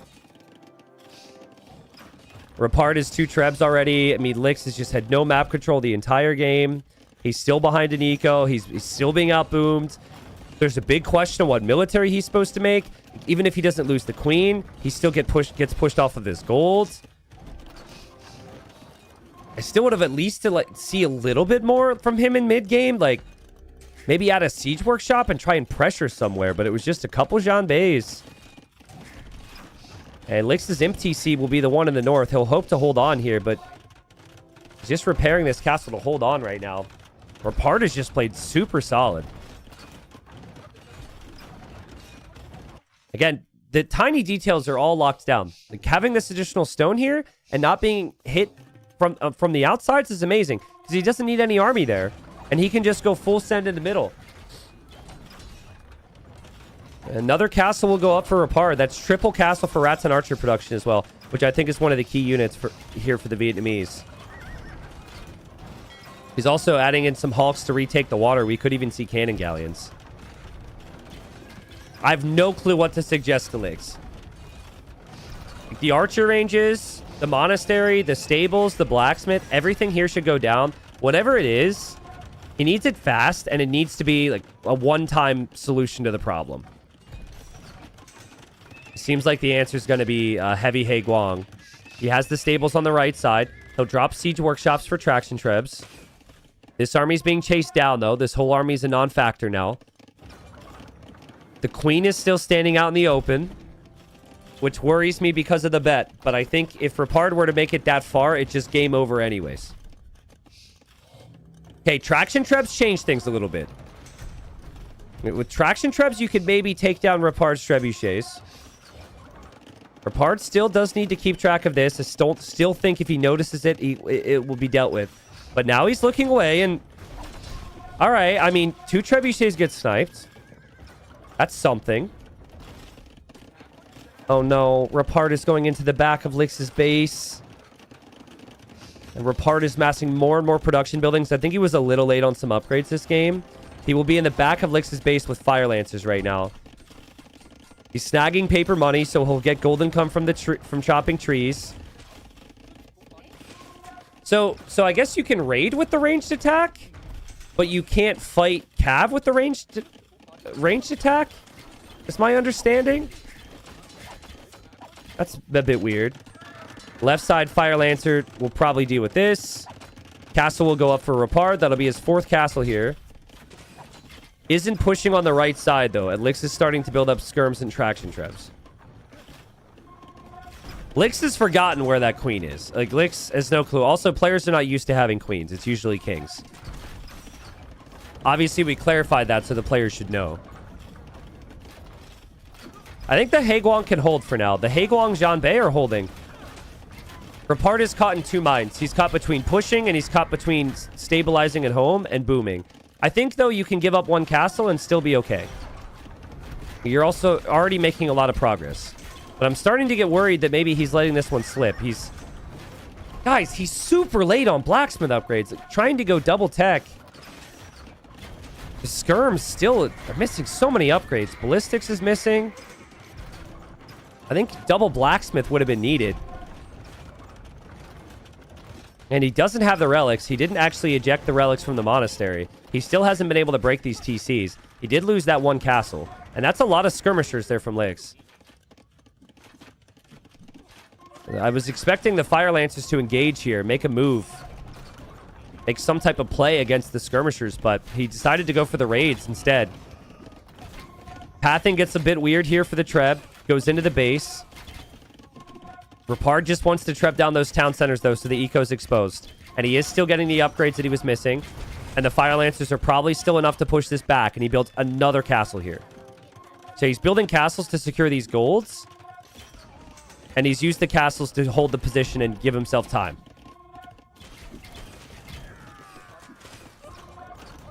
We have loose Schwans in the middle. Loose Schwans in the middle. So Lix tries to retake water. They'll get poked down. It is very satisfying to watch them sink, though. But yeah, these fully upgraded Fire Lancers are tough to kill. And as we learned in Red Bull, they're just very good against skirms. Like, skirms don't count to them. They're not spearmen, man. And yeah, Fire Lancers just... That's such an expensive loss for Lix. Lix loses loose Swans. He loses the traction trebs. He loses his town centers. Again, Lix had maybe 1 chance to hold on. If he didn't break this position, it was only going to get worse. And we have Imperial Skirm with better upgrades now for Rapard as well. And Lix taps out. It was a... I don't know. It was just a weird approach. I wonder with being 0-6 if Lix ever really spent some time to practice. Again, he's an older player. Kind of goes on vibes a little bit. Goes on that experience. And Rapard, he looked super solid there. Remember, Rapard had some pretty nifty strategies in the early rounds on this map, too. He seems to like it. And he just did all the right things. I think giving up relics is completely fine. If you can get to Castle Age that much faster and boom like that, it puts the pressure on Lix to take the map and do something more than what he did. More of every resource there from Rapard. Finally, he gets his first win. That's $30 in the bank as well, as there's still $30 to play for in every game. And now we play for the game number 3. And game number 3 will be on Lix's home map. And game number 3 is the perfect map for Lix. I just didn't like the build. I think it was purely... it was a theoretical... It was a good play in theory there. As people are still gifting stuff. Is this still Alejandro? Alejandro has gifted 50 more on YouTube? Bro. I can barely look away from YouTube chat right now. Thank you. Thank you so much. I don't know exactly what's happening, but pretty soon everyone watching on YouTube is going to have a sub. It's also, it comes in a lot slower on YouTube. And we have people spamming dodge there. Wow. Yeah, you're a legend, man. Thank you. Let me explain, though. I think from Lix's perspective, he never tested that strat. And he just thought, if I go to Feudal Age when my opponent's in the middle on water, I can take him off of water, which is a small win. And then it can't be bad. I can get my eco upgrades in Feudal a bit faster as well to get the additional vills. So in theory, I think it makes sense. In practice, I think your Castle Age time is too late. And if someone plays as good as Rapard does, they just get such a massive eco lead that you'll need to basically hold and buy time. YouTube, if it makes you feel better, we now have people on Twitch saying I'm treating them like second-class citizens. So you guys have won. Thank you. Dead Meme, thank you for the 2 months with the Prime. Thank you, Slaga, with the 3 months with Prime on Twitch. Thank you, Volkhorn. Thank you, Nakode. Guys, I'm streaming, like, the community is one. It doesn't matter what the platform is, okay? So when I ask questions to Twitch and YouTube chat, I'm not trying to create a war here because that's kind of weird. You guys probably watch on both platforms anyways, just to be clear. I think if I could get you guys to agree on something, you can all be happy I'm not streaming on Facebook, probably, after I've streamed there for 2 years. But seriously, I appreciate you all, okay? No one's my favorite. Except for Alejandro. Except for Star Wars, yeah, and Alejandro today. And also, actually, that's not even accurate. We had Smithy as well. Smithy donated a lot earlier today. Those are my favorites. Beyond that, I appreciate you all, okay? Thanks for the follows and thanks for the support on both platforms. I do appreciate it. We'll get into game number 3 here, which feels like the winner has slight chances of surviving in TTL. The loser likely relegated, though we'll see what the stats say. Rapard goes for the Mongols, which was his number 1 pick, and then we have the Byzantines for the number 1 pick from Lix. So yeah, expect chaos here, okay? Lix likes the aggression. The previous game is a bit more defensive. He couldn't get the aggression in. But he goes Byzantines. This map usually means forwards. This map we can see Vil fighting. This map we can see towers. And Lix seems to be looking for an early wood line. But I think he's gone Byzantines because the Byzantine bonuses can scale really nicely on this map, and it makes life a lot easier for you. The free Town Watch and free Town Patroller upgrades means you'll see most of the map. So in Feudal Age and beyond, it's very difficult to be surprised. There's water all over the map as well, and the Byzantine fires are very strong. Now, its fires and Drummond's attack 25% faster. So this is the first time that I'm seeing Byzantines after they introduced the Hawks. Shouldn't Byzantines be worse on hybrid maps now? Because fires are good against galleys.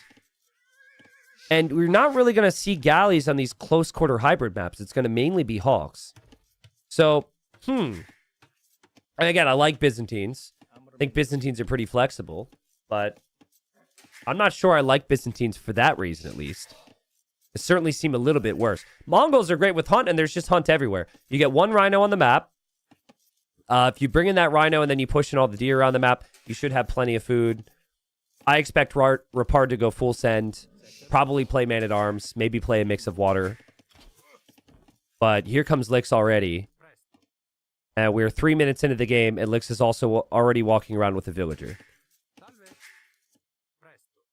You know what you could do? There's 2 positions your opponent would potentially dock. It's either down here or over here. I guess if you want to take the fight to water right away, you just dock your opponent's side.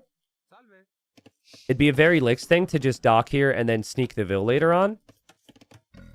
But he's found Rapard. I think he'll be looking for where Rapard will go for the dock now. Normally you're looking for a house on the shoreline. They'll see the scout. They'll trade the hits there. Actually, I think the hit's a little bit faster here for Lix. Yeah. Okay, now it's even. And now, who's going to take the risk? They're both have a horrible season. They're going to fight it like a man. And Rapard gets screwed. Oh, that's so bad. That is so bad. That is so bad for Rapard. But I would do the same. The underdog always takes those. But who's the underdog? When they both have very few wins. They both have 1 win in the entire season. And now Rapard doesn't have a scout with the Mongols. Yikes. Well. Oh, wait. But he loses a water buffalo in the north. That would be really confusing. Oh, he saw the dock too. Okay, well, now he knows. Who needs a scout when you have a water buffalo? Lix will know he's been spotted. Lix also sees the water buffalo over there from Rapard, so maybe he'll go chase that down. And that would be 300 food stolen. But I still think that this villager will do something. If you lose your scout against someone like Lix, they're already probably going to be sneaking to your base, but they have even more reason to try it. Just hurts for Rapard because he can't even push in the last ostrich or any of the zebra that are in the middle. There's a reason most of the high-level players won't take that fight there, because the scout is just super valuable. A T90 would love to see a video on how competition maps are created. Yeah, I think I will do that in the future for some of the maps that I've had a hand in making. In this case, this map already existed, and then we basically just balanced it. Somebody else just gifted 20 subs on YouTube. What is happening? Again, YouTube, it doesn't really show me the name at the top of the list unless I click it, which I can't do right now. But if you tell me right now... Oh, yeah. Give me the... Oh, it's on the right side. Yeah, never mind. I see it. Case, thank you. Thank you. YouTube is definitely stealing Twitch's thunder. It's not a competition. But if it was a competition, YouTube chat would be winning right now, so... The T90, do all the levels of Titans League happen at the same time? Somewhat. So, Silver League has already completed the group stage. And then they will be playing playoffs. I'll be covering that next week. Golds, we will be covering all of Gold final rounds starting tomorrow. So, I'll have 3 sets tomorrow, Wednesday, and Thursday. And then Friday as well, I think. I think we do 3 sets each day. So, we'll see the last round of Golds before we do the Gold playoffs on the weekend. So they're offset. That way we're able to cover the important rounds at the end of Gold and Silver. Gold and Silver basically started first. It is wild to me, though. Like, Lix has the scout, and he should be looking to see if his opponent is going for an opening, and he's just pushing in this Ostrich. Like, one of the #1 things you need to do on hybrid maps is you need to scout, and Mongols aren't your typical Man-at-Arm opening civ, but I would still expect that, because why else would you pick the Mongols? So, yeah, Lix doesn't scout it because he pushes in the extra hunt. He gets all the vision now, but the militia are already here. And Rapard probably realizes, you know, this has not been a great start for him. And he gets the block so far, and he gets the villager kill. I mean, that's already a perfect start. Meanwhile, Rapard knows the dock is in the north, so he's sending his Hawks up there. As he's going there, though, he just passes a forward dock from Lix. So Lix is playing full water. And Lix doesn't have anything on land yet, and he has to opt for the walls.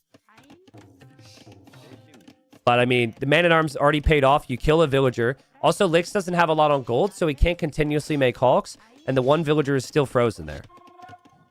But, oh my god, now Lix is going for the tower behind the wood line with the dock villager.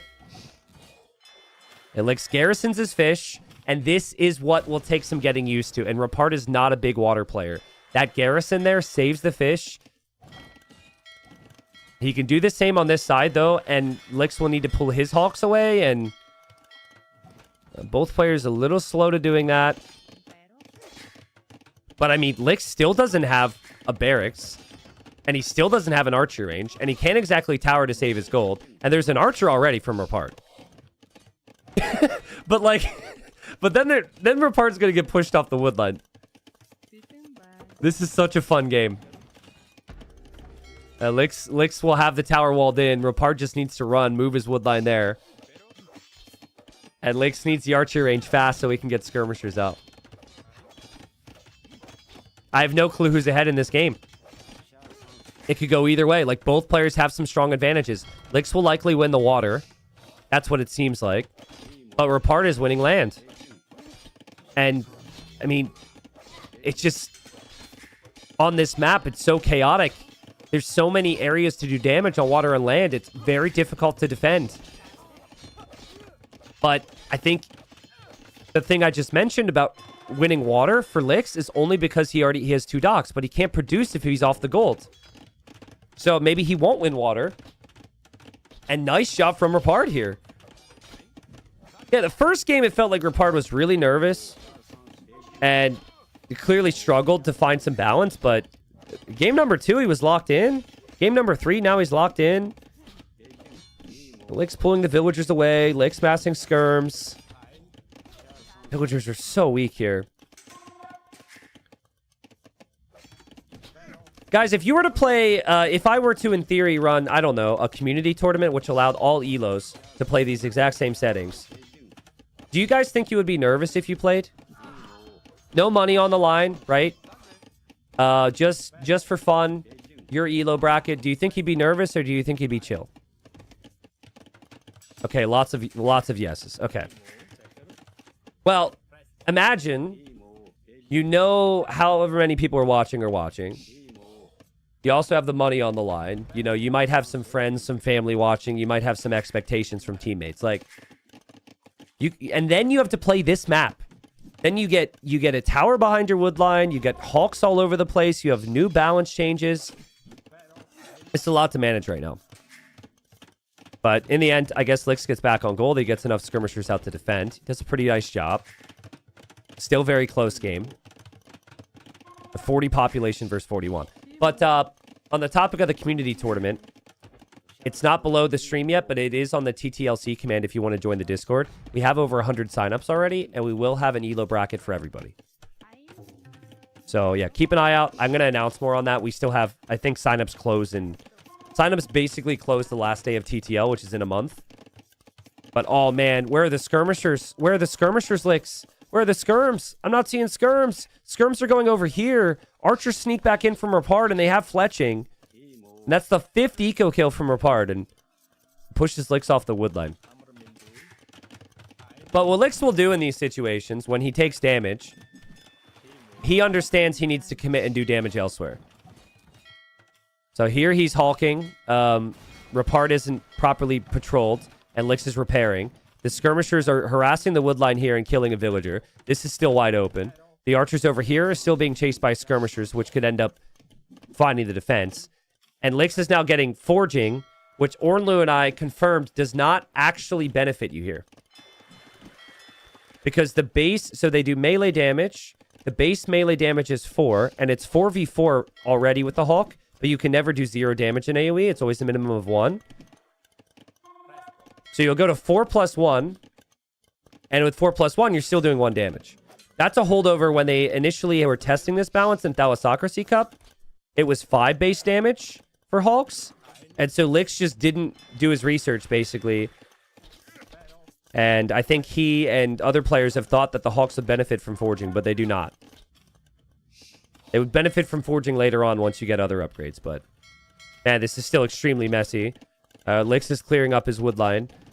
Licks is pulling away here. Licks will at least be confident now. He'll think that forging did something for him, but I don't think it does. And Rapard will clear this. Yeah, technically they do damage versus other ships. That's true. But in a Hawk v Hawk battle, they don't help. And so that's 150 resources that are kind of wasted. Scouts will clear the skirms. Hawks will clear the Hawks. Hawks will move in towards the fish, so the fish will be pretty idle. And, ooh, Rapard has escaped down here, actually, to find some hunt and some wood. Reminds me of the Dragon Star Sato game, where Sato saved the game because he snuck down here to the wood line. Licks is going to play full archers now. Still, very little clue who's going to reach Castle Age next. I think it's nice for Rapard. He can at least take some berries, but even then he doesn't have too many there. And, yeah, he'll find the fishing ship snipes. And, yeah, Rapard with the lead. Damn. Yeah, so maybe game number 1, he was just a little nervous. It wasn't warmed up. Game 2, it kind of seemed no problem for him. Game 3 now, he's brought the aggression to Licks, and Licks has not been able to keep up. Farm's going up. So balancing out towards Castle Age. Market is already here. The worry I have is the military, though. Anything that the Mongols can make, the Byzantines can counter, and it's typically very cheap. Please carry, says game 2 and game 3, Licks didn't have a plan. He had a plan. I think game 2 was questionable. And I think game 3, everything was fine except not scouting the man-at-arms. He wanted that extra ostrich. He didn't expect that Rapard would be going for man-at-arms, and then I think the game snowballed from there. I think playing water with Byzantines off 2 docks, towering the back of your opponent's base, it's all very strong stuff. But Rapard has been equal to it. It's just difficult when the Byzantines have the discount. I think if Licks gets the market up, Licks balances his resources and can find Castle Age, then he could be okay with the army count. But it's just the army upgrades. What's up, Norb? Thank you for the prime. Loco's saying, no pins comment on YouTube with the links for merch / TTL shenanigans. YouTube, can you confirm? Because I commented that at the start of stream, and I thought I pinned it. If not, I can pin it. I pinned it every other day. It's possible I left the comment and didn't add the pin. If you want to get to the site, though, you could just go to t90official.tv And then the other stuff is Liquipedia, but I can pin it in between sets. My bad. I must have just forgot to click the pin. Yeah, my bad. Well, Rapard is holding. Lix has just a disastrous economy right now, but he does have the military lead. For Rapard, the only wood line he has is down here. I think from Lix's perspective, Rapard should have no wood because he's not on this wood line. If he found this right now, it's game-ending damage, but he doesn't know the wood line's down there. I think he's also looking up here to see where he's on wood. This could be the second game in TTL where someone saves the game because they sneak a wood line, dude. Smart. Still kind of worried, though, for Rapard. It's not like he has the berries fully protected. Oh, but he does have the army here. The fight's a little awkward, but he's in Castle Age. If he can upgrade his skirms and his scouts here to light cav, the wood line is wide open. Well, props to him, by the way, for still having the fishing eco. I think Lix just needs to snipe those fishing ships at some point. Rapard! Rapard! Notice it! Notice it! Rapard! Oh my goodness, no, bro! No, he didn't notice the archers. The archers have been camped there the whole time. He's lost 4 villagers to it. He's microing over here. He's microing over here. Okay, he notices. It's fine. It's fine. The scout will clear the archers. It's so messy right now. It feels like one of the higher ping games we've had. And yeah, elite skirm is in. The scouts still have good upgrades. Like have upgrades 10 seconds away. Normally, I think you need some patience. I don't think Rapard knows the word. Lix certainly doesn't know the word. I think it's very rare that you have this much opportunity to get damage. So, yeah, he's just fighting it. And, yeah, Lix can't do anything about it right now. Just so messy. The only thing he has is he has cheap camels to hope for. And cheap camels can actually turn this game around. He does go in with the Hawks. He does have other docks around to add fishing ships. He does still have the archers as well. Which, if the archers were to get into the eco, there's actually no defense for Rapard there. But this is just... it's so bad for Lix. I think it would be even worse for Lix. I know in game 1, once Lix won, I was saying that like maybe because Lix plays MBL later, and MBL is currently in 4th place, that there's a chance that Lix could turn it around if he were to sweep here. But now, like, remember, Rapard still has to play Leary.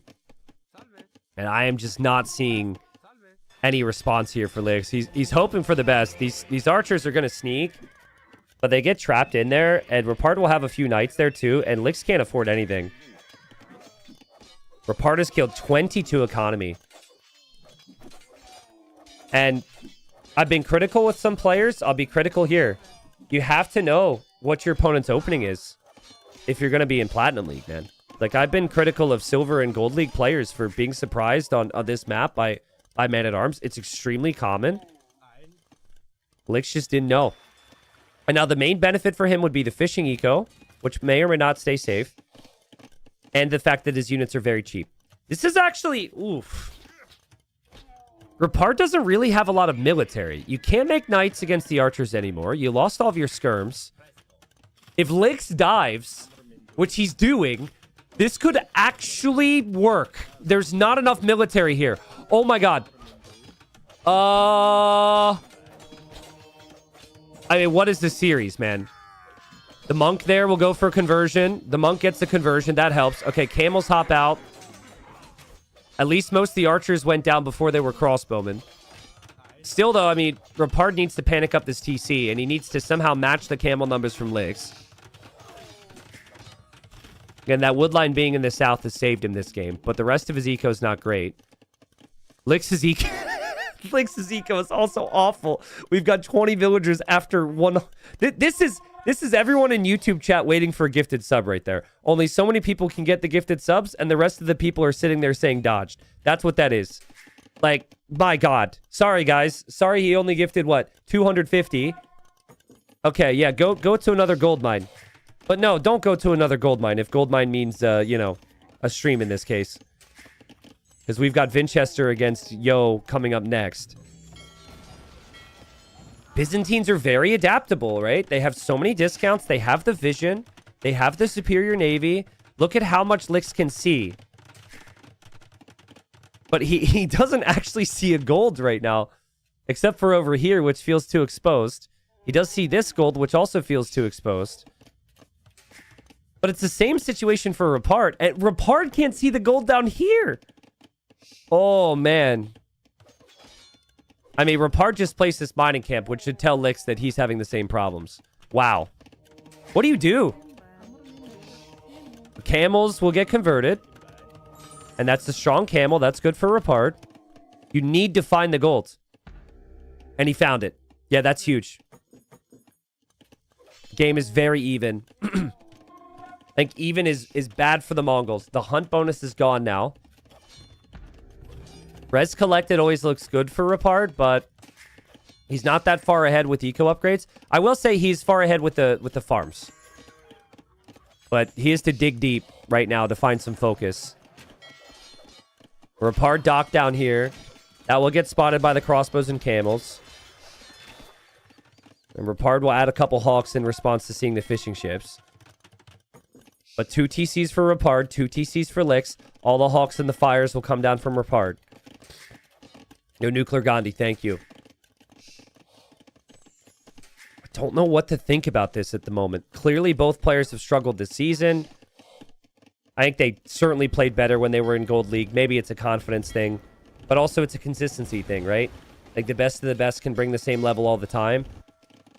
Even some of the top 10 players, like some of the biggest names in AoE, can struggle with consistency. I'd argue there's really only like 2 players who are consistently bringing their best every single time in AoE 2 right now. And that would be Leary and Hera. But, yeah, Rapard gets the counter, kills off the fish. Has a lot of monks here. And will drop a siege workshop in a critical position. This is his only gold income right now. But, I mean, Mongol monks are not really the strongest when it comes to converting siege or anything like that. But if you just need to convert camels, they're still more than capable.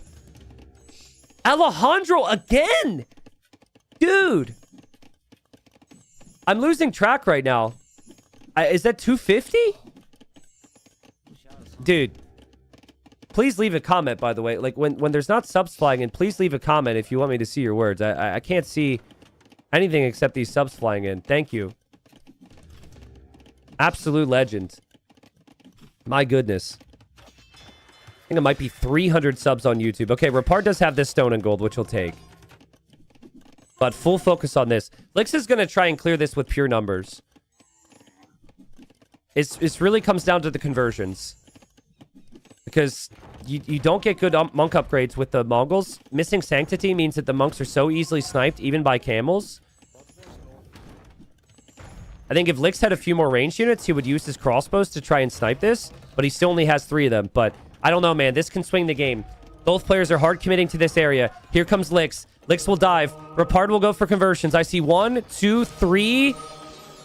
I saw 3. He'll get the 3. There are now camels coming from behind for Lix. And now the camels can't convert anymore. The skirmishers will go down. The siege, of course, is useless. The monks are going to go down. It's a big army swing. Rapard has a 20 villager lead. Lix has so much TC idle time, but Lix doesn't care about that. He just goes for full army now. Oh, man, this is so bad for Rapard. He doesn't know about this gold. Maybe he's too committed to this. I think you need to fall back. But when you commit to an area, you never want to leave it in AoE. You want to just continue to fight for the position. You have to be stubborn and... I mean, he runs away. I think even if he got the conversions he needed, it still only would have been 5. And Lix has so many camels. It's just so cheap for the Byzantines to do this. Crazy momentum for Lix. He'll add the ram, which can take down the houses and take down the siege workshop. He'll drop a town center here. There was a point where Lix had like 0 farms. He's now up to 18. Make it 6 more down here, so that's 24. And what is Rapard supposed to make right now? It's such a consistent problem for the Mongols. If it can't be Lancers, if it can't be the early feudal age play with the scouts or the Lycav, it's then usually Mangudai. It takes a long time to get there. Cav archers could be an option too, but then Byzantines have cheap skirms. Disaster for Rapard. Again, back to the nerves. If this was you, how do you think you'd feel? You've just watched 15, 20 villagers go down. You're losing full map control. Idols everywhere. Your opponent is siege pushing you. And pretty much all you can do in response is you have to add your own camels because your camels are superior. So once you have bloodlines, you do have the stronger camels. And then, of course, obviously add your own monks. But worker efficiency last minute for Rapard, 46%. And yeah, the scout. The scout, it was a coin flip, essentially. He took the risk with the scout fight. If he didn't lose that scout, maybe he would know about this gold. I'd still love to see some outposts, and I'd still like to see some fight back from him here. And he does snipe the monk. A lot of those camels were forced away. These camels ran away, and Rapard garrisoned with the TC. And Rapard, hold up. Rapard has resistance with the conversions. He snipes the crossbows. It's now 9 camels against 15. And he's super heavy on stone. I mean, again, this is people looking for gifted subs. They're just... Yeah, I guess you got to delete a house to get one. It's messy, but if he can get a castle down here, it simultaneously secures the gold for himself and takes down the town center from Licks. Still just worry Camel War. Always better for the Byzantines. It's so cheap. 25% discount is really strong. I feel like if that discount were to be introduced with a DLC civ, a certain percentage of people watching right now would be losing their minds, right? But we're used to that bonus. Just like we're used to the Britain's extra range. And we're like, that's not a problem. Man, what a clear up from Rapard again. Not bad. And Bloodlines definitely makes a difference, but ooh, he is being raided back here. Lix has closed the villager deficit. He's now only like 6 or 7 villagers behind. Camel Wars are so hard to hype, guys. It's like you do so little damage against the opponent. And then camels can't really, like, I guess he has raided well, but you can't really raid with them either. It's such a weird unit to cast. And that's why we need a castle. Let's go, Rapard. Let's go. Let's go. Let's go. Let's go. I thought he let it crumble. Let's go. He is castling the opponent's siege workshop, which has been making siege, and he's castling his opponent's TC. But this is the energy you need. Okay, castle has started. Lix wasn't producing siege. Rapard gets a conversion. And Rapard is committing 21 vills to this. That castle's going up. Damn, that's such an important castle. That's so good. He's actually running out of wood. Let's not forget that this has basically been his only wood eco, and he is running dry. But I guess he can take some wood here. And now he can take all the gold. And now you go camels and Mangadai? Lix could struggle. Where did it go wrong for Lix? It's just an excellent recovery from Rapard. I thought Lix had pulled this game back. He had fixed his economy. His economy was looking good, but he wasn't able to keep all of his military there, and I don't think he was expecting Rapard's castle. He'll bring his camels back home to defend the back of his base. He'll TC the north now. Rapard up 20 villagers. And there will be a castle here from Lix. Yeah, Lix will go in. This game is going to be insane. Because if you think that Rapard has won this because he has more military, and because you have, and because he's dropped the castle, think again. Byzantines can get themselves out of any situation. And that's actually a clear up for Lix as well. He gets the conversions. He'll clear up the camels. He's on the way to Imperial Age. When he makes it to Imp, he can treb that castle down from Rapard. Military count's close again. Rapard found the back TC. Rapard loses the camel. Rapard also hoping to go Imp. Using the market for this. He'll park his Mangadai on the gold. Lix will need the camels over here, and Rapard is also on the way. Damn, what a game. The water's still kind of a factor. Like, the occasional fire or Hulk in this case could still play a pretty big role. Lix a little slow to reacting here. But he'll garrison, and camels can take the Mangadai. Think about it. If you just stay on camel and treb, you treb down this castle, and then camels can kill the low numbers of Mangadai. I think I prefer Lix's position. Like, forget about all the stats except look at the army and look at the timing of the trebuchets. And then look at everything that's going to be behind this castle for Rapard. I don't think it's a mistake for Rapard to be going double castle Mangudai. I think that's a good idea. But I think it's extremely difficult. And for Lix losing the map control, that was kind of painful. But he did do a really good job that whole time fixing his economy, which we don't really show. He does desperately need this gold right now. And, oh, it's going to get... Oh, my God, that's going to be the one that the castle goes up on. Oh, my God, what a game. What a game. And the Mangudai should be pretty good against the camels for now, so the camels can't deny it. All right, so Lix will be no gold gaming. He will make his first treb. He needs the additional golds, which would be in the north. There's always golds in the north and the south. He can't see the one in the south or the north. Hasn't even seen the gold over here in the west. He would drop another castle. All right, so the situation changes a little bit if you're Rapard. I think Rapard wins this game if he gets out of this area. He avoids the castle. If he can expand to the back, if he can go down here to the south. Also, if he's not spotted, Lix will start to build outposts. Mainly because he's looking for gold. Raids in the back from Lix. He gets some damage done. Oh, this is going to be a gold he'll find as well. Maybe he'll find Rapard's eco. He can't make a treb from here yet, but he sells at the market and will queue up a treb there too. So he has one treb on the hill, about to be two for this castle. Rapard's castle will fall. And then here... Oh, in the north, he's going and Rapard found him! Rapard found him with the Mangudai! Oh, it's a huge find. And he noticed it as well. It wasn't just by chance. It wasn't like he was looking away. That's a really nice find. He still only has 7 Mangudai, which is concerning. He is going for trebs of his own, but Byzantine castles are just so strong. He does have stone, and I guess Lix also doesn't have a lot of stone.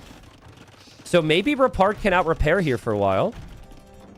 Lix in a panic will come down here for the golds. He will find the stone as well. And back here, we still have some camels raiding, but some conversions. Yeah, Lix is... The longer Rapard holds, the worse it is for Lix in terms of gold and stone. Oh, God, but the camels are looking around. The camels saw the lumber camps, and they know to look, and the camels find 15 villagers!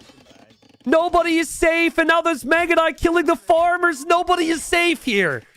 Nobody is safe. Everything's dying. They're both in awful positions. They both will lose castles, probably. Lix will definitely lose this one. Remember, Rapard's military is castle military. He needs his military his castles to stay up. And he's sinking all of his stone into repairing a castle that will still probably fall. He's actually... He trebbed the treb there. The camels might consider diving here in a second. Look at this from Rapard's point of view. He's getting chased down by camels, and he has to hit and run. It's extremely difficult to do. And his castle's about to fall, and Lix completes heavy camel, and Lix will dive. Rapard quick wall. He can't quick wall in time. Now, camels are so bad at attacking trebs. They're so bad underneath castle fire. It's one of the worst units here, but it's one of the best units for Byzantines to still be making. Rapard pulls his Mangudai back towards the castle, so he can hold. He took down that castle and can take down the trebs. One treb falls for Rapard. A lot of the camels are dying for Lix. But Lix has some gold income. Both players are using the market, and Lix will take down the castle. Meaning villagers will get killed, the trebs will get killed, and his castle will stand. It's 105 population for both. But the military for Rapard is the problem. He can't commit to Mangudai with just one castle. And it's just the common problem with unique units. When you need trebs and you need unique units, you always choose trebs, and then you don't have the military. And now he's thinking pikemen, which is, of course, a great call. But pikemen would have needed to be in before this, usually.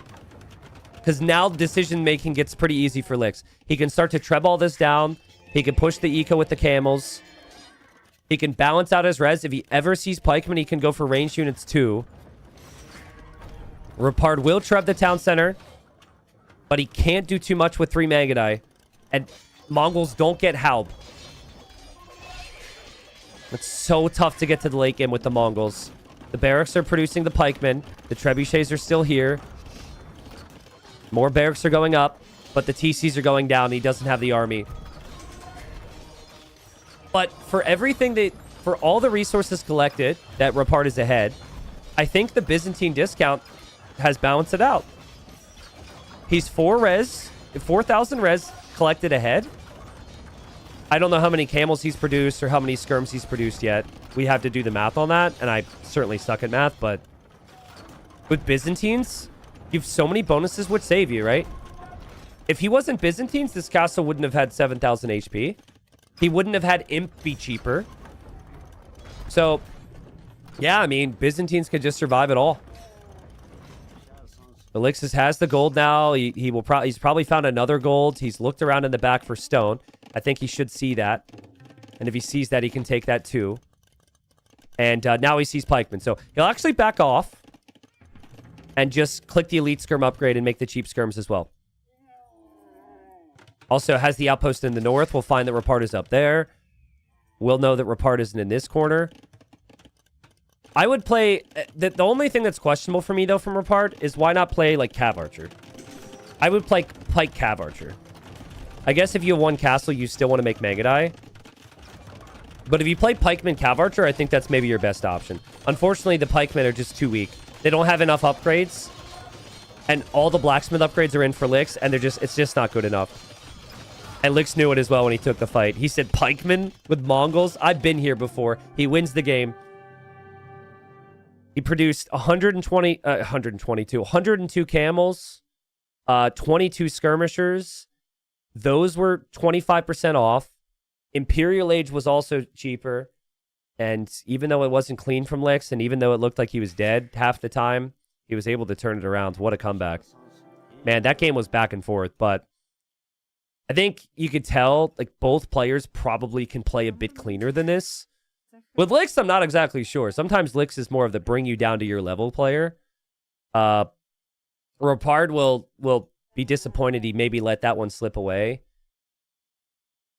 Does someone want to do the math for me on what 25% off savings is on that many skirmishers and camels? Because res collected lead for Rapard in this game was about 3,000 resources. So it's almost super easy math, but yeah, that's why Lix relied on the Byzantines. It's a perfect civ for him. Kelso's the perfect civ for him because he's an early game player and he does early game shenanigans and he won the game fast in early Castle Age. And then Byzantines is great on a map where things can go wrong because the bonuses bail you out. So you pick Byzantines not because you're a perfect player, but because you're an imperfect player and you're going to encounter imperfect times. GG.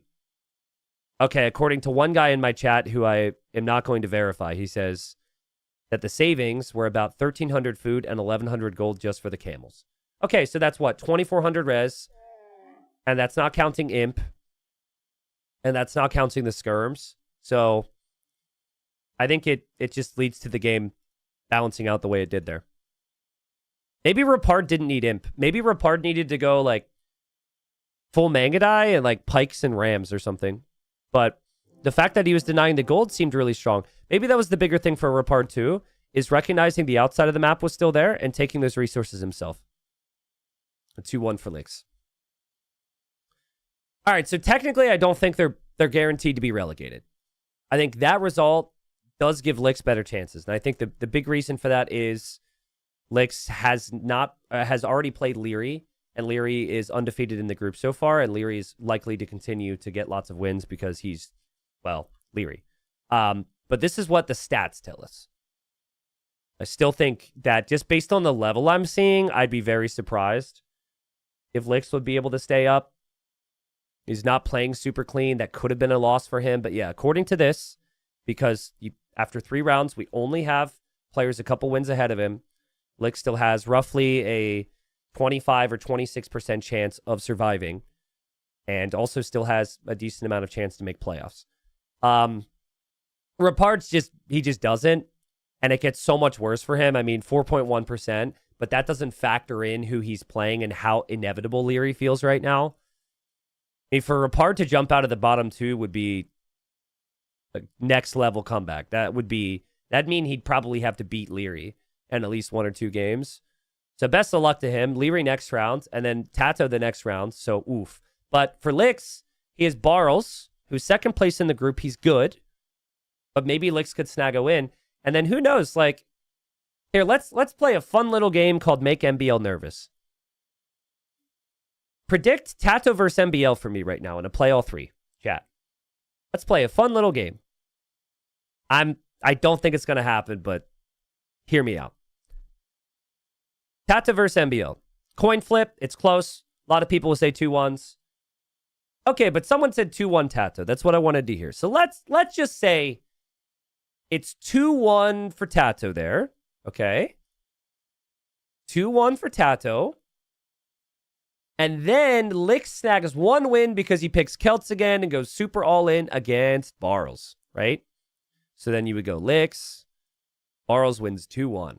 Well, that means MBL and Lix play in the final round, and Lix would have to sweep MBL, which seems very unlikely. Okay, hold on. Let's say Tato wins 3-0 over MBL next round.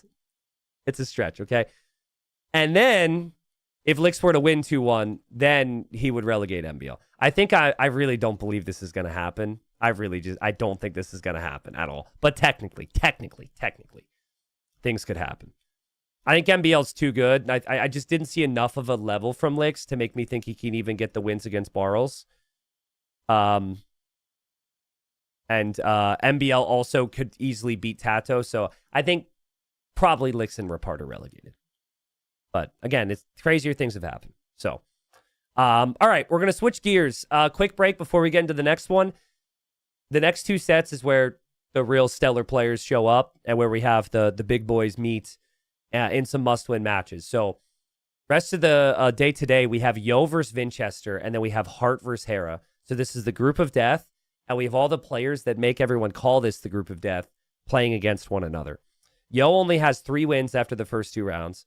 Vinchester only has 4. I think this could go either way. Very hard for me to predict how it would play out. So far, I thought Vinchester's looked a little bit better, but Mr. Yo did get swept by Hera, which, you know, might play into my mind some of Yo's weaknesses, right? I think Mr. Yo didn't have a lot of confidence there, and it was in the early rounds. So, yeah, anything can happen in that set. Later on tonight, then, we also have Hera versus Hart. It's possible that this won't be in this very stream. Depending on how long Yo and Vinchester take, we might have a short break in between. But, yeah, Yo Vinch coming up next. I'll be right back. Thank you so much for the support of TTL, everybody. And I'll catch you soon. This is your favorite part of the stream, chat, apparently. The break.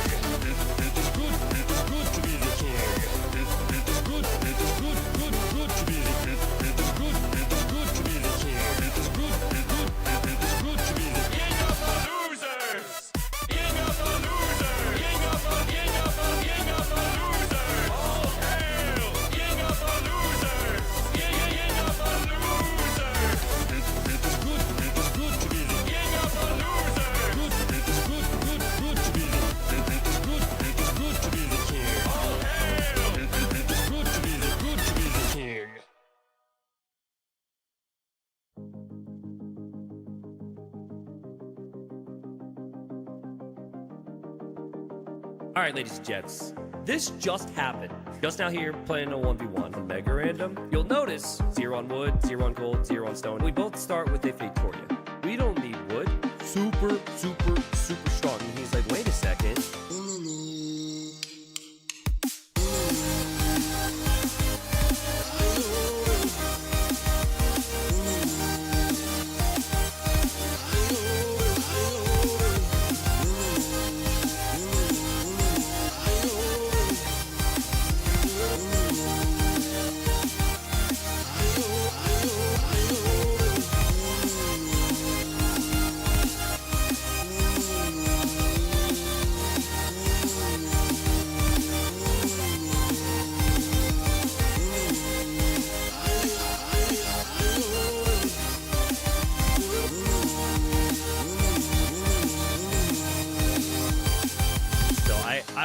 I was getting ahead of the game. Next level strat. I'm buying stone. I'm like, he's gonna have to mine it. Or if he tries to buy it, it's gonna be more expensive. Here I am, little T90, little naive T90. Just so happy. Just feeling so good. Oh, I passed the H bastard. Just feeling so good. Oh, So here he is, and he sees my Fatoria, and he's like, wait a second. My Fatoria is nice and snug in the back of my base. He's like, wait a second. His Fatoria is in Narnia. Wait a second. His Fatoria is in Narnia. So maybe we're going to do something about that. Guys, he's going for redemption and monks. Okay? Guys, he's going for redemption and monks. Okay? And there he is, converting my Fatoria.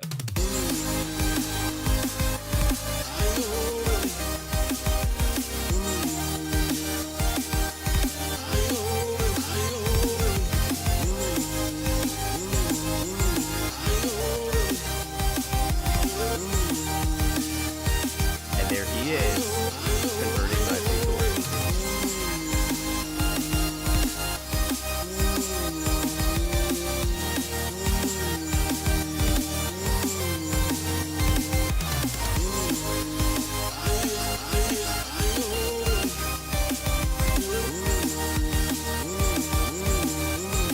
And there he is, converting my Fatoria. Okay. Brace yourselves, for I am back. Thank you for waiting, everybody. Series about to begin between Yo against Vinchester. Real quick on the schedule, because that scene didn't have the full schedule, because it's like way later in the day or whatever. We do have 2 more sets today, so we have this, and then we have Hera Heart. Hera Heart is scheduled to start in 3.5 hours live. So unless this is like the longest Playoff 3 we've ever had, that will mean that after this series, I will go offline and I will be back later on. So for those that want the Hera Heart series, just please keep that in mind. I don't know why this schedule isn't updating there, but yeah, that's the plan for the day anyways. All right. Here's the draft. We have Valley game number 1. We have Bengalis, we have Zimbabwe for Vinchester's home map. And then we have Reverse Acropolis for Yo. For the Civs, it's Bengalis for Vinch, Spanish, Byzantines, Armenians, and Persians. And then Yo has Georgians, Vietnamese, Hindustanis, Berbers, and Mongols. Yo has Cav, Civ that is technically an archer Civ, but also loves to play Cav and Cav archers. Cav, and Cav. And then Vinchester's got like monks and unique unit, and then spears and scurbs and like cheap camels, infantry, and then Persians I would actually say is more of like a Cav designed focus there. So that's a very Mr. Yo style draft, I would say. Mr. Yo tends to pick civs he's super comfortable with. And I think it makes a lot of sense for pretty much all of the maps except for Zimbabwe. I think he's got great options for Valley and for Reverse Acropolis, but I'm not sure. Maybe it's Zimbabwe he plays Vietnamese. In the past, we would see Berbers picked. Berbers could play like Camel Archer there against Spanish, maybe. So, T90, why go offline? Cast something for us. I know it's tiring, but I love it. I don't know. It's a bit weird to go from like super hype, super important, big Titans League 60K season for Plat, and then like head offline and cast some random games. So I think we'll stick to the schedule. The plan was to do three games a day, Friday, Saturday, Sunday, and Monday. We worked hard to make the plan happen, but unfortunately things happen. So we'll see. We'll see. Let's cast the series first, and then we can take it from there, but I'm not going anywhere just yet. The numbers say that Mr. Yo is going to need some wins here. At what point do you get worried for Mr. Yo if he were to lose this series, guys? Like, if Yo loses 2-1, are you at all worried? Like, technically, you should be worried he's not going to make playoffs if he were to lose 2-1. That should almost be unacceptable for Yo.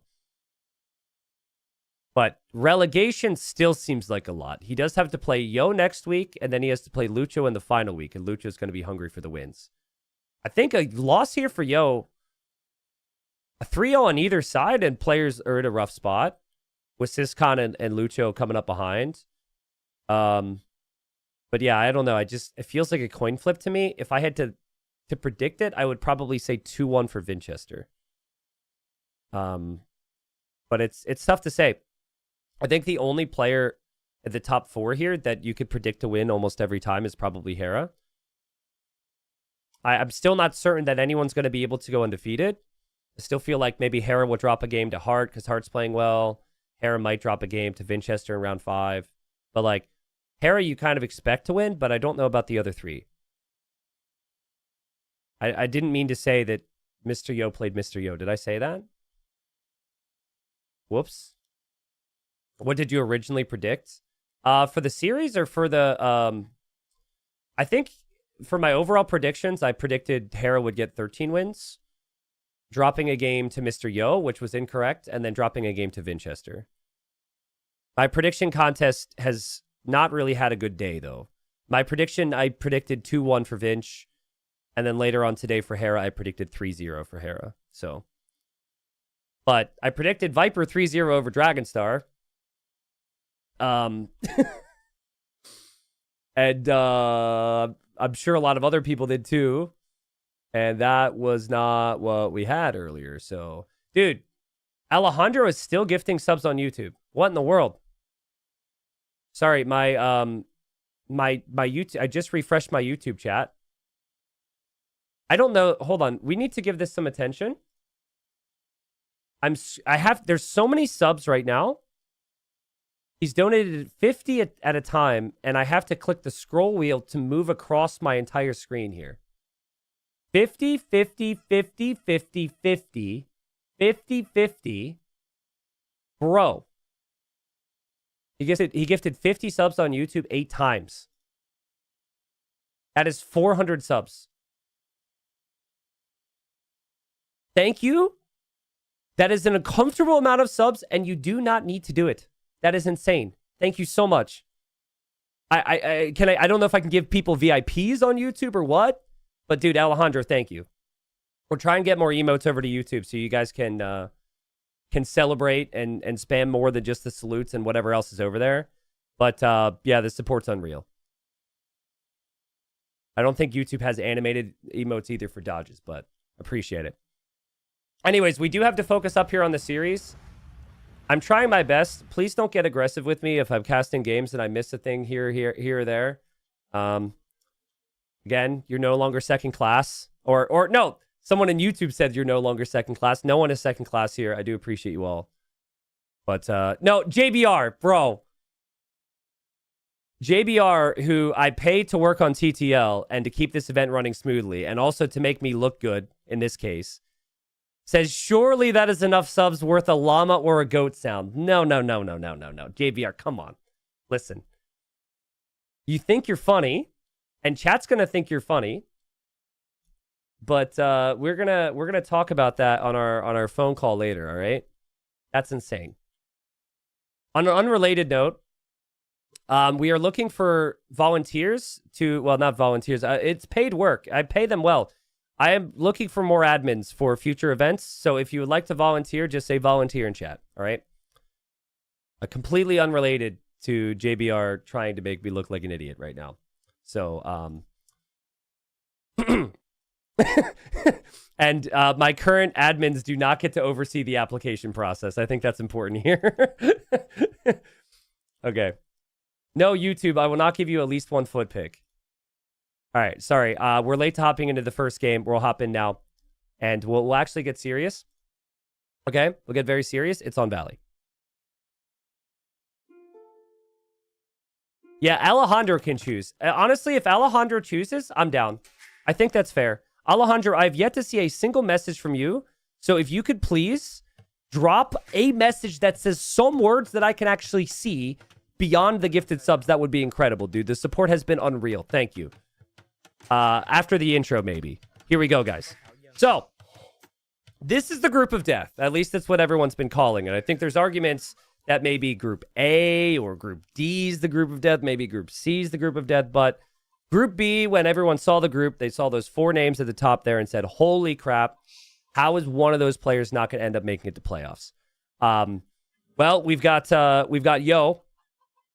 And Yo is playing as the Vietnamese, and he's 4th place in the group right now. He only has 3 wins. And right ahead of him is Vinchester.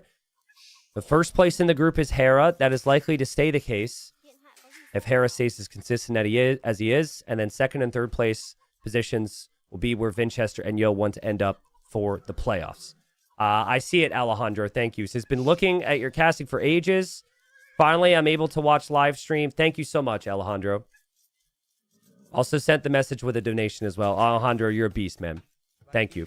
I'm going to keep the colors that the players ended up choosing here. So we'll have Vinchester in the red and we'll have Yo in the blue. Yo has gone for the Vietnamese. And we've seen such a big variety in approaches on this map. I think taking the middle hunts, players like Dragon Stars have loved to do that. But others have decided that that's too risky. And so there are some deer out there. Mr. Yo's found one of them. And I think Vinchester's about to find the other one. So there's maybe 6 or 7 around if you really search for it, but no surprise to me. The higher the level gets, the closer the level gets, and also people just are very risk averse. Vinchester and Yo both probably just going to take their time here. It's a fairly open map. You could definitely see how players could wall, though, at least for Mr. Yo. With this woodline being on the front, could probably wall. And being the Vietnamese, having the superior economy with the cheaper eco upgrades, makes sense to wall, right? So, you'd be hard-pressed. If you were to watch Mr. Yo in a tournament, go back and watch his tournament sets, you could almost always predict that he's going to go scouts. I'm thinking through games where he didn't go scouts, and it's always map-dependent. I remember a Socotra tournament where he went skirms every game, but that was just the meta for that tournament.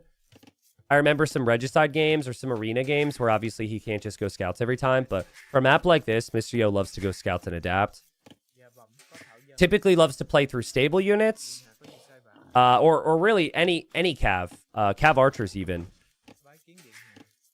But I guess like Vinchester's choice here, it's either super aggressive and he goes for the forward archer ranges, which could be heavy spear and skirm. But based on how he's walling, he might just want this to be a really long game. He's got the gold in the back, stone in the back, a neutral gold even in the back. Byzantines become quite strong in the Imperial Age here. I'm not in love with the pick unless Vinchester rather has like a really defensive play style and plays towards the Imperial Age. Guys, here's just a tip, okay? I'm going to give you some advice for anyone who would like to self-promote either their own channel or their friends in any Twitch channel, okay? Here's the thing.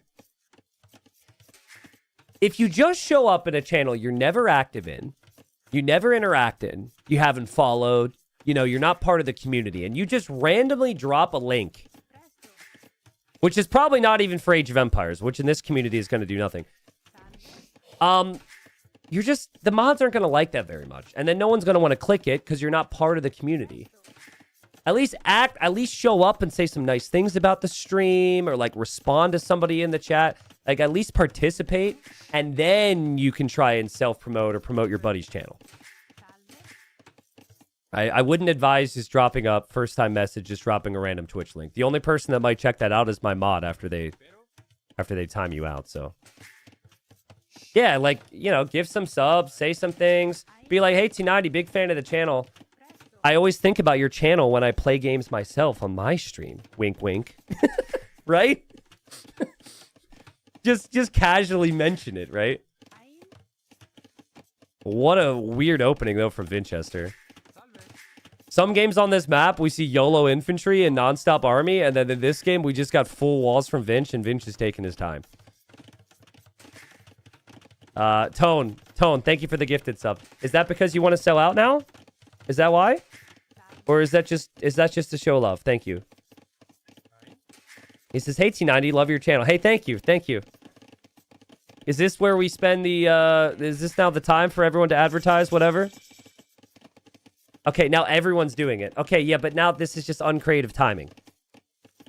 If everybody does it at the same time, it just feels like a joke. T90, I always watch your channel before falling asleep. Wink, wink. Oh my god. Mods. Get him out.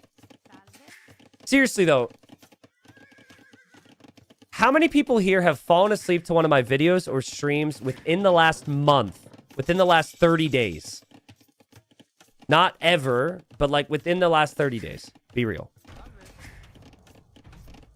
Well, that's embarrassing. Really? That many? Well, it's Vinchester's fault. What is this, Vinchester? Give me some of the militia action again from the game earlier. What is this? It's Vinch's fault. This is not my fault. Vinchester just walled up. He stayed inside his walls until he was in feudal. He's taking it safe here. And Mr. Yo is hoping for some military aggression, and he will find out that is not going to be the case. What's embarrassing about having a soothing voice? Well, it's not embarrassing to have a voice that people like, but it's like, it does take effort and energy, and I try and be very interesting, right? So, my goal is that people never want to stop listening, and then people fall asleep.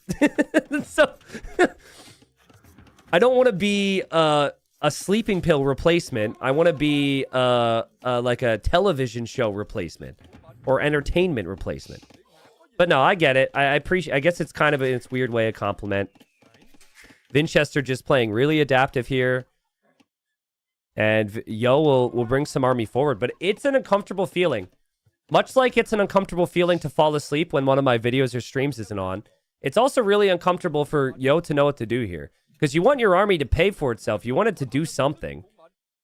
But kind of tough to do that when your opponent's fully walled in the Byzantines. And Vinchester snipes a skirmisher there. He actually didn't even have Loom this whole game. This explains why he wanted to play Byzantines. He'll drop an archery range behind. And he'll make a couple skirms of his own. And yeah, obviously he'll make enough skirmishers to match Yo. I think the only thing Yo can do is attack the farms. The skirms don't kill villagers very quickly. But if you can attack the farms, then at least the farmers don't work. So yeah. He'll do that. Then the farmers will freeze up. You actually don't want to attack the farmer. Because if you attack the farmer, then... Wait. Did this change? It kind of looked like the farmers could farm while the farm was being attacked. They changed it? Is that in the patch notes? They changed it. Really? Well, as a high-level player, I actually think that was good because we could see more defense. We'll see more defense now, where people will just wall up and not make army now. But like that was at least there was some value in having some army in these situations.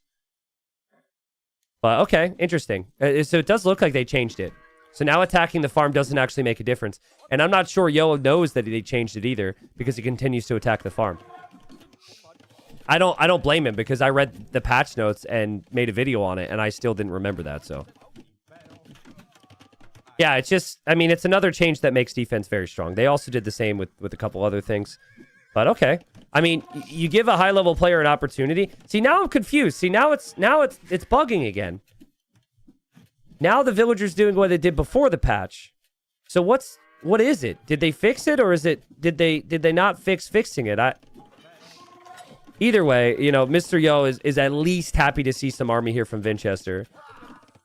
And the skirm war continues. The scout did go down for Vinchester, though, which felt a little unnecessary. I'm not sure exactly why he was out and about. Mr. Yo will force his hand with some army. Mr. Yo also has both of his eco-techs. Mr. Yo will wall, and Mr. Yo has played a great game here. You know what it is? It's probably some weird thing where it's where the farmer is standing. It seemed to me like both times the villager got kind of froze up by that. The villager was walking in the middle of the farm when it got hit. So yeah, now you have decisions to make if you're Vinch. Your opponents played skirm as well. You're kind of okay with a skirm war because you're Byzantines and the skirms are cheap.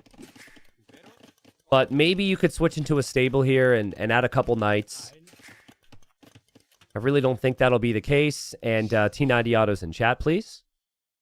Because Yo is auto-scouting. At least I assume it's auto-scouting. Mr. Yo auto-scouts more than any other high-level player. It's crazy. Last time I pulled up the stats for his games, he was at like 49% of his games he would auto-scout. And I feel like every time I'm casting him in tournaments, it's happening. So, yeah, it's probably auto-scout. The way it's moved around a little bit feels like it. Yep. And just like my Zero Elo uncle does, auto-scouting the map. Skirmore.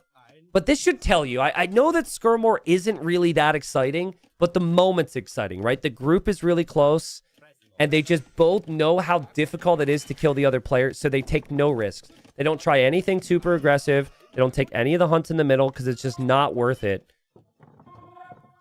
It is crazy, the variance we've seen, though. And it's just because of the play styles. King of Kings is right. The fact that we've had full wall skirm games, and then we've had full man-at-arm, double archer range, double barracks games in the same tournament. I do think that it's just the high-risk, high-reward approach with the middle, and no one wants to do it here. A troll says Hera would take the hunt in the middle, wouldn't he? I don't think so. I think if Hera could push a deer or two, it depends who he's up against. I think if Hera could push a deer or two, he's shown that he will not want to take those risks because he feels like no one can stop him. If anything, you know, it would depend on his opponent, but I think everyone should, considering the style they want to play. But this is just Vinch's second TC, third TC, stable behind. He saw the scout there from Yo. That's a new scout, so he knows that Yo's scouting the map. Yo feels like he needs to do something. He'll go for Elite Skirm. Vinch didn't even click Elite Skirm yet. This is so defensive. And, I don't know if this is a troll now, but somebody says, and it's been held by Automod. They were like, hey, I really like your content. I followed you. Please follow me back. Sorry, I was just trolling. Usually it's bots. When a random channel shows up and it's just a random Twitch link to some other channel, it's just bots. Oh my god, Vinch has found this. That would be unreal if Vinchester could deny it. Mr. Yo is found, but at least completes the siege workshop. But alright, villager gets sniped. I mean, that's just key for Vinchester to know what's coming. Good game sense. You can't sit here with no map control. I think he saw the foundation with the Byzantine vision. And now it's all, how can Vinchester defend? The players will do this, right? Like, if they feel as though, as we have more gifted subs on YouTube right now, what is happening, man? What is happening? Thank you, YouTube. If you just feel like you're the better player, or maybe you feel like you're the better player if there's not a lot of multitasking involved, sometimes you'll just see players sit back and say, come and kill me, bro. And it can set the tone for a series as well, right? Because you're proving to yourself and your opponent that you can get away with it. I don't think this is ideal Age of Empires from Vinchester. I don't think that giving Yo full map control to get relics and allowing Yo to pressure you like this is necessarily wise. But if any Civ could end this game before the relics pay off and before the other bonuses of the Vietnamese kick in, it would probably be the Byzantines. Camo with no upgrades moves out again. Going for the repair villager, actually. Vinchester split micros. Still doesn't have elite skirm, by the way, which he might need now because there's cav archers here. And oh, God. And that's why you don't do it. That could have gone two ways. That could have been perfect micro. Twitch chat and YouTube chat is freaking out and everyone's applauding him. And now, you know, the other way is what it is now. And you're just like, bro, where's the upgrades? Where's the army? Vinchester, you're more aggressive than this. Vinchester, you can be better than this. I know the skirms are cheap, but still, it was just wasteful for Vinchester. And now he's got only mangonels to work with defensively. This is interesting. I'm not sure. What do we think about this? Yo, who will be very busy microing, so he maybe needs the food instead of farms. He's dropping a TC in the middle. Now, here's the thing about this town center. If Vinch ever retakes this area where you're pushing, he then smashes your TC and all your economy there.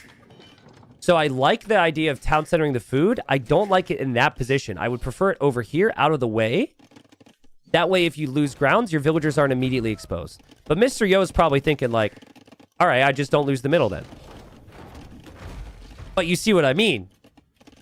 That's where I start to get a little bit worried now, because Byzantines can defend. Byzantines will probably get to a castle. I mean, this is Vinchester. Vinchester's got perfect upgrades. He's on 4 TCs. There will be a lot of villagers here potentially for Mr. Yo. But yes, all depends on how actively he can fight on the front. Right now, he's basically come out to play an open map, and Mr. Yo has turned it into arena, and Vinchester's turned it into arena. There's mangonels on every woodline, and Vinch is just full turtle here. If you're going for the castle, though, I think you need a big army play into the castle. I don't know if siege alone is going to be enough here. I personally would like to see like triple stable camel to come clear this, because you have cav archers and skirms. Camels can be pretty good there. Camels to clear this up, and then you can drop a castle in the position. That does mean you're spending food, which delays your Imperial Age, and clearly Vinchester's mind is on Imp. But yeah, Vinchester just turtle mode. 18 villager lead. Yo's not getting any of the relics with his map control. Auto Scout has scouted everything he can, so he's just retired over there. I think Yo is also not aware that Vinchester has that 3-tile gold in the back. So the 3-tile golds are in the corners, and Vinch kind of spawned near the corner. So he's thinking, as again, Vinchester lands a really nice shot. He is thinking that it's only the main golds, and that if he just holds the map control, that this gold and this gold isn't available, and then eventually Vinchester runs try. But guys, I think Vinch can make it work. I mean, he's dropping a castle now. This castle does allow him to maybe branch out to the stone and the gold. Yo will see the castle, but Vinchester has elite skirmisher now. He has 3 mangonels. His eco upgrades are just perfect. Handcart's on the way too. And Mr. Yo's map control hasn't done anything. And anytime he moves in, Vinchester can just pull away from the woodline. He sees it a mile away as well. I mean, maybe like this isn't the feudal age and the castle age we envisioned, but maybe this will be a really long imp game. Yo's town center is still here. Yo might need a market here to balance out his resources if he wants imp, but it's not as cheap for him. And Vinchester's all over the stone. Yo will see that. And Vinch also sees the outpost, but Vinch doesn't see the cav archers until it's too late. Vinch needs to back off. Finally, Mr. Yo finds some raids. But it was just 2 vills. Vinch will have skirms. Skirms have ballistics. Mr. Yo just kind of knocking on a couple houses over here. Mr. Yo will add the knights. They trade the mangonels 1 for 1. But the knights will come over, and Vinch will complete the TC, and Vinch will see the knights, and it doesn't do anything. Yep, no garrison. The knights should die. And still Mr. Yo isn't on the way to Imp. Would have loved to see Yo get the relics here. I think Yo needs to accept that he can't forward castle now. Vinchester is reclaiming this land. Whether you want to deny it or not, Yo, Vinch is reclaiming it. So place defensive castles and just plan for the super late game here. Oh my god, he's going forward. He does the opposite. He goes forward castle. Vinch is going defensive castle. And, I mean, this is perfect for Vinch. And Yo should know, like, if your opponent is in Byzantines and has been full boom this whole time and is dropping the castles, they might be on the way to Imp. Does he cancel this at like 50%? I think there's an argument to cancel it. I'm guessing he just didn't expect it. And he's still thinking that he'll have the faster Imperial Age. Canceling a castle at 65% is pretty brutal. Yeah, now Vinch will see it, and Vinch is up. And this defensive play from Vinchester has so far worked out. Guys, Vinch has made cataphracts and is getting armor upgrades for them. When's the last time you've seen fully upgraded elite cataphract in a tournament game? If there's a time. I'm thinking through maybe like when was it? I think MBL did it once. But then again, I don't even know if that was a tournament game. If you have the gold, which he has the gold secured, still has the gold in the back, still has the gold over here, he's reclaiming all this territory. If you have the castles, Skirm Cataphract feels like a really nice call. Because I think the Byzantine player, or rather the Vietnamese player, would want to play Fire Lancer here. But yeah, Yo can't do anything about this. Vinchester's just had a perfect game plan. It's been greedy, but he knows how strong the Byzantines are. He's had a pretty much perfect defense here. His farm count's ridiculous. He's got 60 on food behind. And Mr. Yo's castle.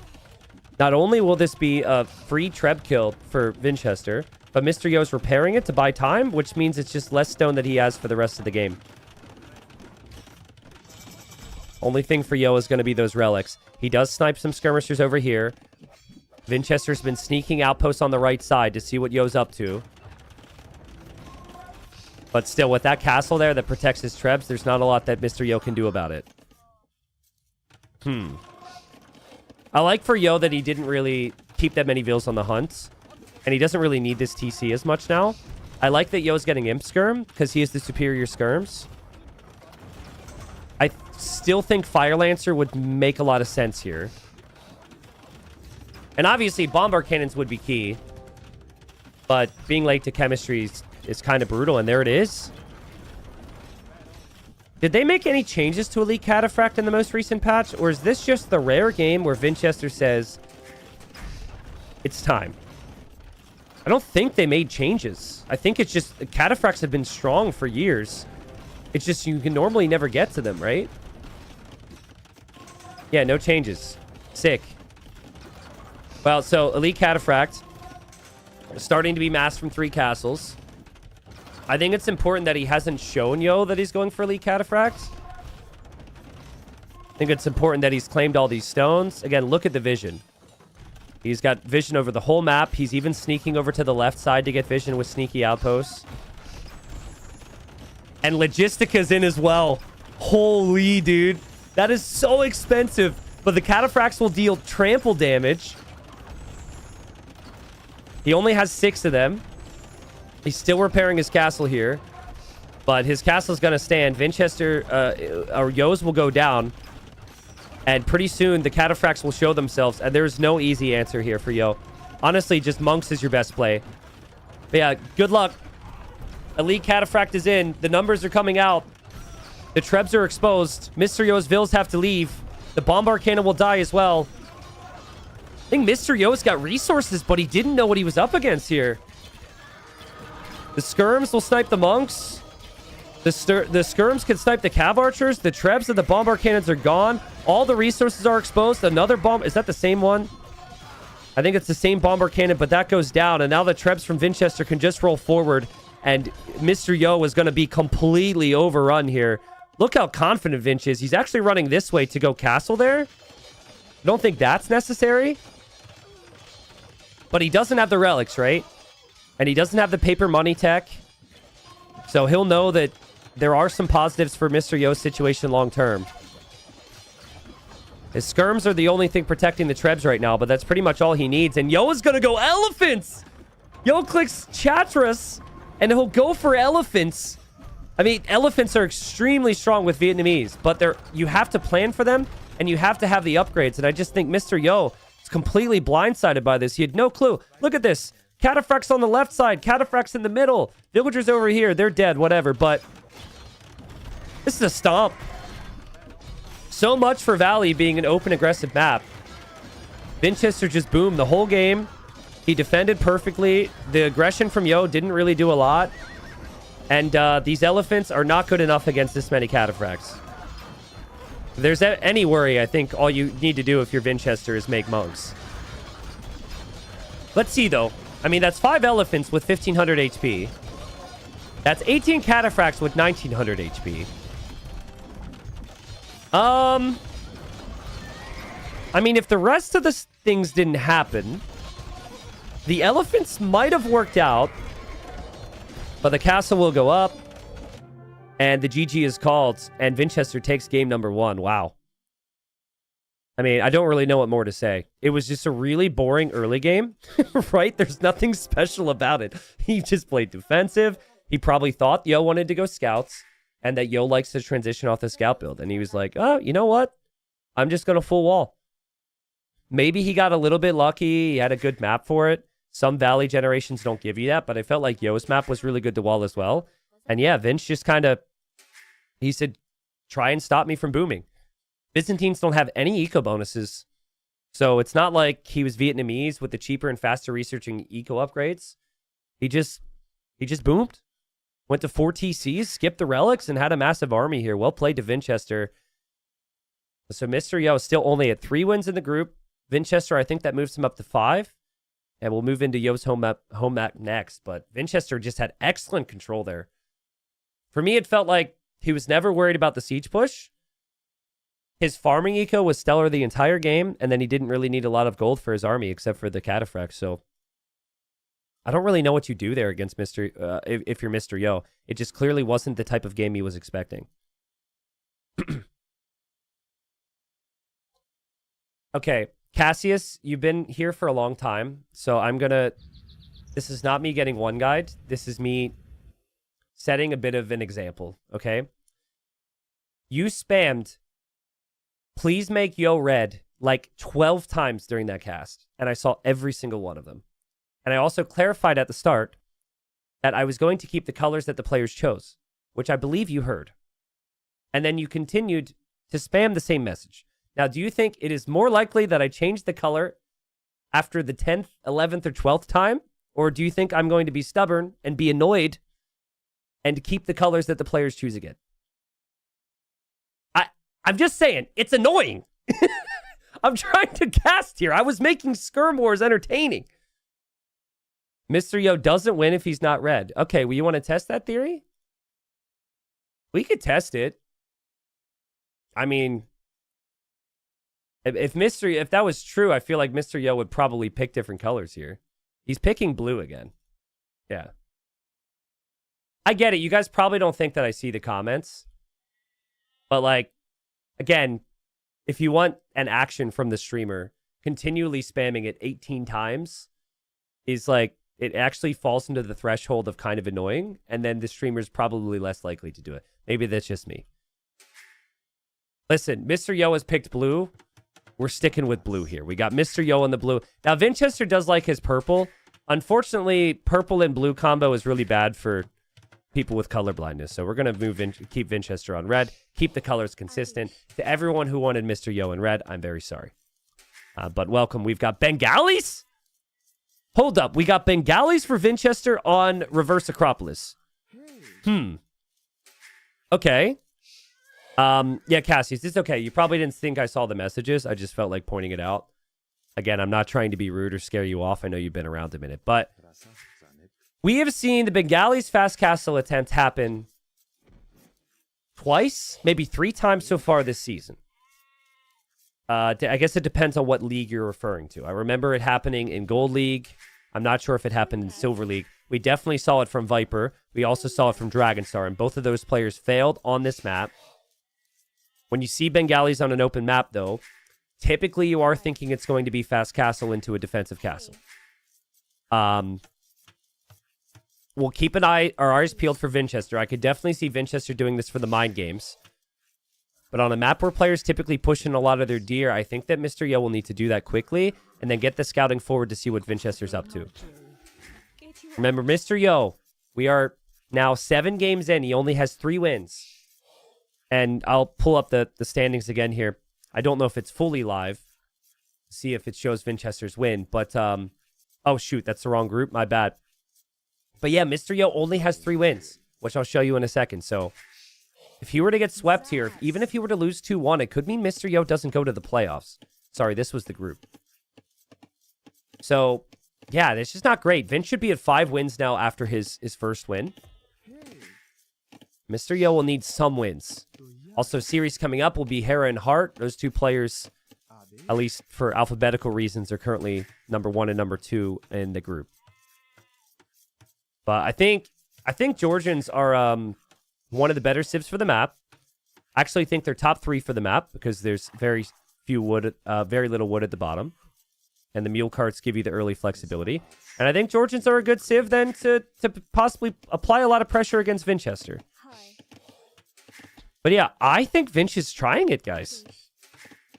Because he's going 2 houses in front of the stone, which feels like he's protecting the stone. He's got 4 on wood.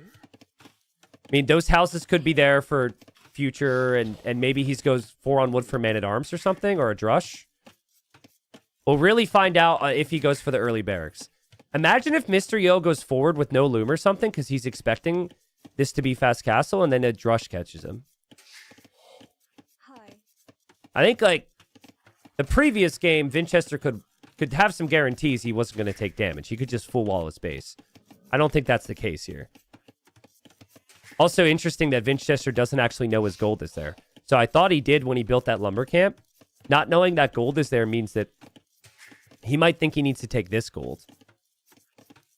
Which is certainly a little bit questionable. Now, boar will come in. Also, extra deer in the middle. So that'll be a 5th deer push from the middle. Mr. Yo's going forward after pushing in his group of 4. And Mr. Yo will click up the feudal here. No loom. He did build the barracks at a time that makes me think he will try some man-at-arms pressure here. There's no need to have the barracks at that time. Georgians are typically a scout civ, but maybe he wants to switch it up a little bit. Okay, so for the fast castle builds, you would want lots of villagers on stone. You'd actually love to take this trade against the scout right now, but just passing. You typically go 5 or 6 on stone. What is happening right now? What is Vinch doing? He's getting loom? Oh, and he's bringing his scout back and he's rewalling it. Okay, Yo knows. Yo knows. That movement right there, the scout getting rewalled back into the base, confirms to you that that's what the strategy is going to be. Vinchester's not doing that crap otherwise. Yeah, and the walls are coming up from Vinchester too. I don't know if Vinchester's build is exactly how I would typically see this. Like, typically you have way more on stone, but here come the Vills. No loom. But this is for probably exactly what Vivi tried. Maybe some forward archer ranges and some early pressure. But Mr. Yo will be walled out from the wood, will be walled out from the gold. And guys, Vinch can't even see the gold yet. That's so important. It'd be funny to me if Yo scouts the gold and then Vinchester doesn't know about it. I think it's very likely that would happen. Yo's assuming that there's a gold and a stone in there.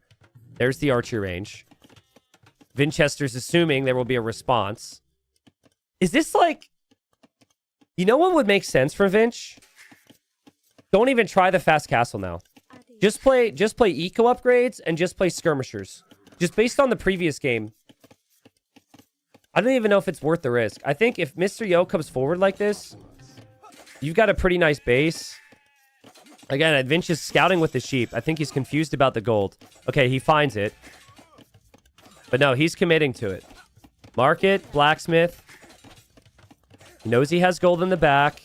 Yo is just attacking the house. It's a tough area for Yo right now.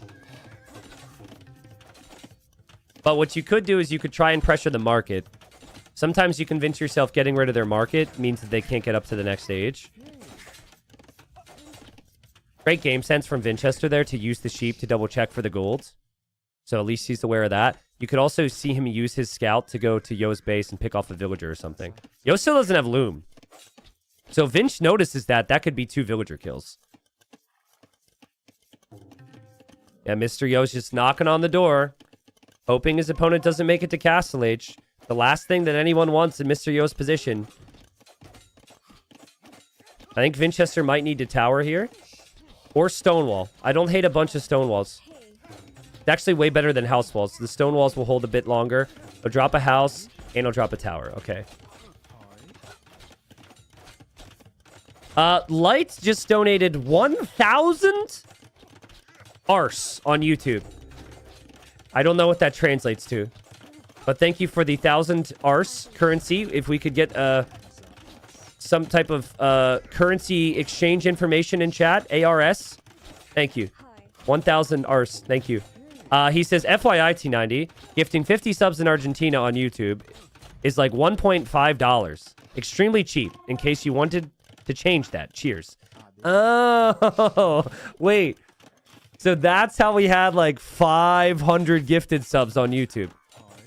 Oh, it's regional pricing. Oh. Well, I'm glad you brought it up. I still appreciate the subs. And I don't know if that's within my control to change or what. But either way, appreciate the love. Tower's up there for Yo. And Vinchester did lose too much there. He only lost 1 villager. Scout for Vinch is still over here. Yo still doesn't have loom. And Yo is not in his comfort zone at all right now. Yo is panicking. Like, Yo is freaking out. He's going Stonewall, but he doesn't have the stone to fully Stonewall because he built the tower. He has pulled away from the front because he knows that the Ratha could eventually be here. He has not done nearly as much damage as Vivi did against Viper when Vivi tried to punish him. And he did get the tower up on stone eventually, but it's still easy enough for Vinchester to just drop a castle anyways. Guys, this can work for Vinch. Yo is a long way from Castle Age. Yo has villagers on the front. Yo's archers do nothing. Well executed from Vinchester. He made this look super easy. This is the best attempt we've seen. And a lot of it was just the patience. $1 is 1,400 arse. Okay, thank you. Well, so, I mean, on Twitch, subs are also locally priced. I don't know the difference between how YouTube and Twitch does it, but if someone were to subscribe from Argentina on Twitch, it's also much cheaper. So it is regional. So I would feel kind of bad just like removing the potential to gift and sub and stuff like that based on a region. So I don't think I'll change too much. But yeah, I can look into the differences. Obviously, I don't stream on YouTube as much.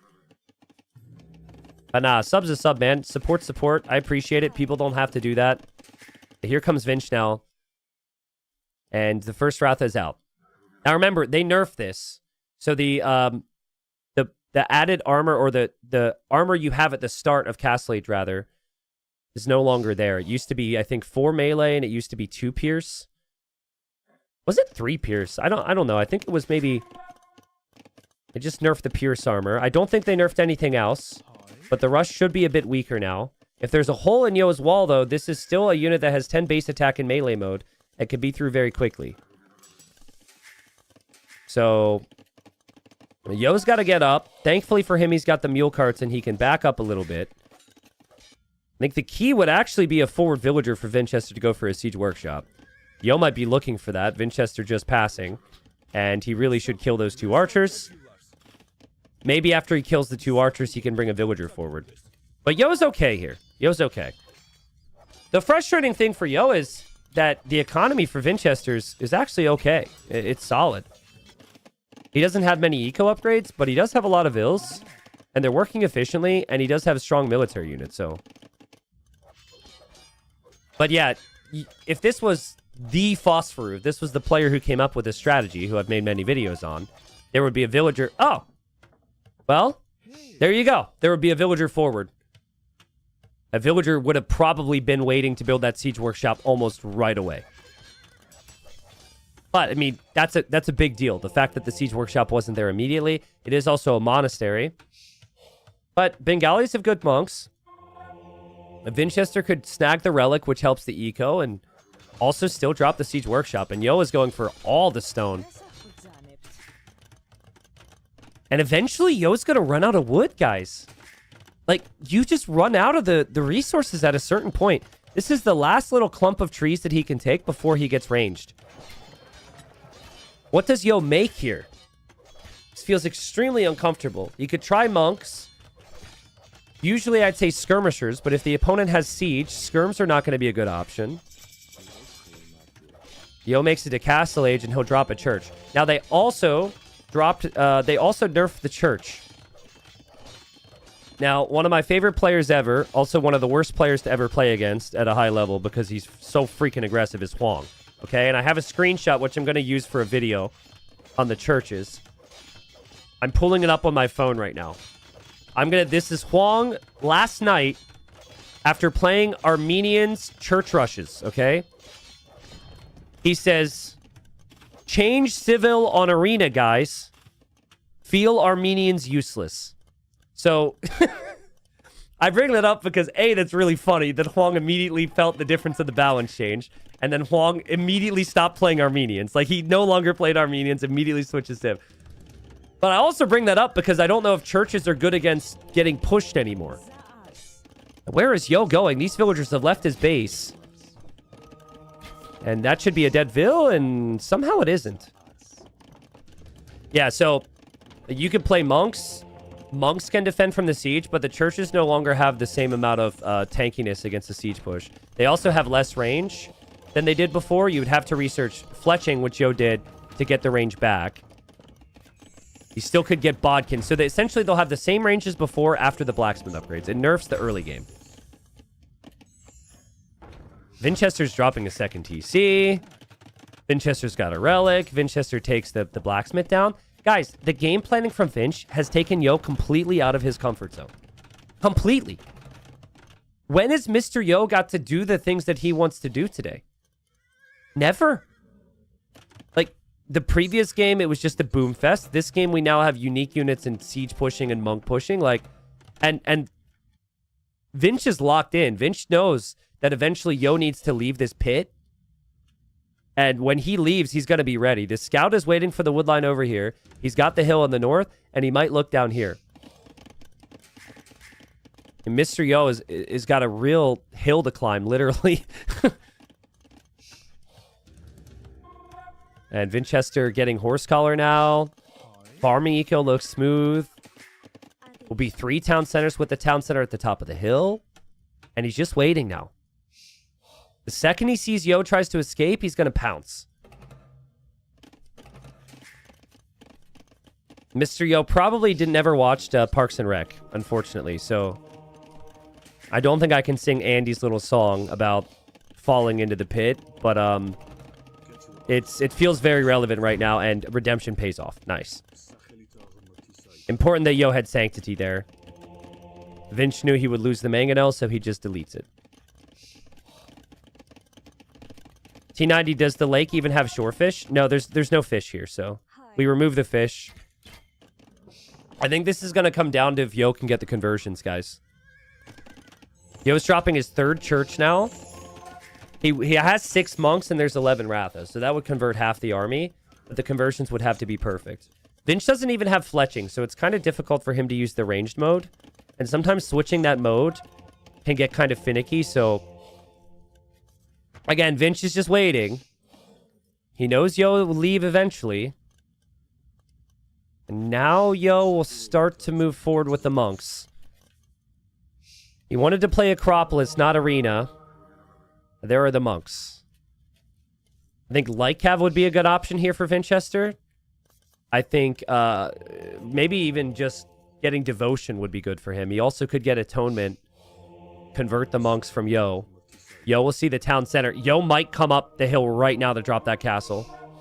Oh, God, there are the Ratha. They're backing up.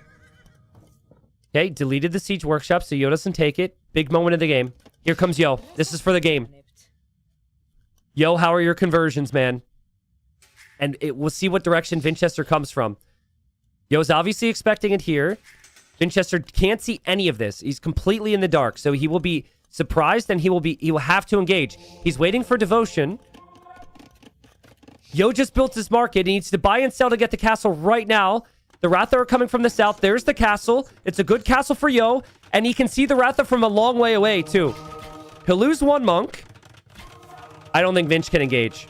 Yeah, that would be really bad. The castle's already going up. He saw you from distance. He would likely convert half your army, and your town center's gone anyway, so he just runs away. Damn, I mean, nice job from Mr. Yo. Going to the monks was absolutely the right call. Now he's got the hill. Now he can start to take some of this eco. And town center down for Vinchester. But he'll just replace it with another one. I think that's fine. I think Vinch just really underestimated the amount of monks that Yo was going to make. He saw 2 or 3 and he thought that that was it. But no, Yo knows how to clown when he needs to. Yo can also get all 3 of these relics as well. Yeah, just ram down the monastery and then it's 3 free relics. Vinch is also producing villagers from these town centers, which he has to be careful of. He is getting Bodkin for the Ratha, though, and I still do think that Yo, while he had the numbers and whatnot, he has more work to do. He has to fix his eco, and you have to constantly pay attention to the monks. This is so relatable! This is so relatable! Anyone who's made more than 8 monks and is like me will understand how easy it is for that to happen. Mr. Yo is not a player who loves his monks. Mr. Yo likes his stable units. He likes his eco. And that is expensive. So now you're back to square one with military. What on earth are you supposed to make? He is sneaking over here. And he will still take down the monastery and he can still get those relics. But yikes. And he still needs defense for this. He does have the mangonel. Vinchester sees the mangonel. And Vinchester just wants into Yo's base. He knows that Mr. Yo doesn't have anything. He wants in there where he's sure that there's going to be a lot of eco. Also, this scout's patrolling. And Mr. Yo might be able to catch a glimpse of it. The outposts were really important here. Yo drops the university. Yo's defending. It feels like Mr. Yo wants the Imperial Age. And Vinchester's thinking the same. Vinchester will drop a town center, or sorry, a castle here in front of his town center. And Imp can be a pretty big deal here for trebuchets. I know that some chatters will be disappointed that he put the relics here, because if he loses this position, he'll lose the relics just like Vinch did. But if you lose this position, it's game over anyways. This is all about who can protect their economies and who can win the middle hill. Because they're both hard committing to the front now. They're both on the way to Imp. Monks. Another monk goes down. It's actually incredible from Yo that he knew he needed to go Imp, though. That's impressive. Because I would always be 2 minutes late to Imp, and then I'd have lost my monks. And then maybe I'd have a bigger eco, but, like, the Imp call saves you. He's dropping archer ranges. If you're wondering what's supposed to be good against the Ratha, the answer would be skirms. But the issue for him was his archer range was on the front. He was in Castle Age way later, so obviously skirms wasn't really a good option for him. But now he could probably go skirms.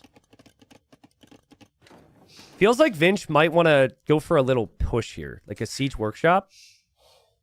Just one armored elephant and the Ratha in this position to take down this town center could be pretty big.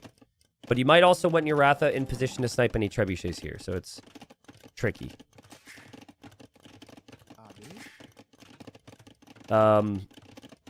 Mandolingo, all good. I'm not really sure what happened either, but no worries. Thanks for showing up. Thanks for being here. Will the average, thanks for the 6 months. Will, stop selling yourself short. One of these days, I hope you come back and your name is Will the slightly above average. All right? When are you going to believe in yourself? I think I missed the gifted subs from Luca. Thank you, Luca. 37, thanks for the new sub. Owl Scout, welcome back. But, guys, could be concerning for Yo if he falls behind in map control here. He certainly doesn't have the army.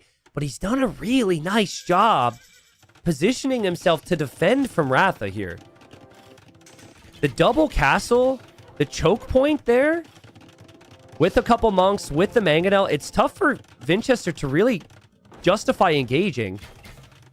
He'll go for the mangonel. He'll take the mangonel, but he's not denying that castle. That castle goes up. And Mysterio will have ballistics soon, too. My read on the situation is Vinch is going to dive for these trebs. He feels like if he takes the trebs, he wins the trebor, he wins the hill, he wins the game. And he probably would, because that's not the only thing that would happen. He would also take the archery ranges. He would also take the relics back. He would take the hill. So Yo needs to be walled. It's not that difficult to wall this. I think if you house wall and stone wall at least the front, the units can't get through. But easier said than done, right? He still has an eco to manage. He still has to mass the skirms here. I think a mount on stone is a really big deal, and a mount on wood. Like, I think wood is running dry for both. You do have some TC positions and some lumber camp positions that are kind of awkward. Here's more mining camps and lumber camps. Oh, yeah, I look away. I want to show the eco setup. Here come the Ratha. Yo needs to have it walled. The Ratha have the melee mode still. And the Ratha with melee mode will die, but a lot of Ratha will die. He doesn't take the trebs immediately. Okay, he gets them. And he just he full sends it with his army, so his trebuchets could go for the castle. He's repairing his own castle. His castle's staying up. The skirmishers are getting flattened, guys. Remember, Ratha have built-in trample damage, which a lot of players forget about. And another treb goes down for Yo, and oh man, the castles will stay up for Vinch. He has the villager lead after killing the villagers here. The castle is gone. The relics will be gone. And Vinchester's about to be 2-0 up over Yo. I mean, Yo's getting treadmill cranes so he can build whatever it is he's going to build faster. I guess there's that.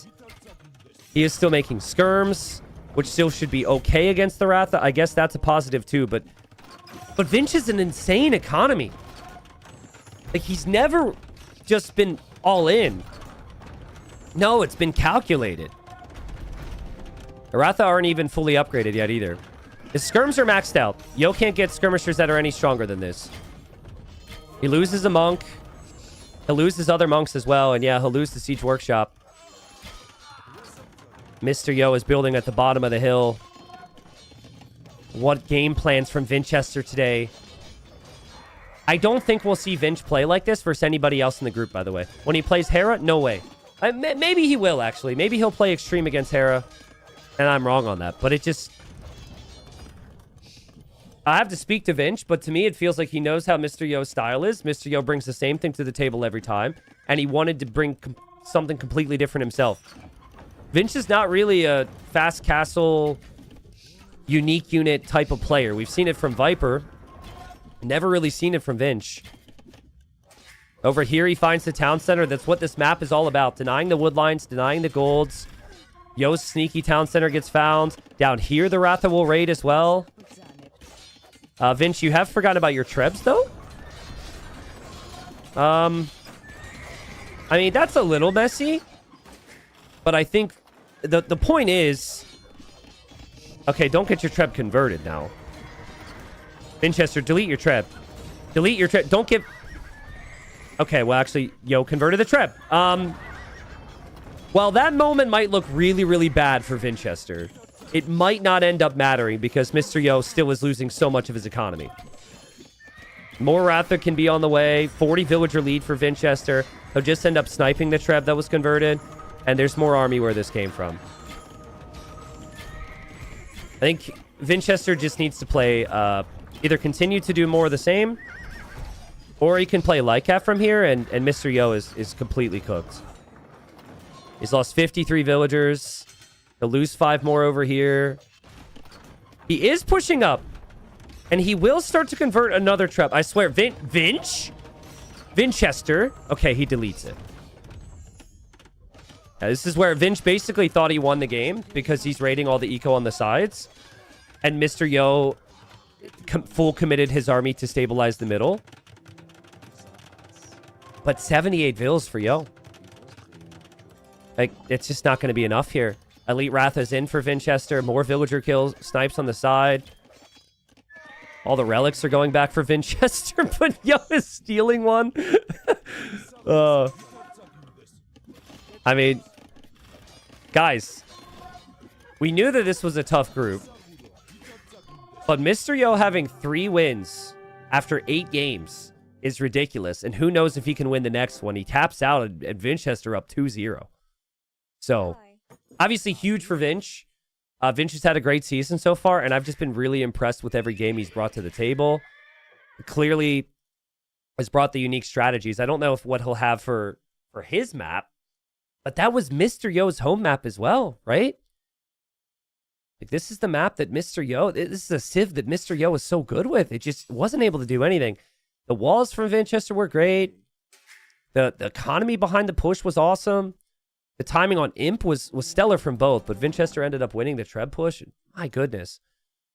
2-1 KD, more of every single resource, and a 1341 castle time in a tournament on an open land map, going into a castle. It works out again, even though the devs nerfed it. So I don't know what the devs are going to do about it.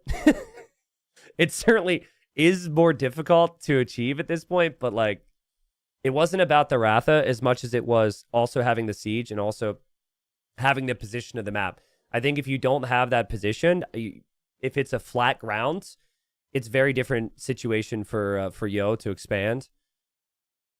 But you saw an early imp there too, where the trebuchets went. Vinchester just hard targeting the town centers on the sides, and then Yo didn't have any res. What's happening today, man? I'm actually wondering what I put in my predictions for this as well. It's a shame. I keep forgetting to pull up the head-to-head between the players before sets. Chat, that is one thing that maybe you could help me remember. We have it on our website, and it shows the head-to-head for players when they played against each other in TTL tournaments in the ladder. But Begali's get the win for Vinchester. He's also got the win with Byzantines. Mistio's now lost with the Georgians and the Vietnamese. And he's now down to his final 3 picks for Zimbabwe. Whew. Yeah, true, Sully. We've been talking too much about player colors. Well, it's going to be Spanish against Berbers. Game 3.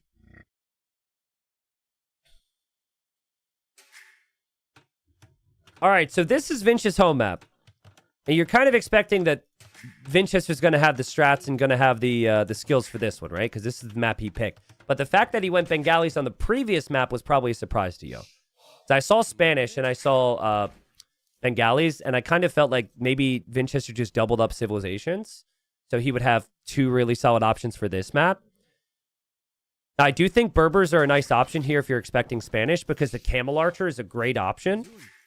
And also you have the slightly faster villagers to move out here for the hunt.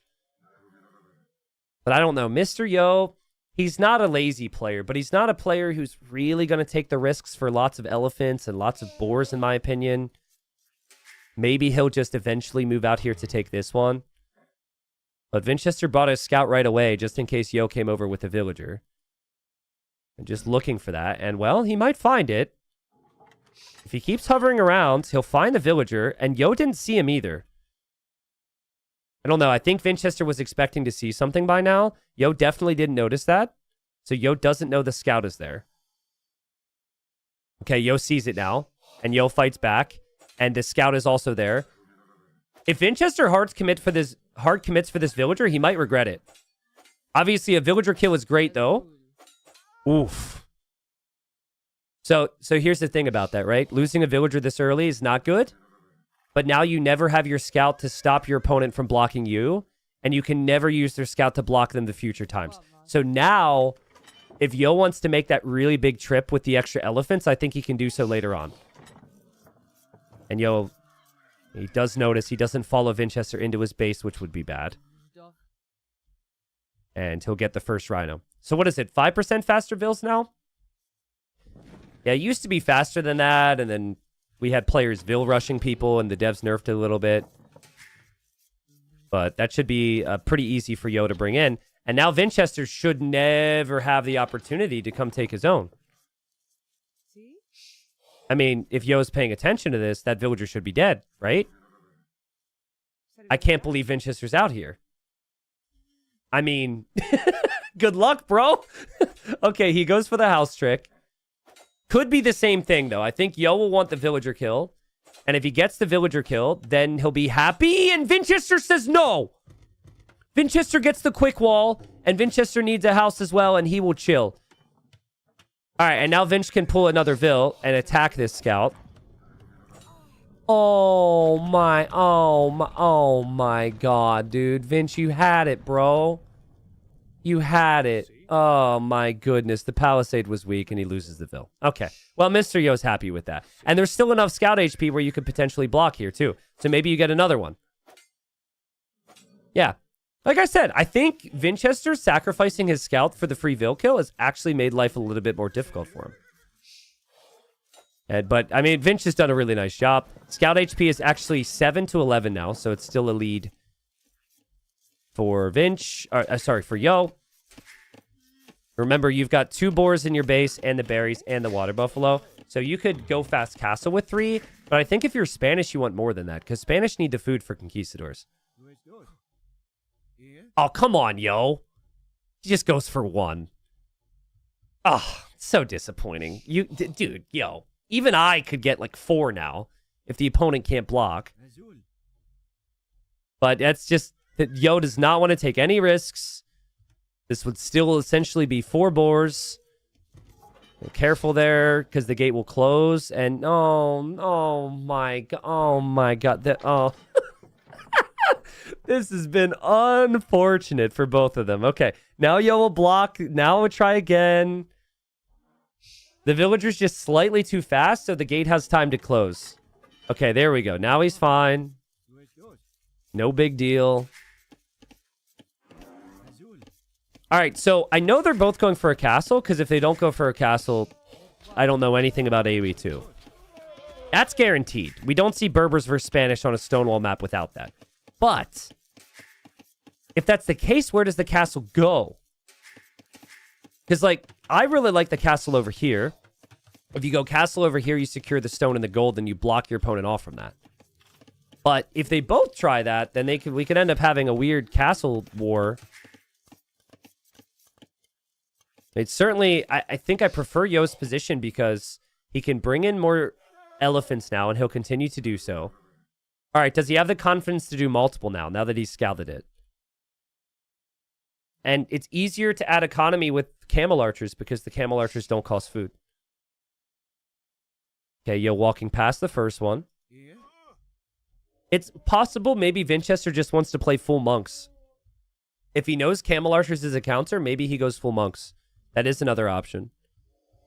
I wouldn't like skirmisher just because Yo would immediately outmaneuver the skirms and add siege. And all right, yeah. So like I said, you could do this with 4. It's actually slightly easier with 4 because the elephants block each other. But when you have the scout and you have the Berberville speed, this should never be any problem. But Yo needs this win so bad. Uh-oh. Okay, the elephant walks in. Nice. If Yo gets swept here, Yo's in danger. And then Siscon and Lucho have life. If Siscon and Lucho... I guess Lucho plays Yo, right? So if Lucho wins the series against Yo, Yo is in the relegation zone. In live standings, we have 3 wins for Yo, and we have 2 wins for Siscon and Lucho. So, again, it's like every season, there's always the conversation of which big player could potentially be relegated. The villagers are on stone. Yo still even has his boar here. I mean, Yo is so rich. He's going to be stretching his stomach with all the food that he's eating right now. And nothing on stone for Vinch. He might still go to stone. He might just decide to place the villagers on stone later. Did I just have a mod delete a message from another mod? Did I just see that in Twitch chat? I didn't know that was possible. Is that because Dux has the head mod role? He asked for it? Wait, what happened? What'd he say? What do you mean he asked for it? He asked for it as in he was an idiot and he should have known better? Or he asked for it and he actually asked for it? I don't know. We might have to go to the mod chat after this and figure this out. Okay, viewers, what do you think? Because clearly we have a rivalry. 1v1 AoE 2, best of 7, Titans League settings. Winner gets to stay a mod. Loser gets banned for a year. Thoughts? Would you watch that? Is that more or less exciting than Vinchester vs. Yo right now? Yeah. Okay. See, you think it's funny to respond to that, but these people have the power to ban you all. You guys are so stupid. Why would you say that? I guess if you're stupid in numbers, that's fine. Because if there's that many of you guys, we can't ban you all, so... I'm kidding. We would never do that. I guess Detour, I guess they were testing? I don't know, because there's this lead mod role, and I guess it was a test on if it was possible. So scouts are still out there. Still nothing on stone here for Vinchester.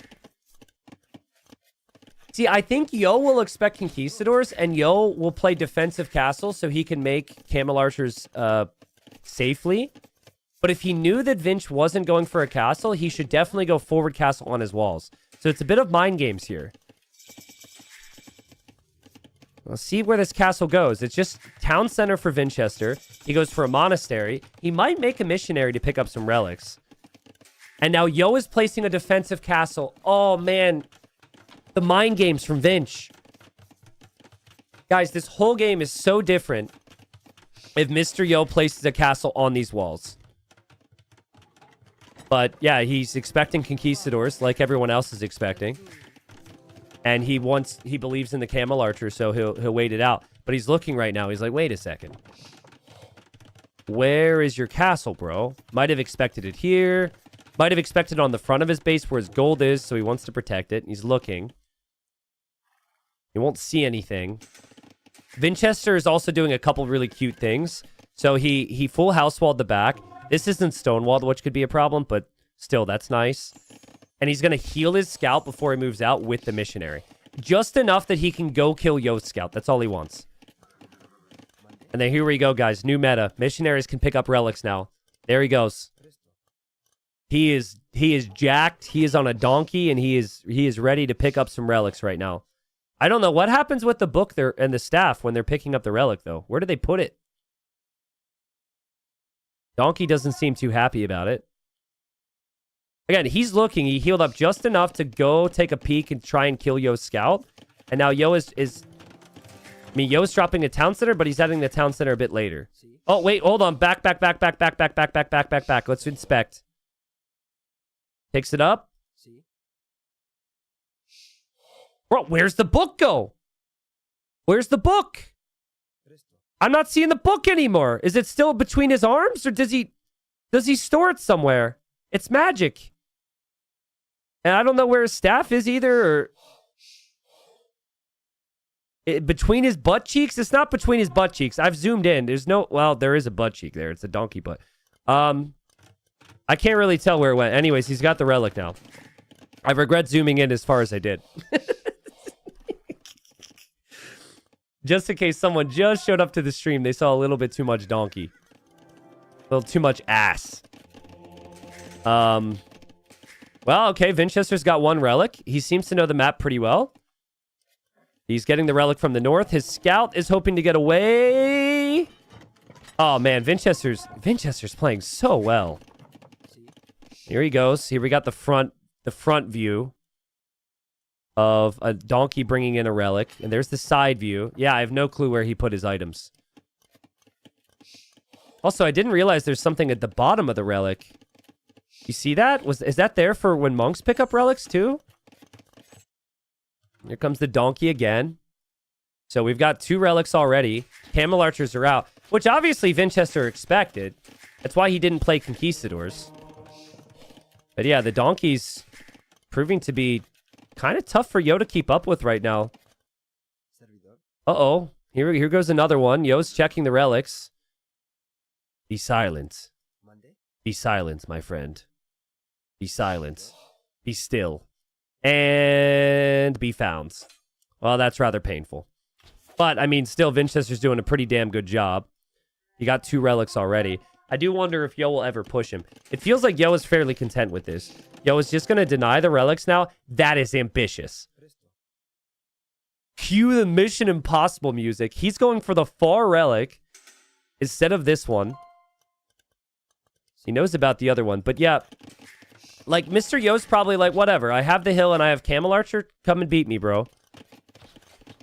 And I'm inclined to say that it's not going to be very easy for Vinchester to do that. But this completely changes the game with Spanish. The fact that you can use missionaries like this. And actually, they can still convert. And Mr. Yo is going to lose 2 Camel Archers to the conversions. And the donkeys might actually be able to get away as well. Damn, that'd be amazing if he could save them. Run! Okay, he loses it. Over here, though, Vinchester got another conversion. So Vinchester now has 3 Camel Archers that he didn't have to pay for. And they have fletching, at least. And here he comes. This guy, very quickly, able to end up getting relic number 3. So you know what this is? This feels like fast Imperial Age castle drop for Vinchester. He isn't on 3 TCs. He's just on 2. Another game with excellent eco.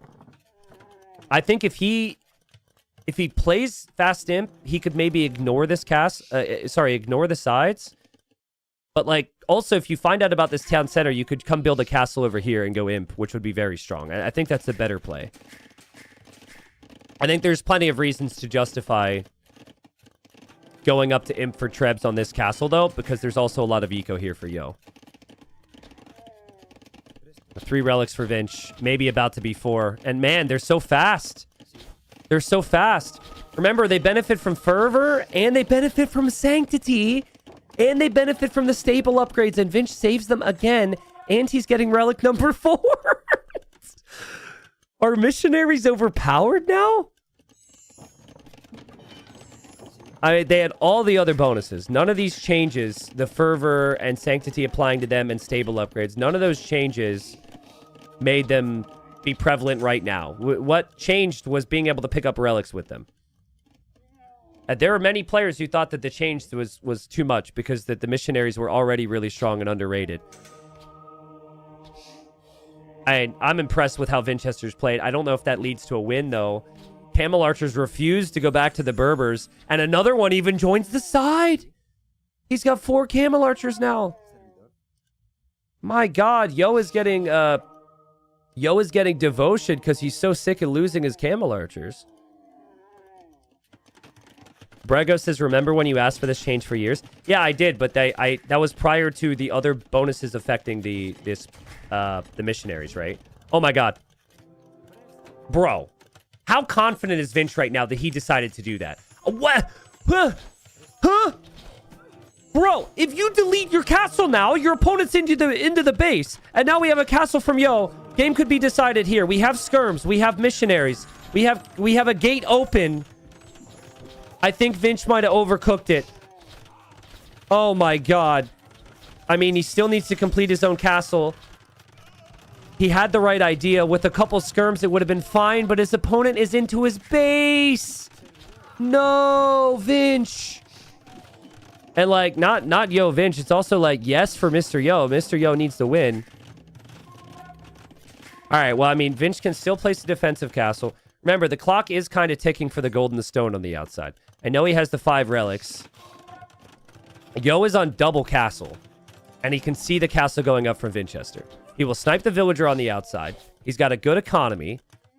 But once Vinchester has trebuchets, this castle will start to fall very quickly. And Yo is nowhere near imp. I think the problem for Yo is going to be... Well, actually, no. I was going to say the problem for Yo is he can't go to kill the trebs. He can run into his opponent's base now. Like, Yo is essentially just waiting until Vinch needs these res. Vinch might not need the res. Not for a while. He's still got 1,600 gold in his base. And then he's moving out to this gold. I wonder if Yo will go check that right now. I feel like Yo will send a couple units. Those 5 relics are going to end up meaning so much for Vinchester. But you need a town center. If you're out here, you have to have a town center. Yo is too good. Or you could have the skirms there. The skirms are also nice. Skirms will have enough upgrades to probably be fine against the camel archers. Ballistics is already in. Vinchester's paying attention to that. Yo is also over here, which he can't exactly do too much with. But yeah, Vinch has spotted it. Vinch will kill off the camel archers. And Yo's castle will go down. But Yo still has the eco lead. Again, maybe just build a town center there just in case. But Mr. Yo's camel archers have done nothing this game. They've done very little compared to what they would normally do. And Vinchester will bring skirms with some support of the missionaries. And the missionaries will now have 10 range because of block printing. So the base range of the missionary is 7. Unlike a monk, which is 9. And then they benefit from stable upgrades. They benefit from the monastery upgrades as well. So yeah, there was a time, someone in the chat trying to call me out. Yeah, there was a time I really liked the idea of missionaries picking up relics. I think I still like it. It's just a very nice move. It's really cool. But yeah, of course, they added a bonus, like, I don't know, 2 years ago to buff the missionaries, and it didn't really change anything. Those bonuses still remain, and now we've got missionaries with the ability to pick up relics. But guys, Yo knows he will never make it to Imp. Yo knows he needs to go full army against this. He is going light cav with armor, some knights, and the camel archers. He has to fight now because here comes Vinch with the castle. Vinch is even going deeper. The conversions, though, they might not be enough. And I think Yo can still do this. Yo will dive.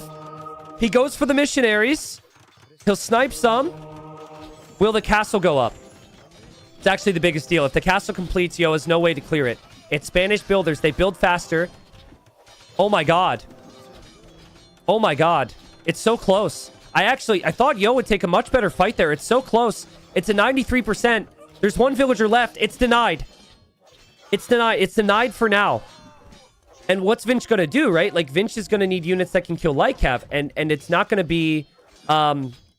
it's not going to be missionaries, and it's not going to be skirms. And Yo is Berbers, and he can continually spam cav all day. He's got a 40 villager lead. Actually, cav archers would make sense. You already have the ranged upgrades. Maybe cav archers. Again, castle completes. It's game over. Yo has to wall it up. Yo has to wall this castle up. At least wall in front of it, so the units path around. I'm also okay with rams to just take it down. But you cannot let this castle complete, man. Oh, man. Hand cannons are on the way from Vinchester, but he just doesn't have enough. Mr. Yo will kill the missionaries again. Vinchester, he's overcooked. He had the strat. He's overcooked, and Mr. Yo is firing now. The light cav will dive again. You could toss away light cav here all day. No problem for the Berbers. The Trebs are going the wrong direction for Vinchester. He's out of gold in his base now, I think, too. He's only got 500 gold remaining. Castle still 94%. That's a couple hammer hits away. I swear, though, if it doesn't get walled and it completes, I will scream. You just can never let these castles stand here like this, guys. You need to always have it walled. He does have the ram. It might not matter. Vinch with the plays. He drops the gate. He drops the gate. He blocks off the light cap, and now he can complete the castle. What a play. Castle goes up. He can hop out of the castle and attack the ram with his vills. I mean, the castle having ballistics is a pretty big deal. That's still so much army from Yo. Yo is focusing down the hand cannons with the camel archers. The rams are still here. The Trebs are coming, though. And the Trebs could go for the town center. I don't know, guys. It feels like while Mr. Yo could have maybe prevented the castle from completing, he's going to ram it down. The castle might not be a factor after all. And Mr. Yo, all-in Castle Age, can do it. He can finally get a win in this series. Despite all the cool plays from Vinchester, he just is running out of resources right now. I mean, you don't wall the castle.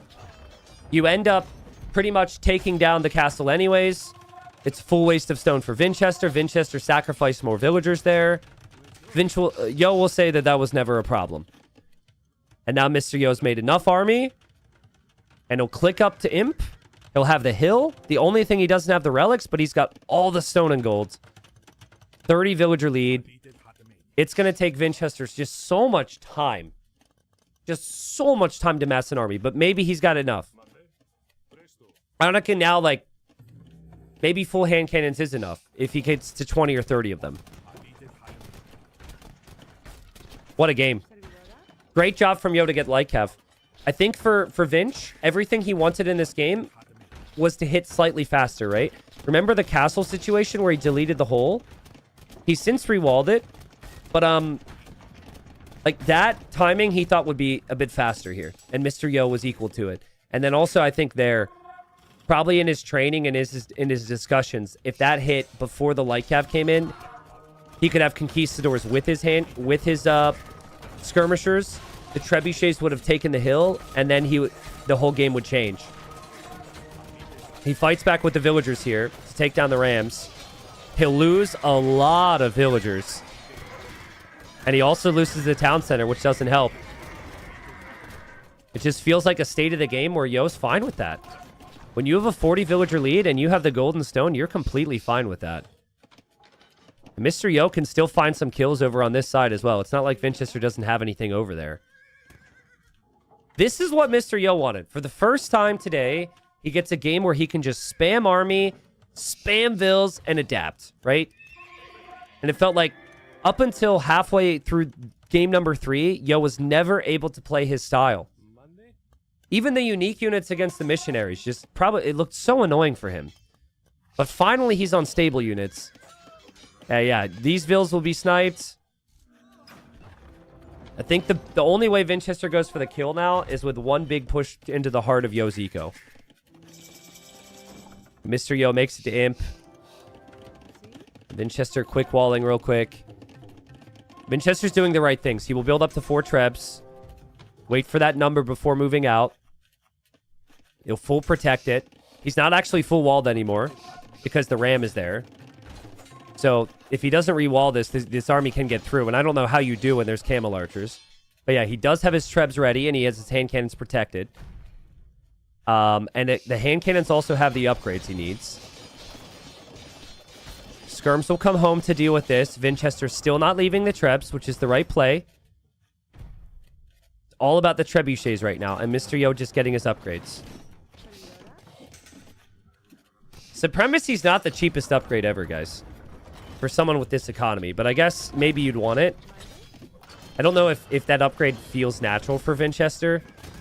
You're keeping vills alive. You'd want to use it offensively, if anything. You need to come back in this game. You're getting raided. Mr. Yo is in with more cav against the skirms.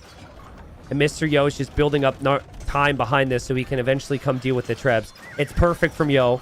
It's exactly what you want to see. Spam the cav against the skirms and wait for the death ball. Don't force it if you already have the lead. And relics don't win you this game. The hill wins you the game with all the stone and gold. Other maps, relics can win the game. But this map is... I mean, even still, there's still 20k gold left and 10k stone. And yeah, here we go. Mr. Yo will dive in. He'll dive. And I think with this, he could clear it. I thought he would go for the trebs.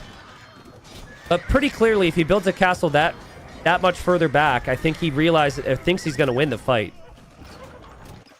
Still got some damage over here. Still has the Hussar in the back. The Hussar that's killed 8 vills. I'm not sure why Yo didn't just snipe the trebs there, to be honest. I feel like you snipe the trebs and this castle isn't immediately under pressure. But I think you can just maybe do it this time with fully upgraded Hussar. When you have a 70 villager lead, you can afford to throw away a couple armies. Probably don't want to throw away a castle. But yeah, let's see how he takes it. Elite camel archers in.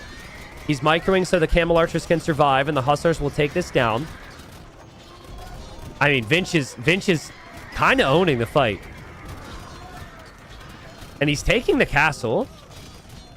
But now Yo goes for the trebs. Yeah, that's what Yo should have done first thing. You take the Trebs, Vinchester can never get the trebuchets back. I mean, maybe there's a chance. Vinch will try and re-wall this. Again, he has no golden come, except for the 5 relics. I think Yo just needs to take the Trebs first this time. You will lose units, but at least you have time because your castle's up. Round 3. Micro from Yo. Skirmishers will go down this time. And yeah, now you can just take the trebuchets. And Mr. Yo is still repairing, still keeping the castle up somehow, and he wins the game. What a fun game. That was an important victory for Yo. You have no idea how important that was. And like, from Vinch's perspective as well, losing that might feel a little bit rough. It felt to me like he was exactly where he wanted to be. But the light cap switch from Yo and the recognition to stay in Castle Age was huge. A lot of players try and go Imperial Age there. If you go Imp, you don't have light cap, you die to the missionaries and the skirmishers, you get castled, you get Trebs, and that game is over. So still kind of uncertain what's going to happen in this group, right? Everyone's calling it the group of death. I'll pull up the results in a second, but yeah, finally, 2.5 games into the series, Mr. Yo gets to play stable units again. Yeah, I don't know. I felt like where the game started to look a little bit weird for Vinch, it felt like he was in full control up until this moment. In this situation, if he just doesn't delete his own walls, and he happens to start placing his castle a little later, I guess, because he never expects Yo to be there. He could just place a defensive castle and then have free Trebs. I also think when he moves out this direction, he probably needs to have recognition to place a safe castle. I'm kind of curious because he has an outpost there, or he had an outpost there and he could see the stable. So I wonder if he could have made a play and just dropped a castle a bit safer on this side. Just looking back. You can imagine if Vinchester, because the Viscount's kind of close, if he knows what's coming, which, you know, he could have some suspicions. You drop your castle here. It gives you stone and gold. You take your time with it. Maybe then he can win the game. But the fact that the castle got fully denied was the difference maker there. Even if the castle completed, if you bring 5 more villagers, with 5 more villagers, maybe it changes the game. It was really close. Whew. All right. Well, let's pull up what the odds say. Obviously, the odds don't factor in the strength of the players here. Mr. Yo is typically a pretty slow starter in tournaments. That's why he's struggled to get good positions in TTL, because he doesn't get the wins early at times. So that was my worry for him. I thought if he got swept here, he could potentially be surpassed by Sizcon and by Lucho. It still could happen with Vinchester winning 2-1. Vinchester gets the 2-1 result. That puts Vinchester in safe top 4 conversation. Anything could technically happen for any of these players, but Vinchester's at 6 wins, which currently ties himself with Hera. Hera and Hart will play later on today, so I guess we have to see there. I guess Vinchester, maybe he's hoping for like a 2-1 for Hart, which would put Hera at 7 and then Hart at 6. Vinchester then will end up playing Hera later on. I don't know what you hope for if you're Vinch. Yeah, if you're Yo, you have to play Hart and you have to play Lucho. And Hart, I think it's at least 50-50. I think Hart's that good. No guarantee for wins there for Yo. Lucho, I'd say 60-40 or maybe 70-30 for Yo, but I think Lucho's style is actually pretty good against Yo, especially if the pressure's off. If Lucho's already relegated at that point, then, you know, we'll see. But yeah, this is the live standings. Now, next series is in 2 hours. So Hera Hart play in 2 hours. We tried our best to get 3 sets a day. We tried our best to keep it all back to back to back. Unable to do that. So we won't actually do that on this stream. I'll be back in 2 hours for that. But damn, what a day. What a day. My prediction for that series in the prediction contest was actually 2-1 for Vinchester. I would have assumed that it would have been for Yo. But old me was correct on that one. Wow. T90, can you play music for 2 hours? No. No, I'm not going to play music for 2 hours. I'm going to eat. I'm going to make sure YouTube's good to go with all the uploads from the sets today.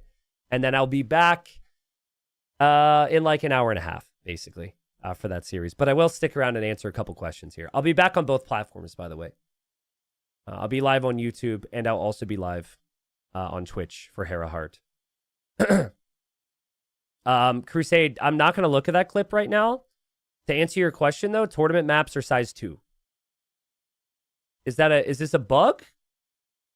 Oh, it's a bug? I will look at the clip, actually. Because we had a... Nikov isn't 100% certain, but he thought he had a bug the other day when he attacked the boar. Oh my god. Bro. So this is what he showed me. So Lewis is getting attacked, and he tries to push in a deer, and look what happens, guys. He attacks his deer. What causes that?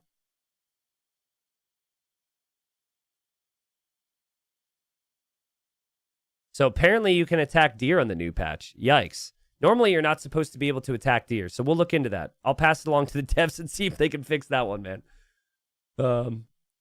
Any other big questions?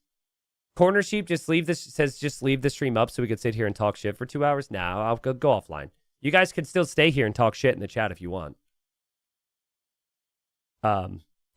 True. Lewis's face. I didn't see Lewis's face. Look how stunned he is. Because that's normally what Lewis looks like. And then watch his face. That's the most animated I've ever seen him.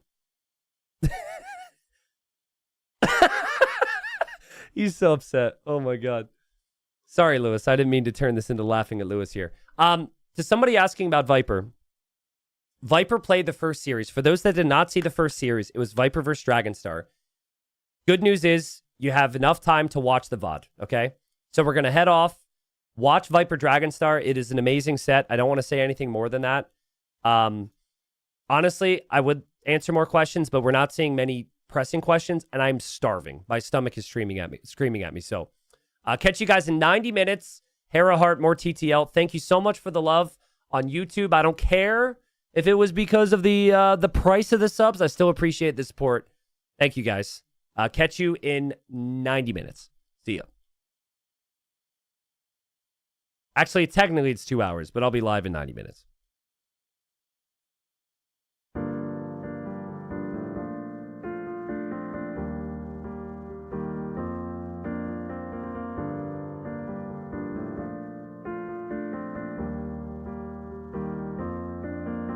What he wants to do is he wants to get to +2 knights. Wants to get full armor in, but he's not going to be able to do that. What he wants to do is he wants to get to +2 knights. Wants to get full armor in, but he's not going to be able to do that. What he wants to do is he wants to get to +2 knights. Wants to get full armor in, but he's not going to be able to do that. What he wants to do is he wants to get to +2 knights. Wants to get full armor in, but he's not going to be able to do that. Pain is coming. Pain is coming. Pain is coming. Oh God. Oh no. What he wants to do is he wants to get to +2 knights. Oh God. Oh no. What he wants to do is he wants to get to +2 knights. Wants to get full armor in, but he's not going to be able to do that. What you need is you need siege or you need something that kills. Don't know if Kanji can get that right now. Oh God. Oh no. You need something that kills. Something that kills. Guess what? It doesn't look good. Guess what? It doesn't look good because Kamigawa is not fighting. Kamigawa. Oh God. Oh no. What he wants to do is he wants to get to +2 knights. Wants to get full armor in, but he's not going to be able to do that. What he wants to do is he wants to get to +2 knights. Wants to get full armor in, but he's not going to be able to do that. What he wants to do is he wants to get to +2 knights. Wants to get full armor in, but he's not going to be able to do that. What he wants to do is he wants to get to +2 knights. Wants to get full armor in, but he's not going to be able to do